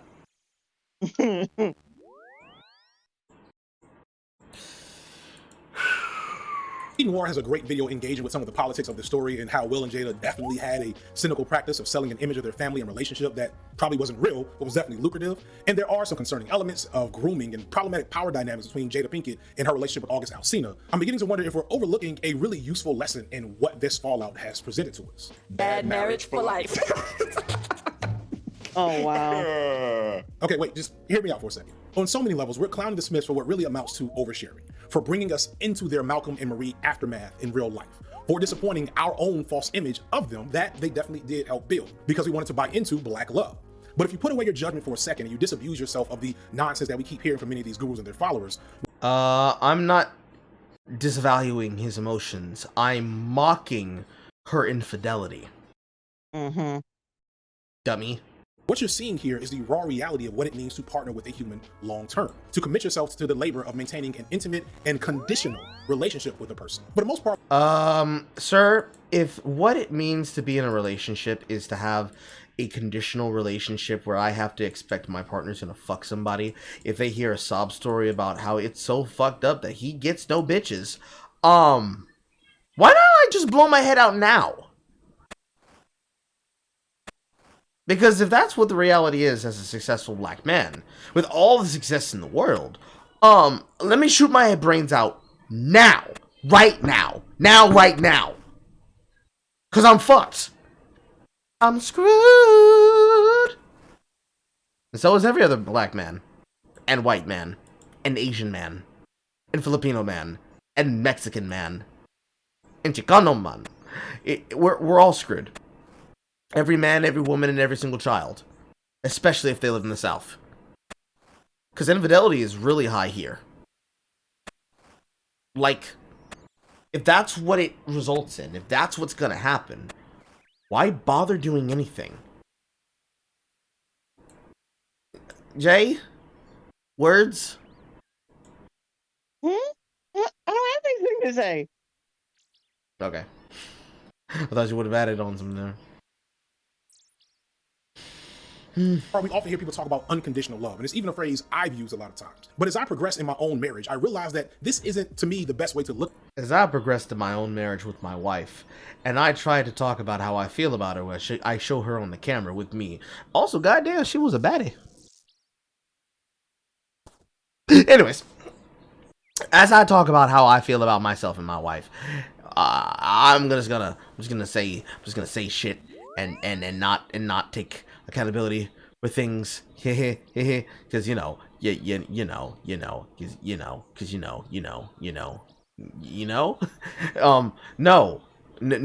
Signifier, no. Do what Vosh is telling people to do, and address the reason why you feel that way. I promise you, if you ask yourself, you dig down deep down to the bottom of your soul, and you see what is in that hole, you're gonna realize it's pride. It's not a matter of, oh, well, you see, it's a commodification of my black love. No, it's pride. You invested into something, you were betrayed, and now you're being expected to keep up appearances. Your mental health is better than that, my guy. It's much more valuable than you think, and you're not valuing your mental health there. Look at what real love in a partnership kind of needs to work as. Long-term partnership only works on the agreed condition that you stay committed to staying in that partnership. And that may mean changing the nature of what that partnership looks like. If you ask me, love is in the conditional agreement, because you have to love a person truly to love them in all the different ways in which they might exist over a long enough timeline. If your goal for whatever reason is to partner long-term, to continue to work with a partner who has changed, and to work through conflict that comes up in that relationship, I think Will and Jada have something to offer. They seem to be in a constant state of rededication to each other in whatever way that manifests for them. And witnessing that is more valuable than any Jet magazine cover they've had for the last 25 years. Because, like, here's the craziest thing about this moment that we've all memed to death, myself included. After this all happened, Will and Jada had already worked this out. I don't know how it worked out. They had already seen the rumors and they had to deal with it because it happened in front of the cameras, and if they didn't handle it, Will was gonna kill himself. If not, go back and dive right straight back to that Australian pussy. Like, cut cameras. I like missing bitch. I'm about to go kick it with her at multiple fucking shoots. She's gonna be sucking my dick. She's gonna be licking my dick. She's gonna be riding me like a fucking rodeo. And you gonna sit there and you gonna watch it. I'm gonna record it. I'm gonna bring it back. And you gonna watch it. Every single second of it. You gonna take notes. Yeah. Yeah, Jada, you gonna take notes. How you feel about that? That's fair. That's alright. Okay, I'll take that, Will. I'll take that. I'll take that. I don't like her face, though. I don't care if you don't like her face. Her face is about to be in my shit, and my face is about to be in her shit. And you gonna deal with it. You gonna deal with it, bitch. You gonna deal with it. That's what I would expect would happen, and that's more than likely what it did. Because they're rich, and it doesn't matter if they cheat in their relationship. They have money. It'd be nice if they had money and love, but they have money. What is infidelity when you can literally buy happiness? Blogs and just let it slide. This was not new to them. And behind the scenes for them, it was done. And it was definitely Jada Pinkett's fault that they were in this predicament. And nobody would have blamed Will for letting Jada address this on her own. This image of Will's sad, tired face, though very memeable, is profound. A lot of men are angry at Jada for tarnishing our image of Will and seemingly unfairly putting him through so much grief for putting a good man in this situation. And a lot of that is valid. People don't like cheaters, you moron. People don't like cheaters. What is so hard to fucking figure out about that? The part where women take accountability. Oh, yeah. That old chestnut. Why would we tell women that they need to be accountable for their actions when I can simply just say, listen, it's not perfect, but it's ours. All these stupid young men. You're just mad because you don't have the image of your hero. No! People don't like cheaters. It's as simple as fucking that.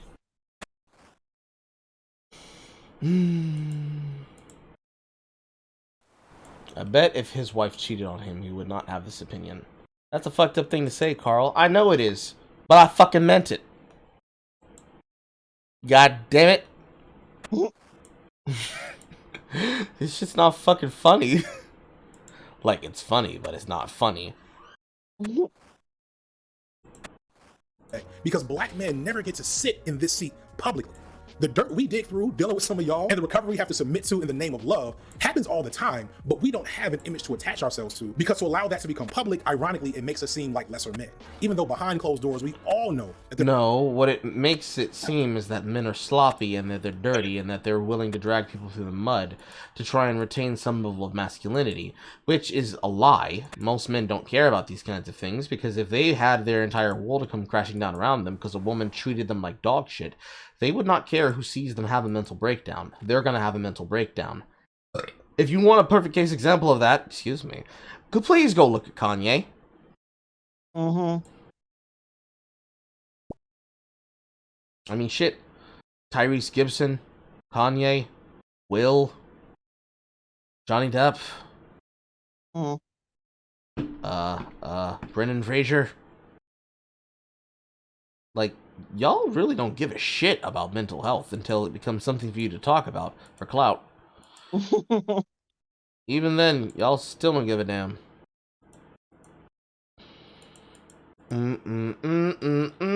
Y'all are full of shit. there are a lot of men now dealing with just as much conflict with their partners as there are women. So just as we should not be judging black women in the public eye who have had to hold L's from problematic partners, I'm not going to judge anyone anymore, because on some level, Will's face, this face right here, this is black love. Many of these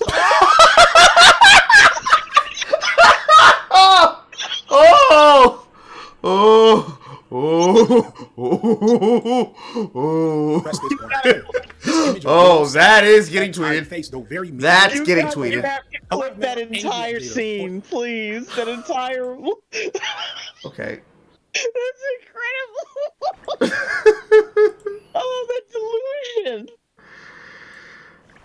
His face right here, that's black love. This is pain, anguish. Had already worked this out. And getting ready to kill your wife and yourself. The rumors and blogs and just let it slide. I gotta slow it down. And behind the scenes for them, it was done. And it was definitely Jada Pinkett's fault that they were in this predicament. And nobody would have blamed Will for letting Jada address this on her own. This image of Will's sad, tired face, though very memeable, is profound. A lot of men are angry at Jada for tarnishing our image of Will and seemingly unfairly putting him through so much grief for putting a good man in this situation. And a lot of that is valid. But I appreciate this moment on retrospect because black men never get to sit in this seat publicly. The dirt we dig through dealing with some of y'all and the recovery we have to submit to in the name of love happens all the time, but we don't have an image to attach ourselves to, because to allow that to become public, ironically, it makes us seem like lesser men. Even though behind closed doors, we all know that there are a lot of men out there dealing with just as much conflict with their partners as there are women. So just as we should not be judging black women in the public eye who have had to hold L's from problematic partners, I'm not going to judge anyone anymore, because on some level, Will's face, this face right here, this is black love. Many of these couples we've heard from today, my relationship included, they want to maintain their partnership. Financial challenges, infidelity, infertility, health crisis, blended.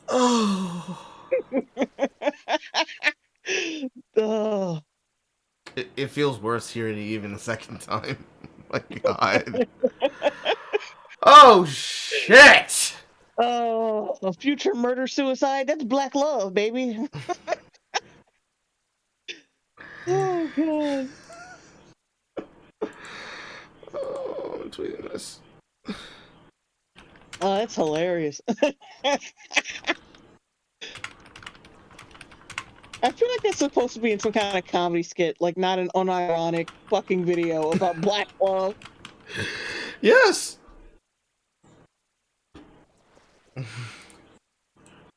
Oh my God.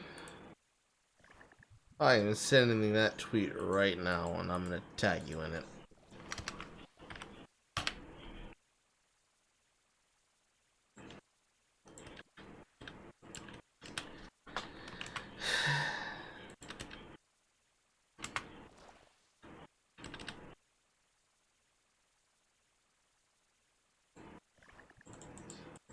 Oh my God.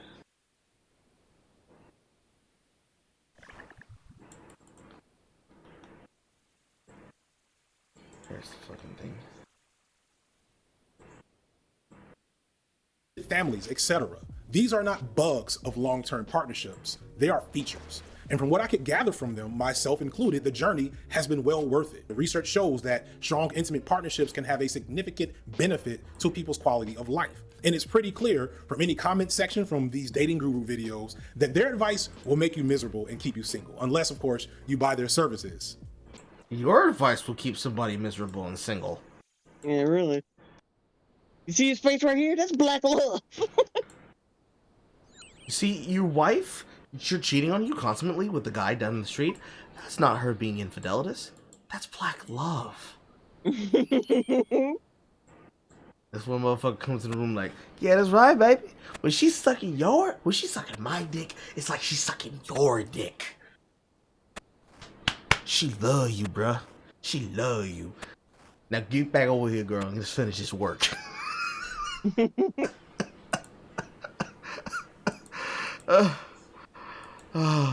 Please, Jesus, I don't normally ask you for much, but I think you know what I want.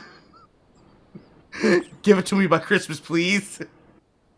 Funny that. I tend not to give advice or prescription in my videos, but I really can't emphasize enough. Never give advice and prescriptions in your videos ever again.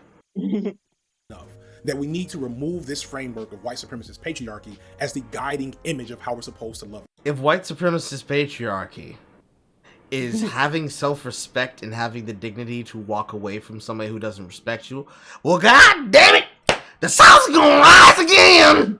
And partner with each other, because it just doesn't offer enough for how complex it is to love as a black person, especially if you're loving another black person. It is a recipe for failure. Now, this obviously doesn't mean there's one solution to the complex challenges that face black men and women. I do not endorse struggle love or abusive love or toxic love, but I also don't believe that any type of love exists that is not a struggle. What I'm saying is that we should be avoiding the frameworks of partnering that don't serve us individually, and be careful in assuming that any particular framework serves you just because it has a strong social media presence. I'm not gonna go as far as to say to stop engaging with your preferred black dating guru if it truly serves you to consume that. Just consider that at the end of the day, if they're selling you on this white supremacist framework, it won't work. And I pray you find something that does. And then lastly, consider abstaining. Like, for real, there are so many ways to manifest fulfilling lives and relationships that don't hinge on partnering in the traditional sense. When you hear how hard it is to be in a relationship and wonder why anyone would do that on purpose, when you hear the Lemonade album, when you see Will Smith's face, maybe don't. Now, Beyonce's problem is not something you need to hear in Lemonade, because that is a completely different scenario than fucking Will and Jada. First off, Sean was a drug dealer, and Beyonce did not care. In fact, being with a gangster turned her on. That's why she did what she did. More importantly, constantly referring back to that as though that fucking mattered. Did they break up? No. She just got more kids and then worried herself with nothing else. It doesn't matter. It doesn't matter. It was like drama for like a week and then y'all forgot about it. Fucking stupid. Fucking stupid. Don't bother with it, real talk, and don't let people judge you for doing your own thing as long as it serves you. That's yet another trick of the devil, that you can't be fulfilled if you don't find someone to share that fulfillment with. It is my personal belief that when you focus on personal development and pursuing passions and self-improvement, that's one of the best ways to align yourself with potential partners who will be value as opposed to drains on your energy. That's all I got right now. I'm gonna let the couples talk it out for a while before we go. So I saw these really, really strong women. So I came here saying, you're an accessory, not necessarily a necessity. And so Jamel helped me understand, okay, you saw all this and you saw these women be extremely successful, but you say you want a marriage, and a marriage is a partnership. So we learned how to check each other and our egos at the door in terms of, I'm still working on trying to check you. That's true. It's probably gonna be a while. But we learned how to work together about being in a partnership. There's this like magical idea that like when you fall in love, like everything changes.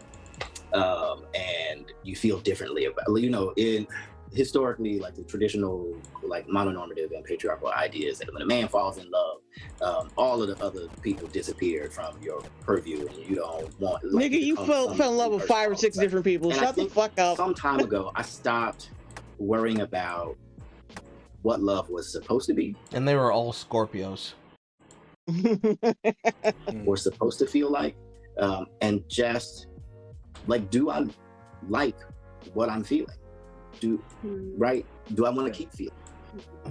We teeter the line of, if we step out of line of what people feel how a marriage is supposed to look, you get judged for it. And you know, if your views are different, you get judged for it. So I think it's a constant battle of doing everything that you feel and how you feel what works for your marriage and your relationship versus how society will look at you, because they do place a lot of pressure on what's visible. And to be clear, that's our goal, to be very visible, to show another form of Black love, to show that it's not just a one size fits all, but it's also a lot of pressure when you have so many eyes that are just like, well, this is how marriage is supposed to be between a man and a woman, but also if you're gay, this is how you should handle your marriage. Like, he is my best friend, so I have someone there that is in my corner to support me in whatever I do. Somebody to tell me when I'm wrong, not to be just like a yes man, rather he gonna check me when I need to be checked, and vice versa. Worst thing is he hogs the covers. Like, I don't help me to make the decision and really be serious about, you know, am I going to be with him, you know, actually bring it to prayer. I'm not just saying that because I came from church and really brought the whole relationship to prayer, because previously I could have been the person that said Black love was trash until I kind of like met him. I always talk about, you know, people like to say, you know, oh, you know, my husband, he's ride or die, or my wife is ride or die. And I'm like, no, I'll give you a clear example of ride or die, because she left, you know, corporate America. She was on that fast track, and she left corporate America to come back so I could finish my PhD. And at that time, it was me, her, and our daughter, and we were living off of my graduate stipend, very modest graduate stipend. Right. And so it had gotten to the point where the Little Caesars, where we were eating Little Caesars 3-4 times, you know, a week, which is just, I don't know how healthy, I don't know why we're alive still. That's expensive, motherfucker. Yeah. That's expensive. So, and I think that's what people mean by ride or die. Like, yeah, if one of y'all quits a job and has to stay at home or what to do whatever. Like, that's what people mean when they say that. Like, you're ride or die, like, means you're in it no matter what.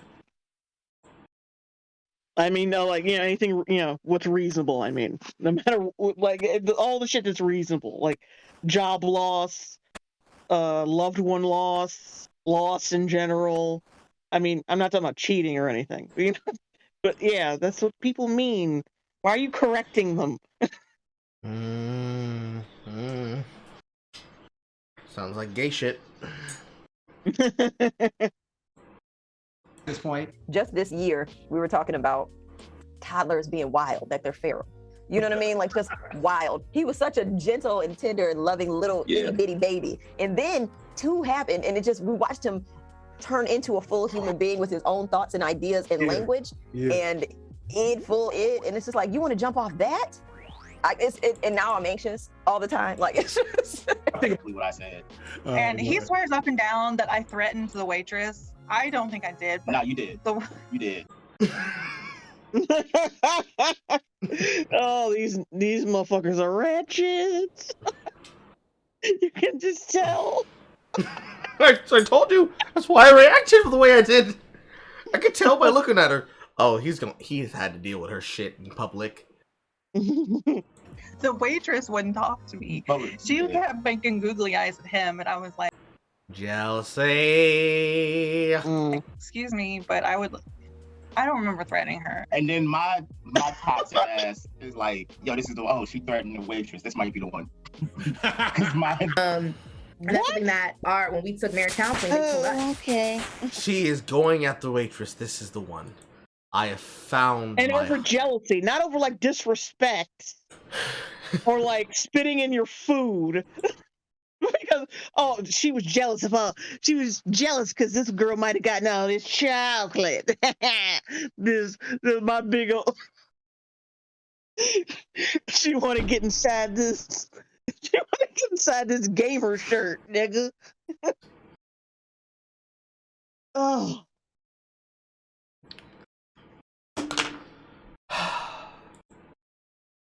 Jesus that Christ, what none of we these have is motherfuckers should be genuine, that, lecturing on and relationships. so we were okay because we knew where we stood. We were okay because It's just bizarre. we understood each other. We were always going to get to know. And even if you get married, the person that you are when you got married and the person you are 15 years later is not the same person. The interests you have are different. The things you like, what excites you, all that stuff is different. So you constantly have to rediscover and learn about the person that you're with. So like before we had kids, there were things that you offered that I like held in high regard, and then when we became parents, it was like, oh wait, no, these things are the most important things. Those things are not as important, right? So I had to readjust. And so yeah, so I think, you know, the why, it's hard to answer because it changes, but I'll say that the most valuable thing that we have going for us is that friendship I talked about. Is having been together so long and knowing each other so intimately, and still finding good and beauty and all kinds of stuff in each other. It makes me kind of emotional. I think that is why we're still together. Oh, don't cut that out. I don't cry, I'm a bitch. Well, at least she knows what you are. I married a bitch.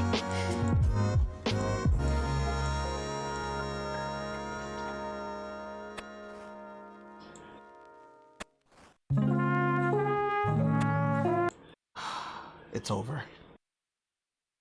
It is? Looks like it's got like oh, That's so his it's only 2 credits. minutes. Yeah, okay. Jesus fucking Christ. So, on top of being a man with tall poppy syndrome, he's definitely a biter. Mm-hmm. And he thinks relationships where you stand up for yourself are based in patriarchy. Oh, God. I've never imagined that I could see a man be so cucked.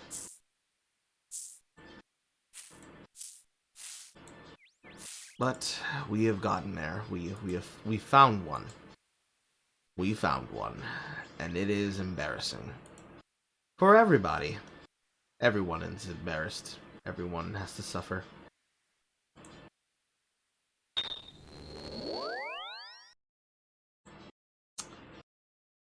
Opinion? Yeah, the vid sucks. All of it usually sucks, but these two sucked even harder. I feel sorry for that fucking kid. I really do. Holy shit. Well, chat, it is 1:08 in the morning, and it is time for me to turn into a pumpkin. Say goodnight, Jay. Good night, Jay. Oh, Lord. This was going up, and this VOD is coming down immediately.